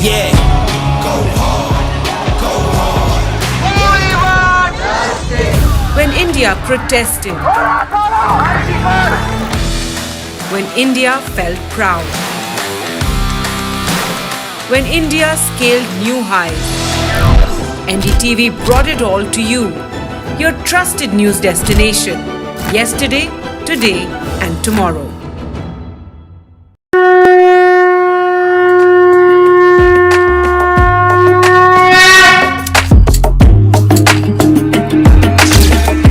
Mahakumbh, the festival of faith.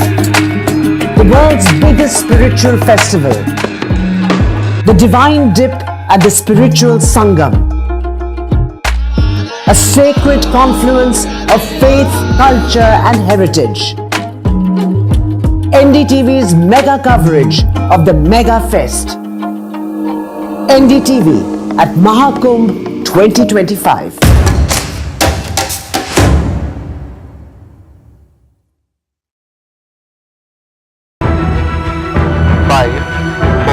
Countdown to a big ISRO launch. 2, 1, 0. Another space milestone for India. The SpaceX mission set to launch to demonstrate space docking technology. India is ready to do a very unique experiment in space. A mission to deploy 2 satellites in space. Catch the launch and live action on NDTV.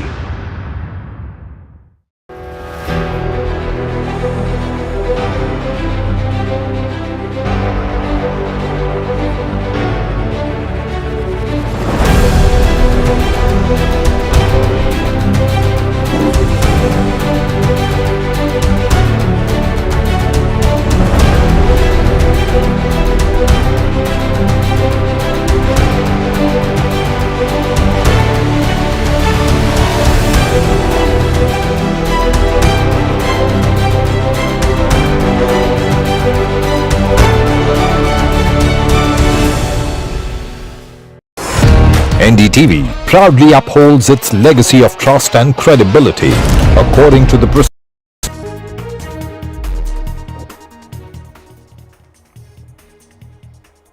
Welcome back after the break. An assault on an army officer during an NCC training camp at KMM College of Arts and Science in Kerala has sparked widespread outrage. The incident took place on December 23rd after a crowd, allegedly by CPIM Students Federation of India District Head Bhagya Lakshmi, BJP local councillor Pramod and the supporters stormed the campus premises. No arrests have been made so far. However, we do understand a video of the attack has surfaced. That's on your TV screens there, and an FIR now has been lodged. My colleague Uma gets us more on that. Uma, what are the details of this case? Why was the army officer assaulted? So what we understand is that this video is obviously surfaced, more than a week later. And what we understand is that there is a camp that was on at the KMM College of Arts and Science in Thrikkakara. Incidentally, the same constituency from where Uma Thomas, the MLA, has now fallen in the accident and grievously injured. In that area, there was a suspected food poisoning case, and some 80 of the participating cadets had reportedly complained of suspected food poisoning, and they were vomiting and they had stomach aches and so on. And that's when these people some of who are not supposed to be belonging to the camp also came in, and they had assaulted this particular officer who has been identified as Karnil Singh. And he was a duty officer at the NCC camp, and he was being attacked, even though in the video that we can see, he seems to be maintaining composure and asking them not to mess with him and not to behave in a proper manner. And yet the assault did happen, and subsequently now the State Health Department has also collected the samples from the place to check whether there was indeed any case of food poisoning that had happened there. Obviously, they were holding Lieutenant Colonel Karnil Singh responsible for the incident that had happened, and FIR has been registered, but no arrests as of now have been reported. All right. Thank you so much, Uma, for getting us all those details there. Well, so an FIR has been lodged already, and the tension began when about 80 participating cadets had shown symptoms of suspected food poisoning, and that's the video that had surfaced then of this army officer being assaulted by those men. We'll keep an eye on the developments here. Meanwhile, some news that we're tracking. This is from West Bengal. Chief Minister Mamata Banerjee is in Sandeshkhali. This marks the first visit of the Chief Minister since allegations of sexual harassment and land grabbing by local TMC leaders had surfaced earlier this year. Well, speaking to the reporters at the State Secretariat last week, the TMC chief had said that her visit to the riverine island in the Sundarbans is aimed at distributing benefits under state government schemes and addressing the concerns of locals. Well, this is Mamata Banerjee's first visit to Sandeshkhali since it was marked by large-scale protests earlier this year over allegations of land grabbing and sexual harassment by TMC leaders.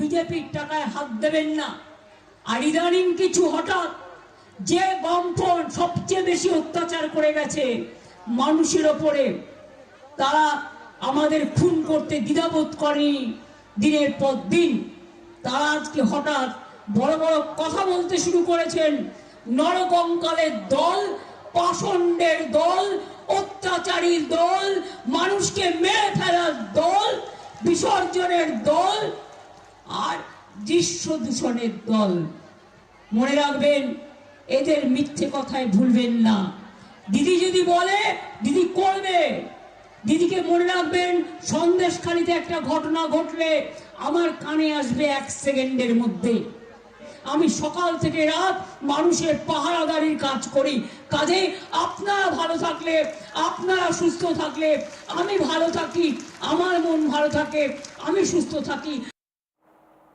Well, we have news from the national capital now. Aam Aadmi Party chief Arvind Kejriwal announced a scheme for Hindu priests and Sikh granthis, promising a monthly monetary aid of 18,000 rupees. The scheme is the latest in line of poll promises by the Aam Aadmi Party ahead of Delhi polls. Well, the Aam Aadmi Party will launch Pujari Granthi Samman Yojana after returning to power in Delhi. This is what Arvind Kejriwal had said. Meanwhile, the All India Imam Association chief Sajid Rashidi has said that he will meet Arvind Kejriwal to push for the payment of their salaries. He's claimed that imams haven't been receiving their salaries since the past 17 months. आज जो योजना का मैं ऐलान करने जा रहा हूँ इस योजना का नाम है पुजारी ग्रंथि सम्मान योजना. इस योजना के तहत मंदिरों में भगवान की पूजा करने वाले लोगों को पूजा करवाने वाले पुजारियों को और गुरुद्वारे में ग्रंथियों को हर महीने सम्मान राशि देने का प्रावधान है. इसकी घोषणा कर रहे हैं कि लगभग 18,000 रुपये महीना इनको सम्मान राशि दी जाएगी हमारी सरकार बनने पर. मेरी भारतीय जनता पार्टी से हाथ जोड़ के विनती है जैसे उन्होंने पुलिस भेज के फर्जी केस करके महिला सम्मान को रोकने की कोशिश की लेकिन रोक नहीं पाए. हुआ रजिस्ट्रेशन हो रहा है रजिस्ट्रेशन. उन्होंने संजीवनी योजना रोकने की कोशिश की रोक नहीं पाए. इस तरह से ये कम से कम पुजारियों और ग्रंथियों की योजना को रोकने की कोशिश ना करें बहुत पाप लगेगा. अरे भाई, जब 10 साल आप नहीं दिए, 10 साल केवल मौलवी को देते रहे, पुजारी सड़कों पे चिल्लाते रहे, तो अब ऐसी स्थिति में आपके ऊपर जो गुस्सा है उस समाज का, अगर देना है तो पूरे 10 साल का जोड़ करके दो। अभी 10 साल आप शासन किए हो, 10 साल में जो हक पुजारी का बनता है वो दीजिए, तब हम आपको क्षमा करेंगे, नहीं तो आपको पुजारियों का श्राप जमीन में पहुंचा देगा। Well, it's time for a quick break. Yeah, more news and updates continue on the other side. Stay tuned.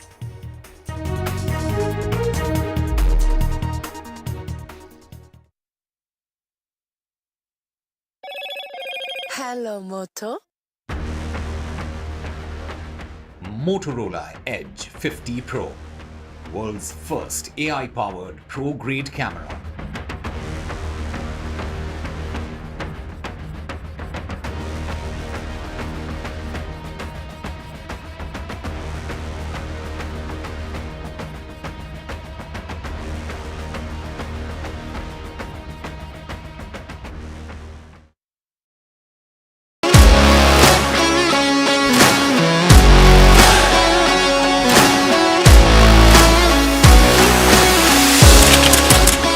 We are able to maintain the democratic fabric and the democratic system.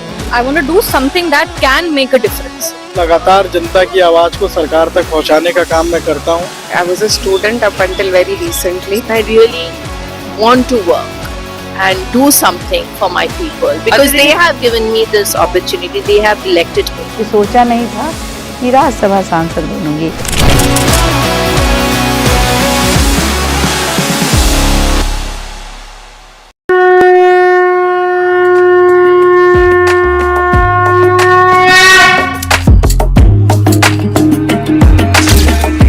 Mahakumbh, the festival of faith, the world's biggest spiritual festival, the divine dip at the spiritual Sangam, a sacred confluence of faith, culture and heritage. NDTV's mega coverage of the Mega Fest. NDTV at Mahakumbh 2025.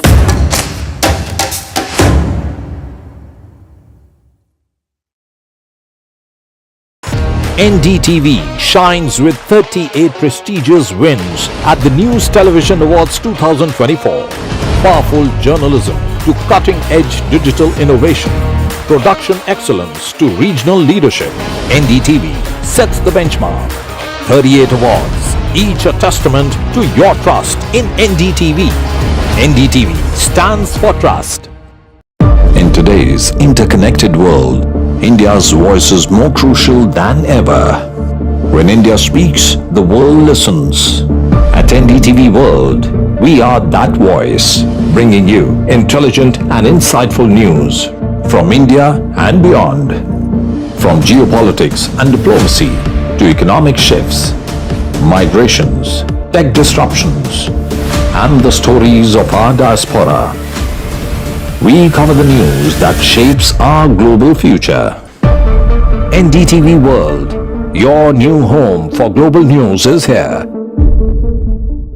I've been reporting on all issues big and small from Andhra Pradesh, Telangana, rest of South India, bringing you all the action, all that you need to know, all that you want to know. The energy of Maximum City is infectious. I bring in that energy in our news coverage from financial capital Mumbai. Covering from the southernmost part of India over the last 23 years, I bring in-depth and 360-degree coverage from the Dravidian heartland. The land of Mishti is also known for its bitter politics. I have seen much water flow under the Howrah Bridge, covering Bengal in all its vivid colors.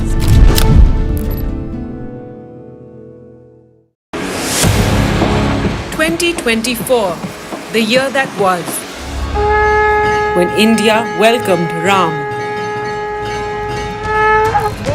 When India decided, मैं Narendra Damodar Das Modi, when Jammu and Kashmir turned a historic leaf, as Chief Minister for the Union Territory of Jammu and Kashmir, when India mourned,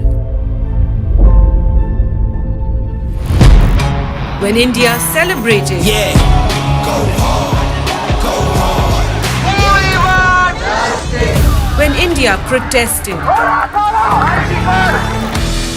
When India felt proud. When India scaled new highs. NDTV brought it all to you. Your trusted news destination. Yesterday, today and tomorrow.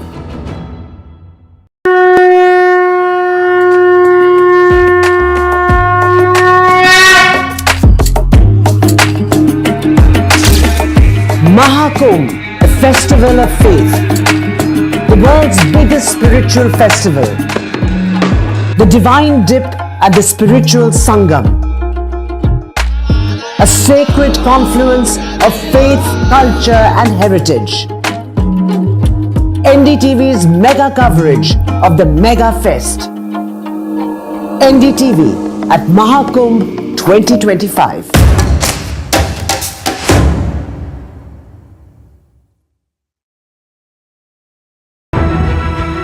5, 4, countdown to a big ISRO launch. 2, 1, 0. Another space milestone for India. The SpaceX mission set to launch to demonstrate space docking technology. India is ready to do a very unique experiment in space. A mission to deploy 2 satellites in space. Catch the launch and live action on NDTV.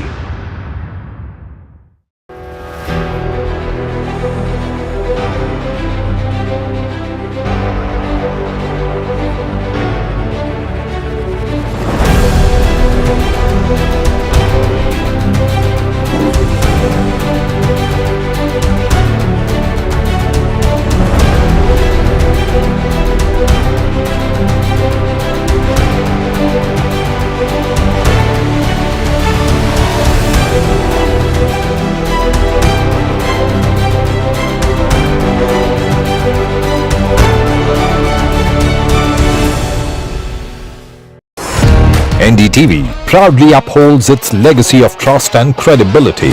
According to the prestigious Reuters Institute's Digital News Report 2024, NDTV is the top-most news platform in the country. Number 1 in both online and offline reach in India. Beating all its competition, NDTV stands for trust.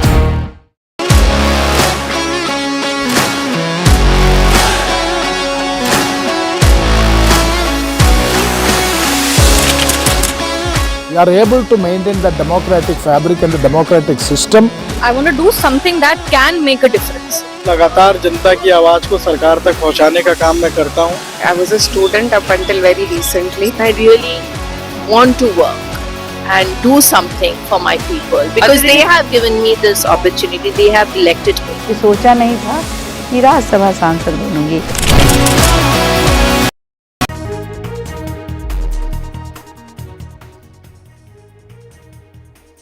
Welcome back after the break. For the last launch of 2024, ISRO is undertaking a space mission like never before, where innovation is written on every aspect. For the first time, India will attempt to dock and undock 2 satellites in space. On the 62nd launch of the Polar Satellite Launch Vehicle, India is undertaking a SpaceX mission, that's the space docking experiment. Well, the upcoming launch of the PSLV will enable 10 Indian space startup companies to actually fly their instruments into space. The upper stage of the rocket, which usually becomes space debris, has been repurposed to help carry many small experiments to space.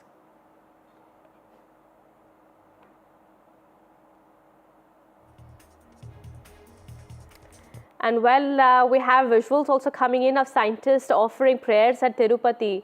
Well, the ISRO scientists had visited Sri Venkateshwara temple ahead of this space docking, and that's the latest that's coming in. These are the visuals that have come in. India is all set to make history with the space docking experiment, and the launch schedule is today. The mission represents a critical milestone in India's space exploration capabilities. It involves launching of 2 specially designed satellites using the PSLV rocket. And before that, you have visuals of the ISRO scientists offering prayers at Tirupati.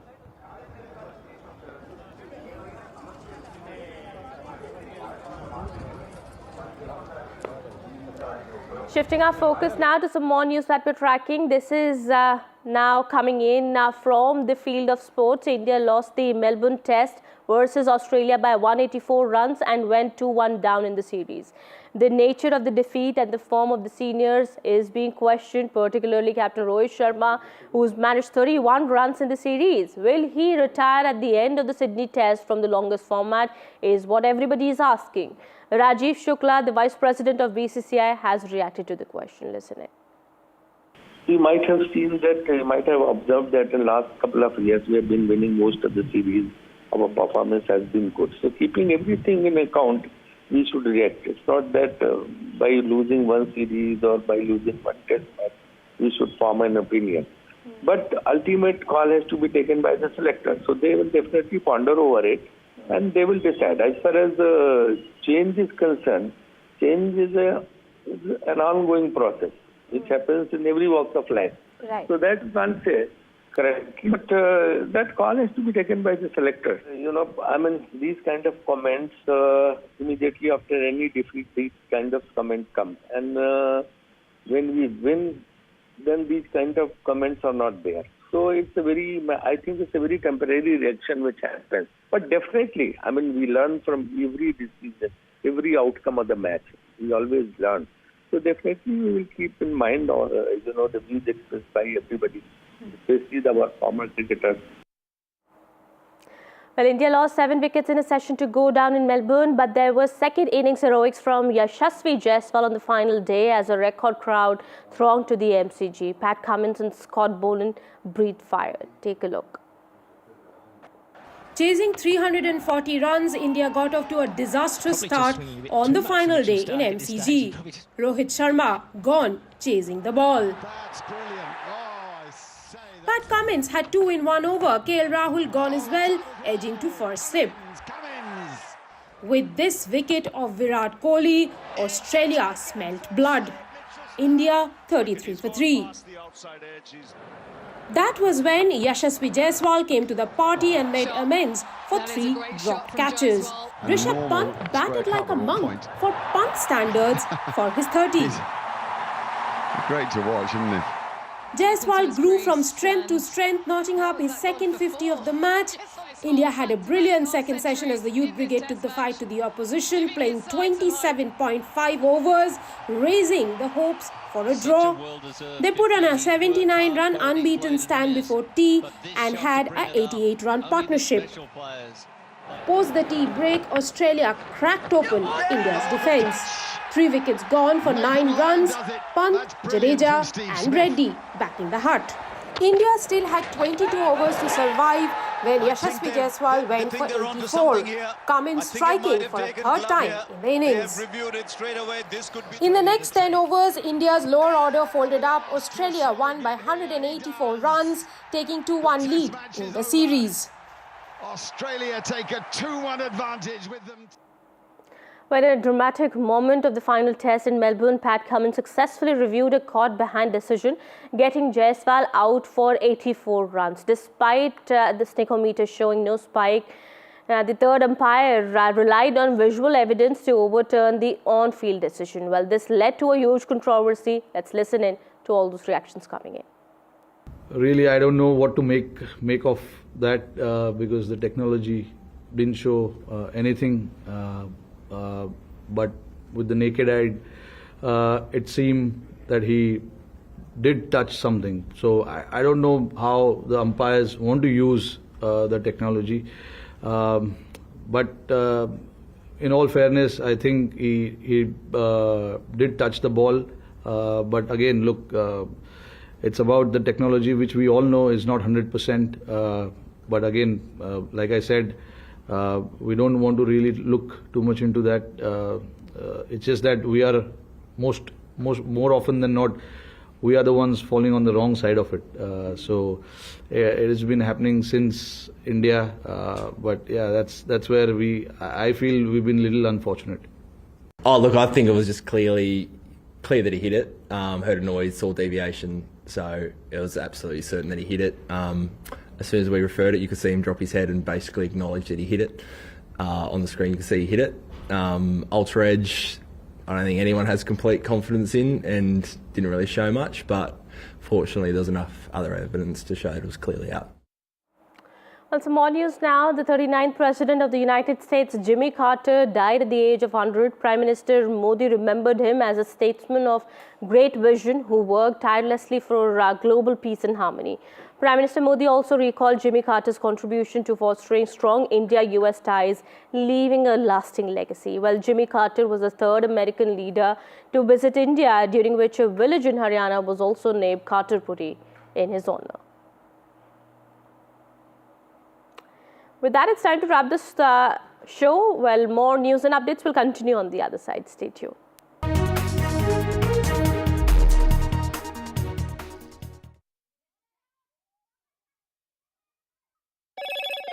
Hello, Moto. Motorola Edge 50 Pro, world's first AI-powered pro-grade camera.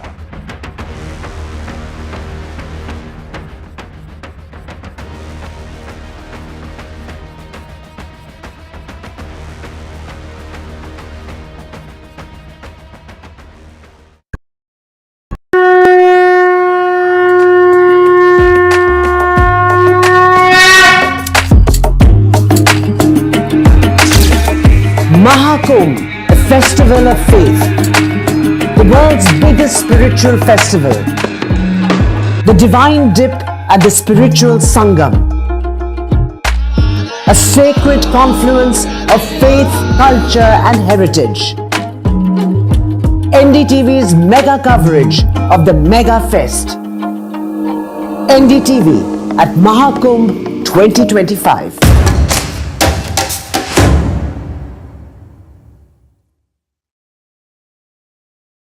NDTV shines with 38 prestigious wins at the News Television Awards 2024. Powerful journalism to cutting-edge digital innovation, production excellence to regional leadership. NDTV sets the benchmark. 38 awards, each a testament to your trust in NDTV. NDTV stands for trust. In today's interconnected world, India's voice is more crucial than ever. When India speaks, the world listens. At NDTV World, we are that voice, bringing you intelligent and insightful news from India and beyond. From geopolitics and diplomacy to economic shifts, migrations, tech disruptions, and the stories of our diaspora. We cover the news that shapes our global future. NDTV World, your new home for global news is here.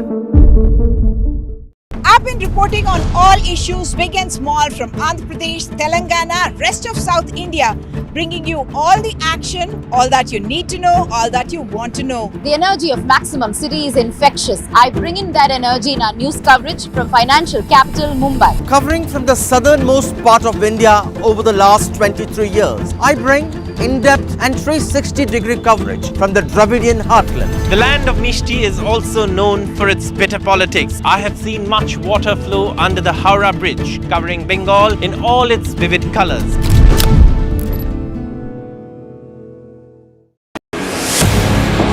(2024), the year that was, when India welcomed Ram. When India decided, मैं Narendra Damodar Das Modi, when Jammu and Kashmir turned a historic leaf, as Chief Minister for the Union Territory of Jammu and Kashmir, when India mourned, when India celebrated,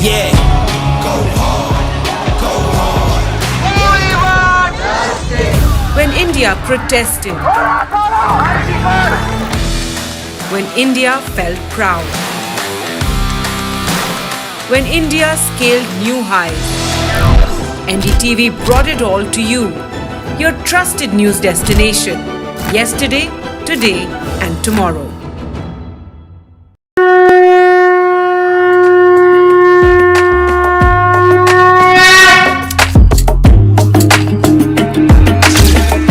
Mahakumbh, a festival of faith, the world's biggest spiritual festival, the Divine Dip at the Spiritual Sangam, a sacred confluence of faith, culture and heritage. NDTV's mega coverage of the Mega Fest. NDTV at Mahakumbh 2025.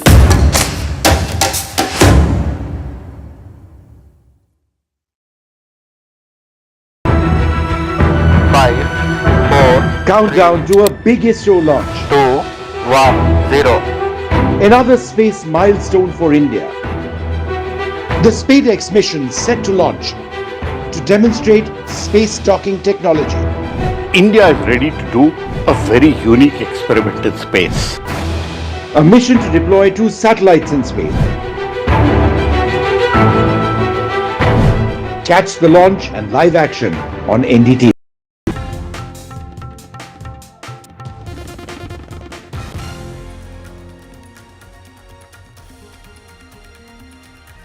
There's a row over Karnataka contractor's death. BJP has claimed a link to minister. Congress has denied it. Suicide note names minister's aide. Karnataka government meanwhile has said that probe is underway and that there's no need for the CBI to intervene. An army officer has been assaulted in Kerala now. Video of the attack has surfaced. This is the video of an attack on an officer. This outrage over attack on this army officer. Battle for Delhi intensifies. Aam Aadmi Party announces monthly aid for priests now. BJP rakes up issue of alleged fake voters. In the midst of talks of Sydney Test being the last for Rohit Sharma, Vice President of BCCI Rajiv Shukla tells NDTV that it will be a selector's call and that change is constant with Indian cricket.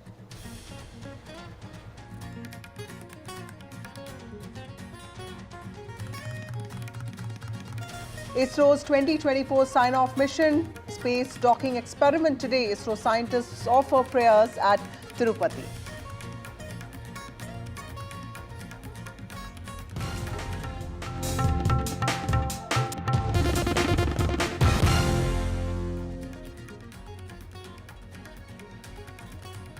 An assault on an army officer during an NCC training camp at KMM College of Arts and Science in Kerala's Tirukkakara has sparked widespread outrage now. In fact, this incident occurred late on the 23rd of night after a crowd allegedly led by CPM Students Federation of India, which is the SFI district head Bhagyalakshmi, BJP local councillor Pramod and their supporters stormed the camp premises. A video of the attack has surfaced and an FIR has also been lodged. Tension, what we understand, began when over 50 participating cadets reportedly showed symptoms of suspected food poisoning, including vomiting. And there were also several unverified media reports on this particular incident, which is when the intruders disrupted the camp operations. And around 11:30 p.m. is when we learned that individuals physically assaulted a uniformed officer on duty.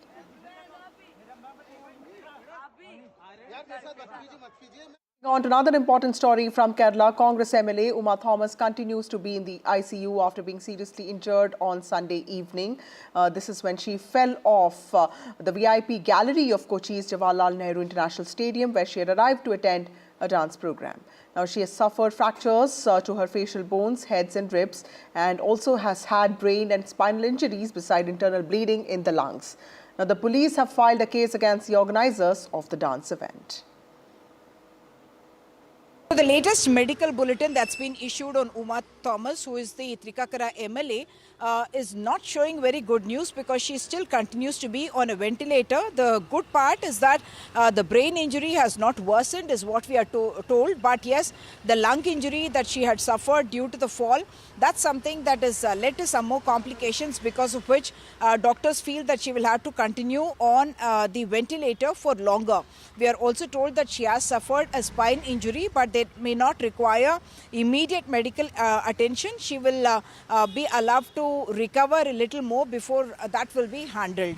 On the organizers' part, they have booked a case of negligence, criminal negligence against the organizers, because the Greater Cochin Development Authority, which is actually managing the stadium, has pointed out that they had a contract with the organizers and that the safety protocols were not followed by the organizers, who had in fact built a temporary kind of a stage for the lamp lighting, and the temporary stage was barricaded with some steel poles which were connected by ribbons. And what Uma Thomas had done was to hold on to one of the ribbons, and she tripped and fell almost 15 to 20 feet, suffering brain, head, spinal as well as lung injuries, which was a very, very unfortunate incident that happened. And subsequently she was shifted to a private medical hospital where she is undergoing treatment. There's also a huge face-off between BJP and Congress in Karnataka now over the suicide of a contractor and his allegations against an aide of Karnataka minister.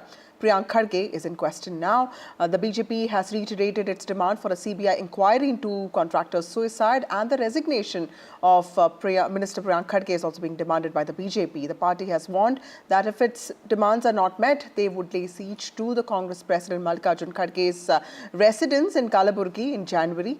The Kharge family is very powerful and the state police cannot investigate them. There's no possibility of an unbiased investigation. Hence, the matter should be handed over to the CBI. That's what BJP State President Vijay has told reporters today. Civil contractor Sachin Panchal on the 26th of December allegedly died by suicide by lying before a moving train in Bihar district. BJP Rajya Sabha MP Lahar Singh has taken a dig at Priyank Kharge and also at Mallikarjun Kharge with a post on X saying while he's busy saving democracy in Delhi, this is what is happening in the backyard of his own constituency, the Republic of Kalaburgi. A police case has also been registered against Raju Kapanur, the close aide of Karnataka Minister Priyank Kharge, and 5 others in connection with the suicide note that was left by Sachin Panchal, a contractor from Bihar. In the note, he alleged that Raju Kapanur had demanded ₹1 crore from him. In his note, he also alleged that Congress leaders had connived to kill several people, including Siddhalinga Swami of Andola Manth and BJP leaders Manikant Rathod and Chandu Patil. No, see, it's very clear that BJP is trying to politicize a suicide by a contractor. Very clearly, it is evident that the contractor has a view of the incident and the accused have a view of the incident. And as from the department, we are very clear that let both the perspectives be investigated and let the truth come out. BJP can do whatever they want. I am not here to cater to BJP's whims and fancies. And BJP are the last people who should lecture us on corruption. Everybody knows what all they did and how many contractors committed suicide during their tenure, naming the ministers and naming the MLAs. So, Bharatiya Janata Party, we demand Chief Minister Siddaramaiah ji to remove Priyanka Kharge immediately from the cabinet. Priyanka Kharge has to be dropped immediately from the cabinet, and the fair and proper investigation has to take place in the entire episode. Fair probe can be expected only by CBI. We are not demanding this. Entire Sachin family, all the 5 sisters whom we met today, has repeatedly demanded that they don't have any faith in the local police because the police are under tremendous pressure. Proper investigation has to be carried out only by the CBI is the demand. Because of pressurizing by the one very close to Priyanka Kharge, he is a minister. Because of his pressure, one contractor Chetan, he committed suicide. And even in his death note, he clearly stated, because of closeness of Priyanka Kharge, this so-and-so person has insisted for asking for some amount. This fact is not denied by the Priyanka Kharge. He admitted that fact. No, it is not necessary. We have already, decided to hand over it to COD. There is no, necessity for giving it to CBI. And they will ask us for resignation from... It is not necessary as of now. My colleague Nihal joins us on the phone line on this very important story. Nihal, tell us about the political war that's going on over this contractor's suicide, and what does the suicide note exactly say? How is the Congress party dealing with these allegations that are being raised by the BJP that is also seeking the resignation of Priyank Kharge? The BJP is adamant on its two demands. First, the resignation of Priyank Kharge from Siddaramaiah cabinet, and the second, investigation by the CBI. So the government has decided to hand over the investigation to the CID, and the process has started. A few minutes back, I had spoken to the investigating officer, and he said that the investigation was going on. In between, the government decided to transfer the case to the CID, and now the case has been transferred to the CID, and the process has started. So far, nobody has been taken into custody, but it's quite surprising because this is the case where punishment is for over 7 years, up to life imprisonment, and in such cases, police should have not waited and should have immediately arrested and questioned all those who have been named in the suicide note. But the former corporator, who is reportedly close to Karnataka Minister Priyank Kharge, has neither been questioned nor the other associates have been picked up by the police. It's quite surprising, but now because it's a better and more professional organization, the CID, that has taken over the case. And when I spoke to one of the senior officials of the CID, he told me that now the process has started. Once the case is finally handed over to them, then they will see what action is to be taken as per the law. But in this case, definitely there is a dereliction of duty was found from a policeman who was suspended, and now it has become a boiling point here in Karnataka because there was a similar case that had happened a couple of years back when the PRD minister Ishwarappa was named by a contractor. When he had died by suicide, he had directly taken his name. But here in this case, though the minister's name is not there, but his close associate's name is there, and that is why the BJP is demanding his resignation. Right. Thank you, Nihal, for joining us with those details. Moving on to other important stories from the south of India, TVK chief and actor Vijay met Tamil Nadu governor over Anna University sexual assault case. This just hours after he wrote an open letter to the women of Tamil Nadu on the same issue. The actor politician has now promised to stand with the women of the state as their brother and help create a safe Tamil Nadu. Remember, opposition parties like AIDMK and the BJP have been targeting Tamil Nadu DMK government ever since the sexual assault case was reported at the Chennai campus last week. Last week, a second-year engineering college student was sexually assaulted inside the campus and a male friend was also beaten up. One suspect was arrested so far. Two-member fact-finding committee of the National Commission for Women also visited the campus today.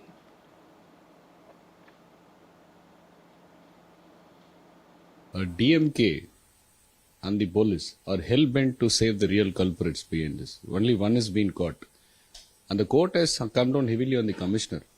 How come you decide it is only one person? Since BJP and DMK are hand in glove with an alliance now, and they don't want the truth to be unveiled any further. And blatant statements and remarks by MK Stalin stating that he will safeguard women and children is a laughable stock. 40 women were molested. The arrested person seems to have direct links with the sitting minister of DMK now. In the midst of Pushpa stampede showdown, it's a first reaction from Andhra Deputy Chief Minister and Allu Arjun's uncle Pawan Kalyan. Pawan Kalyan has backed Telangana government, saying that law is equal for all.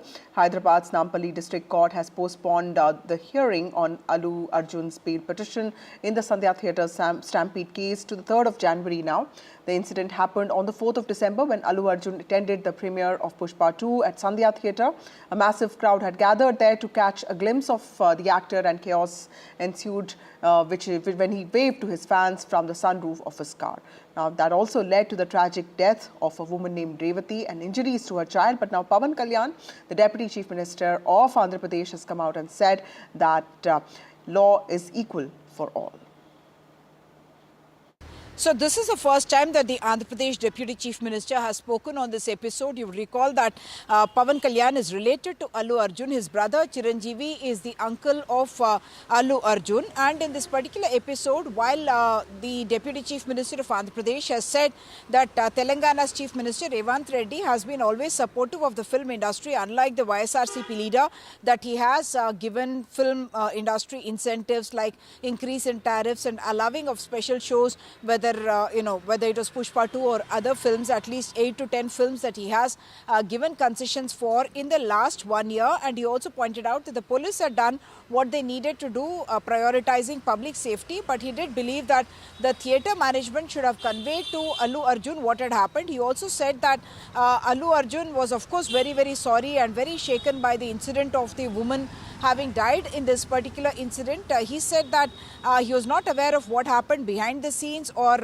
in front of the scenes. He is not aware of those incidents, but he felt that if the family had reached out, if the family of Allu Arjun had reached out to the family of the victim, in this case Revati's husband Bhaskar and the child Sritej earlier, this the kind of situation that had developed may not have developed. And he felt that in this entire episode, what needs to be done is that yes, more protocols for safety need to be followed. This comes on a day when Mr. Pawan Kalyan was in fact, producer Dil Raju had gone to meet Mr. Pawan Kalyan seeking certain concessions for his film that is coming up, Game Changer, which stars Charan, who is of course Chiranjeevi's son as well. And Pawan Kalyan for the first time has spoken about the Allu Arjun episode, because even earlier it was expected whether he would come and meet Allu Arjun and whether he would express solidarity with him. So in a sense, Pawan Kalyan has played a very balanced card, talking about the government responsibilities and the action of the Chief Minister, justifying it and saying that Allu Arjun alone cannot be held responsible for what happened, because a film promotion or campaign is a team activity. So Pawan Kalyan, Deputy Chief Minister of Andhra Pradesh, speaking for the first time on Allu Arjun's arrest now. Moving on to other stories, Adani Enterprises on Monday, December 30th, has said that it will fully exit its joint venture with Wilmar International. Adani Wilmar, which holds a 44% stake. Adani Enterprises said that it will sell 13% stake in Adani Wilmar to achieve minimum public shareholder requirements. Additionally, Wilmar International has agreed to buy remaining 31% stake that Adani Enterprises owns in Adani Wilmar. Post this exit, Adani Group's nominee directors will step down from the board of Adani Wilmar, and the parties will also have also agreed to take steps to change the name of Adani Wilmar. The proceeds, of course, from the sale will be utilized for turbocharging growth in the core infrastructure platforms in energy, utility, transport and logistics, and other areas in primary industry. So Adani has roughly around 43% stake in Adani Wilmar. So as part of the first transaction, the OFS will go through so that it reaches the threshold of 75%, which is required as per regulation. Remember, there has been an attempt to do a restructuring wherein earlier Adani was planning to hand over the stake or transfer the stake to the shareholders of Adani Enterprises, which was objected by the regulator under the pretext saying that the minimum public shareholding norm has not been met, and so that scheme of arrangement cannot go through.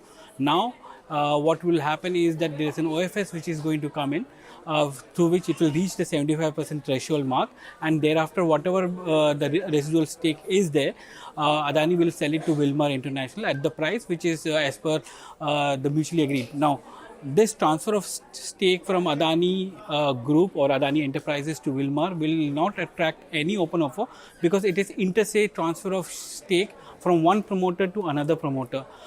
In the process, Adani will no longer be the promoter at the end of the transaction, and it will also earn nearly 18 to 19,000 crores.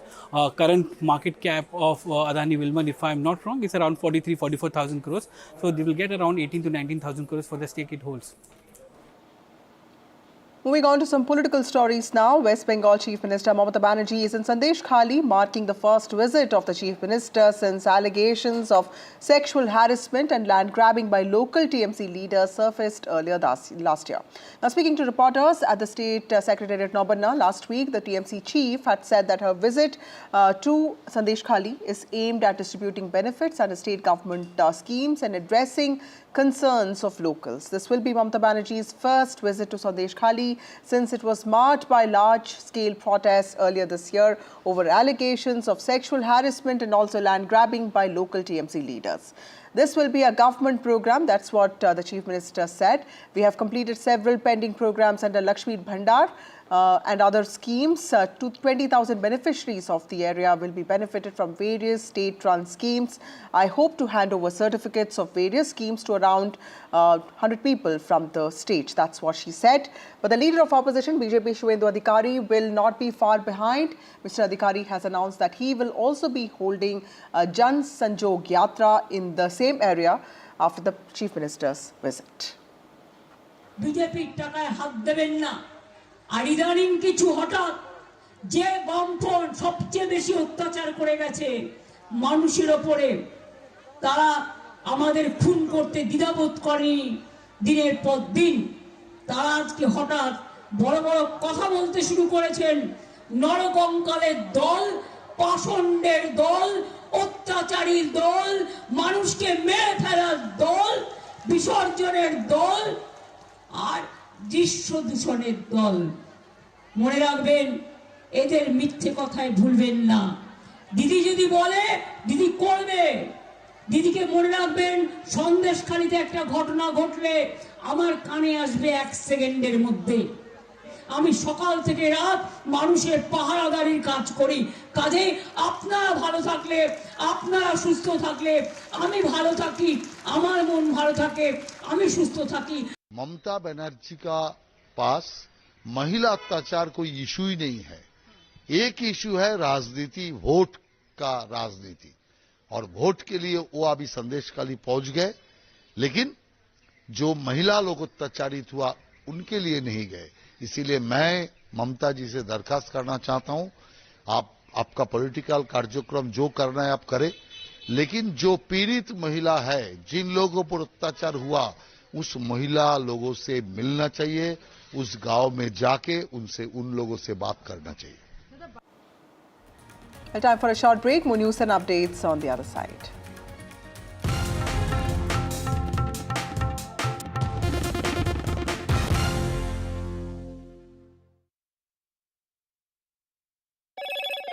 Hello, Moto.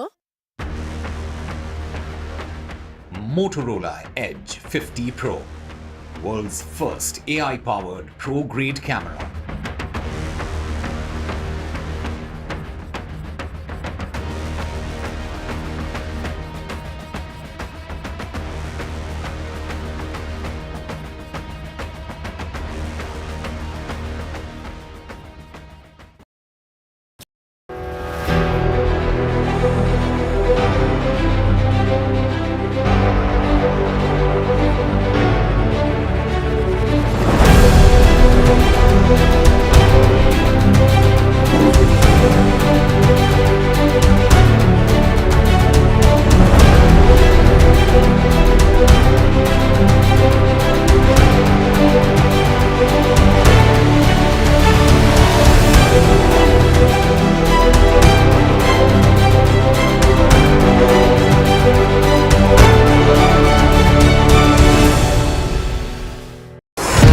NDTV proudly upholds its legacy of trust and credibility. According to the prestigious Reuters Institute's Digital News Report 2024, NDTV is the top-most news platform in the country. Number 1 in both online and offline reach in India. Beating all its competition, NDTV stands for trust.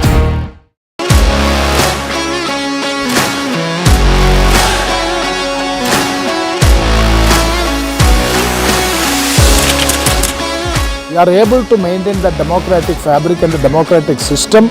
I want to do something that can make a difference. लगातार जनता की आवाज को सरकार तक पहुंचाने का काम मैं करता हूं.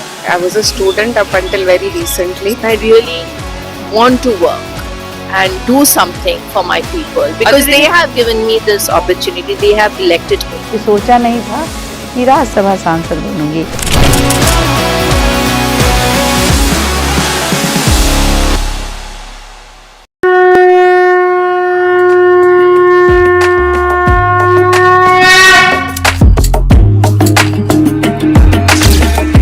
Mahakumbh, the festival of faith, the world's biggest spiritual festival, the divine dip at the spiritual Sangam, a sacred confluence of faith, culture and heritage. NDTV's mega coverage of the Mega Fest. NDTV at Mahakumbh 2025.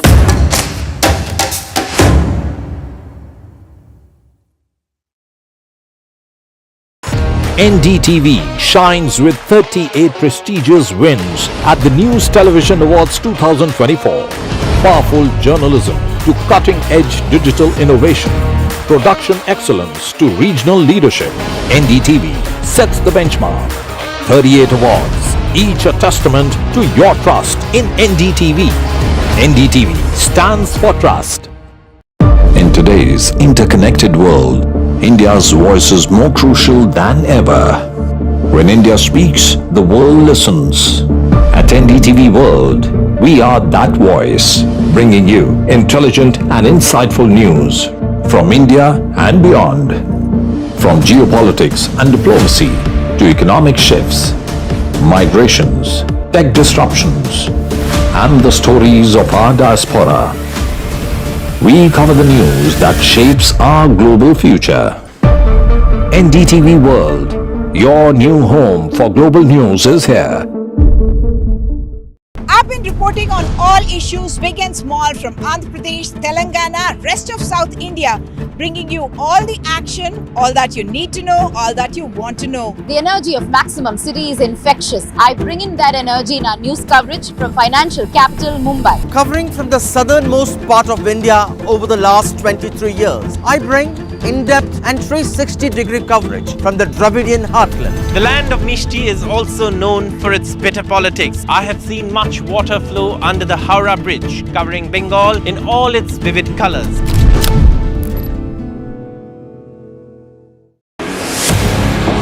(2024), the year that was, when India welcomed Ram. When India decided, मैं Narendra Damodar Das Modi, when Jammu and Kashmir turned a historic leaf, as Chief Minister for the Union Territory of Jammu and Kashmir, when India mourned, when India celebrated,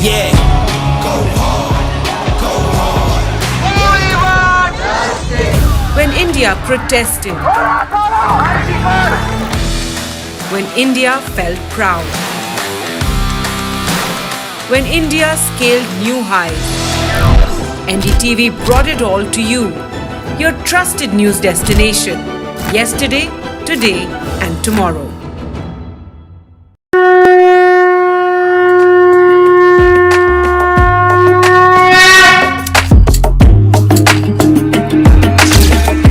Mahakumbh, the festival of faith, the world's biggest spiritual festival, the divine dip at the spiritual Sangam, a sacred confluence of faith, culture and heritage. NDTV's mega coverage of the Mega Fest. NDTV at Mahakumbh 2025.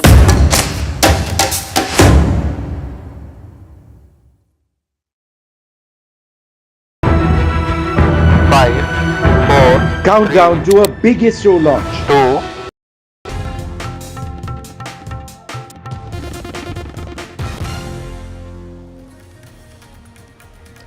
Welcome back. The Indian space research organizations will bring 2024 to a close with a mission that is very critical towards achieving several future goals when it comes to India's space ambitions, bringing back a lunar sample, setting up a space station, or even sending a human being to the moon. Now, on Monday, which is today, ISRO will demonstrate for the first time its ability to bring together and join two satellites in space. This is the SpaceDex or the Space Docking Experiment mission that will be launched today at 10 p.m. at ISRO's workhorse PSLV rocket lifts off from the first launch pad of the Sriharikota spaceport. Now, the fourth stage of the launch vehicle will be used later as a platform to carry out other experiments, including several by startups. What is this experiment all about? What is space docking? Why is this demonstration critical for the working of the ISRO's other ambitious projects? And also, is this setting the stage for Chandrayaan 4? I have our science editor, Pallav Bhagla, with me, and also Ajay Lele. Ajay Lele is Deputy Director General, MP IDSA. Thank you both of you for joining me on this broadcast. Pallav, to you first, sir. Tell us all that you know about this particular experiment. Why is it so critical for India's space ambitions? What is space docking? And are we getting ready for Chandrayaan 4? Well, your question will require 24 hours to answer that, Vasudha. It's one of the most crucial experiments being done by ISRO in a very long time. Everything about this launch is innovation. From the making of the rocket, to the space docking experiment, to the 24 experiments being done by startups and the academic institutions, everything about this particular launch is all about innovation, which is what ISRO is known for. Space docking is a very critical technology which India has going to master. Till date, only Russia, America, and China have independently mastered space docking. India wants to master it because in the next stage for Chandrayaan 4, India will need it. Then to make the Bharatiya Antariksh Station, as Prime Minister Narendra Modi wants, by 2035, we need to have that. And also, if we have to send humans to the moon, we need to have space docking experience. It's a very critical test. ISRO has been preparing this for more than a decade. Finally, it is coming to a culmination. Today, the launch will happen from Sriharikota, but the docking itself may happen sometime early next year. Two satellites will be sent into space. Both, when they are traveling at about 10 times the speed of a bullet, would be brought together, docked and undocked. Very critical mating being done in space and a very complex technology. ISRO trying to master something which only a select few nations have been able to do. Right. Dr. Lele, my question to you, sir, there's a lot of talk about the technology that ISRO has used in this, and there's a lot of talk about how this is entirely Swadeshi, indigenous technology. In fact, ISRO, what we understand from what Dr. Somanathan told Pallav, is also the fact that ISRO has even patented its unique docking mechanism, which seems to be a scaled-down version that's in some ways designed to fit the current mission's objectives. Tell us about the mechanism and also, the kind of work that could have gone into this, making it completely indigenous. I think this is a very unique technology. The most important aspect why we are patented is that because this technology is never shared by the big people also. So there are other 3 countries who are having know-how of this technology, but this technology is not being shared by anybody. So this is a totally indigenous technology which has been developed. And for many years, as it was told, that more than a decade, ISRO is trying to master this technology. So obviously, this technology has got a significance for various other missions which ISRO is planning. Chandrayaan 4 is the immediate mission for which this technology will be used. Because Chandrayaan is going to be a very big project, and you can't launch the entire module of the Chandrayaan 4 mission in one launch. That's why ISRO is planning to do a step-by-step launching. So 2 to 3 different launches will happen, and subsequently the technology will be used for mating all those systems out into the space, and then the mission will progress towards the moon as a ISRO's 4th mission, because this is going to be the sample return mission. Then subsequently we want to establish our own space station also. So we have to start first using this technology, a robotic technology in a sense, and subsequently for transfer of humans, because as you have seen on International Space Station, when the spacecraft gets docked, the humans are getting transferred from the spacecraft to the space station, and those people who are getting back to the space from space to the Earth, they also get back to the rocket. So this is slightly a more complicated technology. These technologies are usually happening in an elliptical orbit. Today, what we are going to test is in a circular orbit. So these are the first steps as far as mastering this technology, but these are very critical steps for various other missions which ISRO is planning to undertake. And on 18th of September, Government of India has cleared 4 major projects for ISRO. So in those projects, other than the Venus mission, for rest 3 projects, this technology is very critical. Right.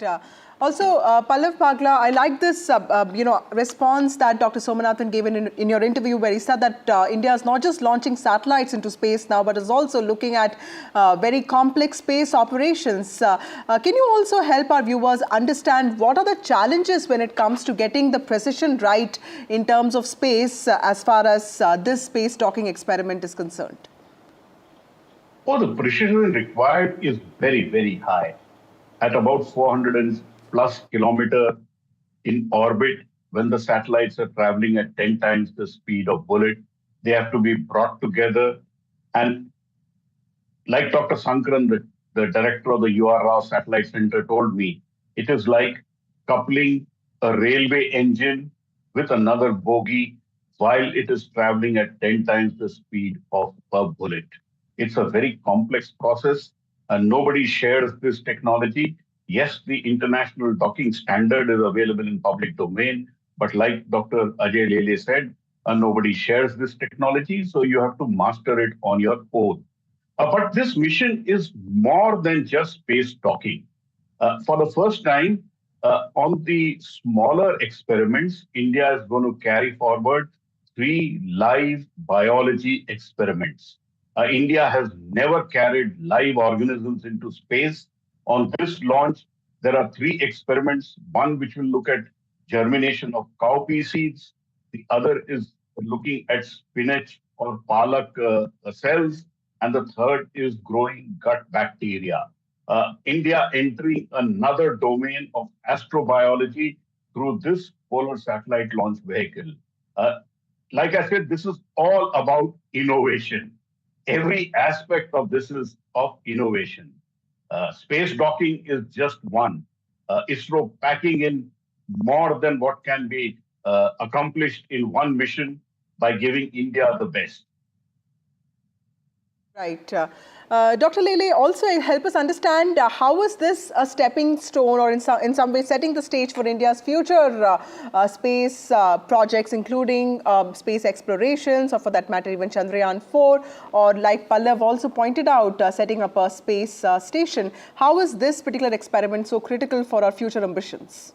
You see, as it was told by Mr. Pallav, that there are 2 aspects of this. One is a docking aspect, and other is that the 4th stage of a rocket, the rocket will be firing both the satellites at an altitude of roughly 476 kilometers. And then the 4th stage of a rocket will be brought down to around 350 kilometers. And there are 24 sensors or 24 modules which are there on this. There are 14 sensors by ISRO, the 14 payloads, and there are 10 payloads by the academic institutions.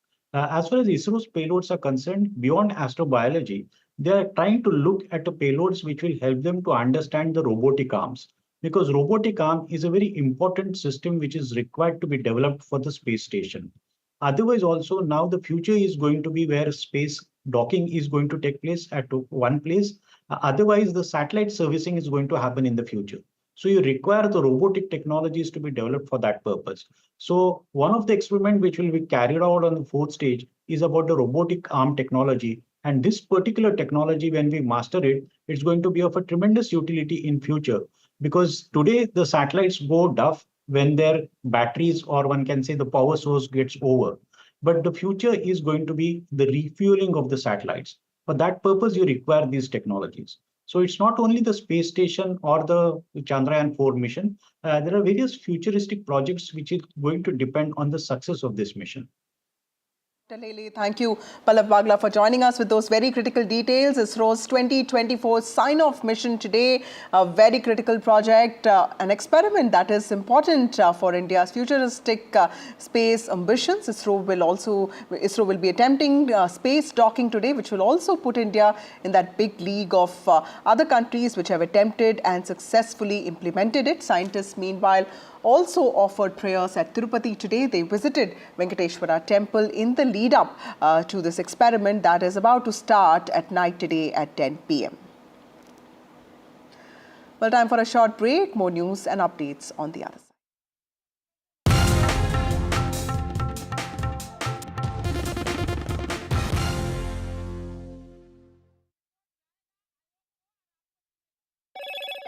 Hello, Moto.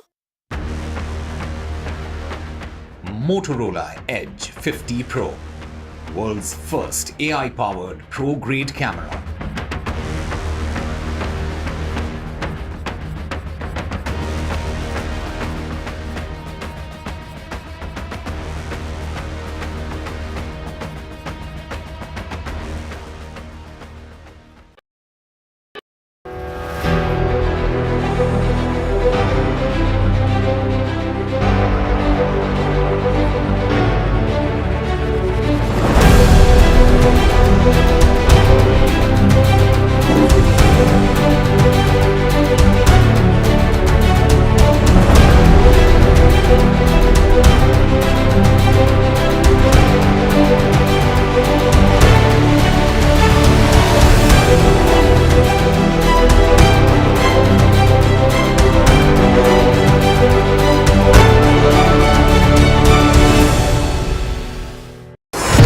NDTV proudly upholds its legacy of trust and credibility. According to the prestigious Reuters Institute's Digital News Report 2024, NDTV is the top-most news platform in the country. Number 1 in both online and offline reach in India. Beating all its competition, NDTV stands for trust.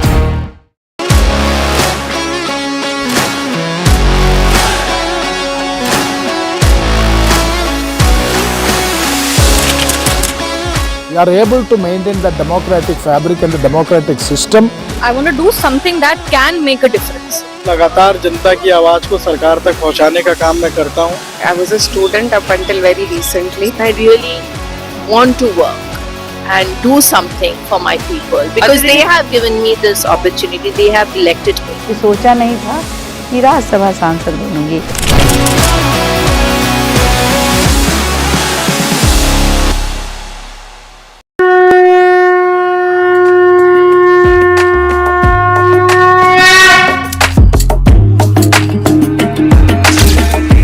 Mahakumbh, a festival of faith, the world's biggest spiritual festival, the divine dip at the spiritual Sangam, a sacred confluence of faith, culture and heritage. NDTV's mega coverage of the Mega Fest. NDTV at Mahakumbh 2025.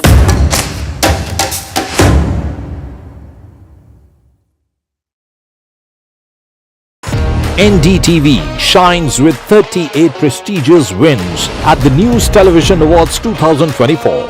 Powerful journalism to cutting-edge digital innovation. Production excellence to regional leadership. NDTV sets the benchmark. 38 awards, each a testament to your trust in NDTV. NDTV stands for trust. In today's interconnected world, India's voice is more crucial than ever. When India speaks, the world listens.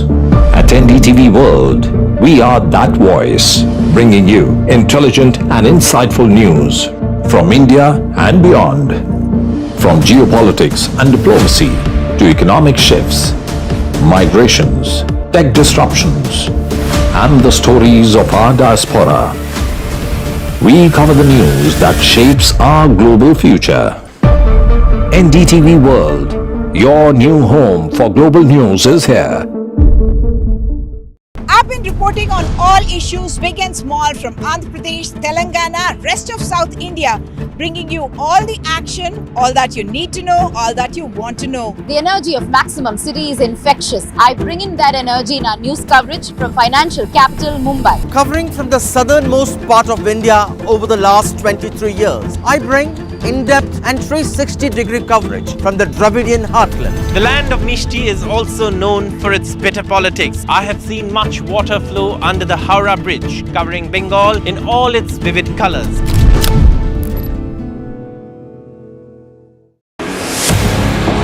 (2024), the year that was, when India welcomed Ram. When India decided, मैं Narendra Damodar Das Modi, when Jammu and Kashmir turned a historic leaf, as Chief Minister for the Union Territory of Jammu and Kashmir, when India mourned, when India celebrated,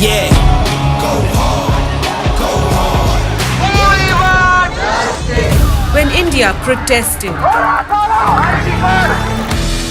when India felt proud, when India scaled new highs. NDTV brought it all to you, your trusted news destination, yesterday, today and tomorrow.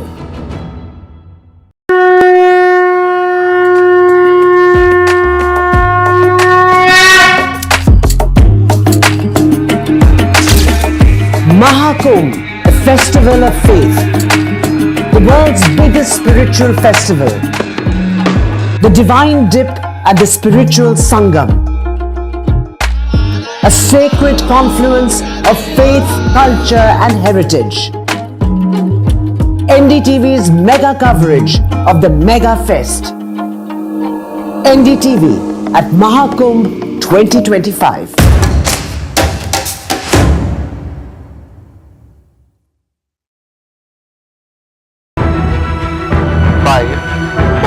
Countdown to a big ISRO launch. 2, 1, 0. Another space milestone for India. The SpaceX mission set to launch to demonstrate space docking technology. India is ready to do a very unique experiment in space. A mission to deploy 2 satellites in space. Catch the launch and live action on NDTV.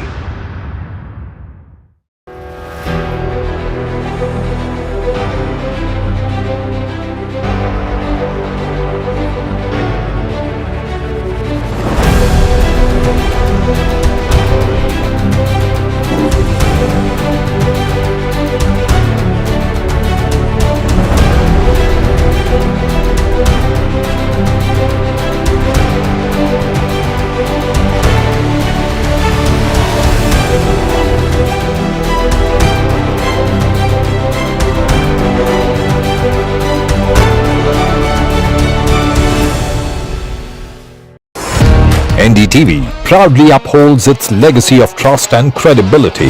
According to the prestigious Reuters Institute's Digital News Report 2024, NDTV is the top-most news platform in the country. Number 1 in both online and offline reach in India. Beating all its competition, NDTV stands for trust.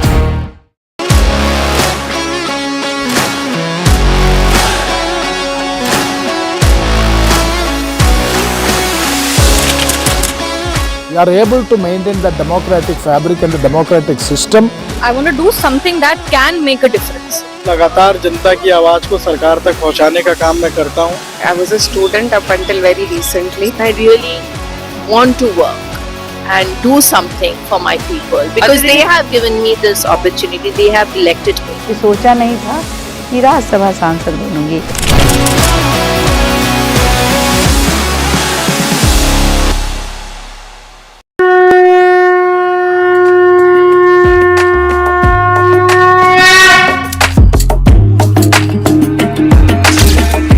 Mahakumbh, the festival of faith, the world's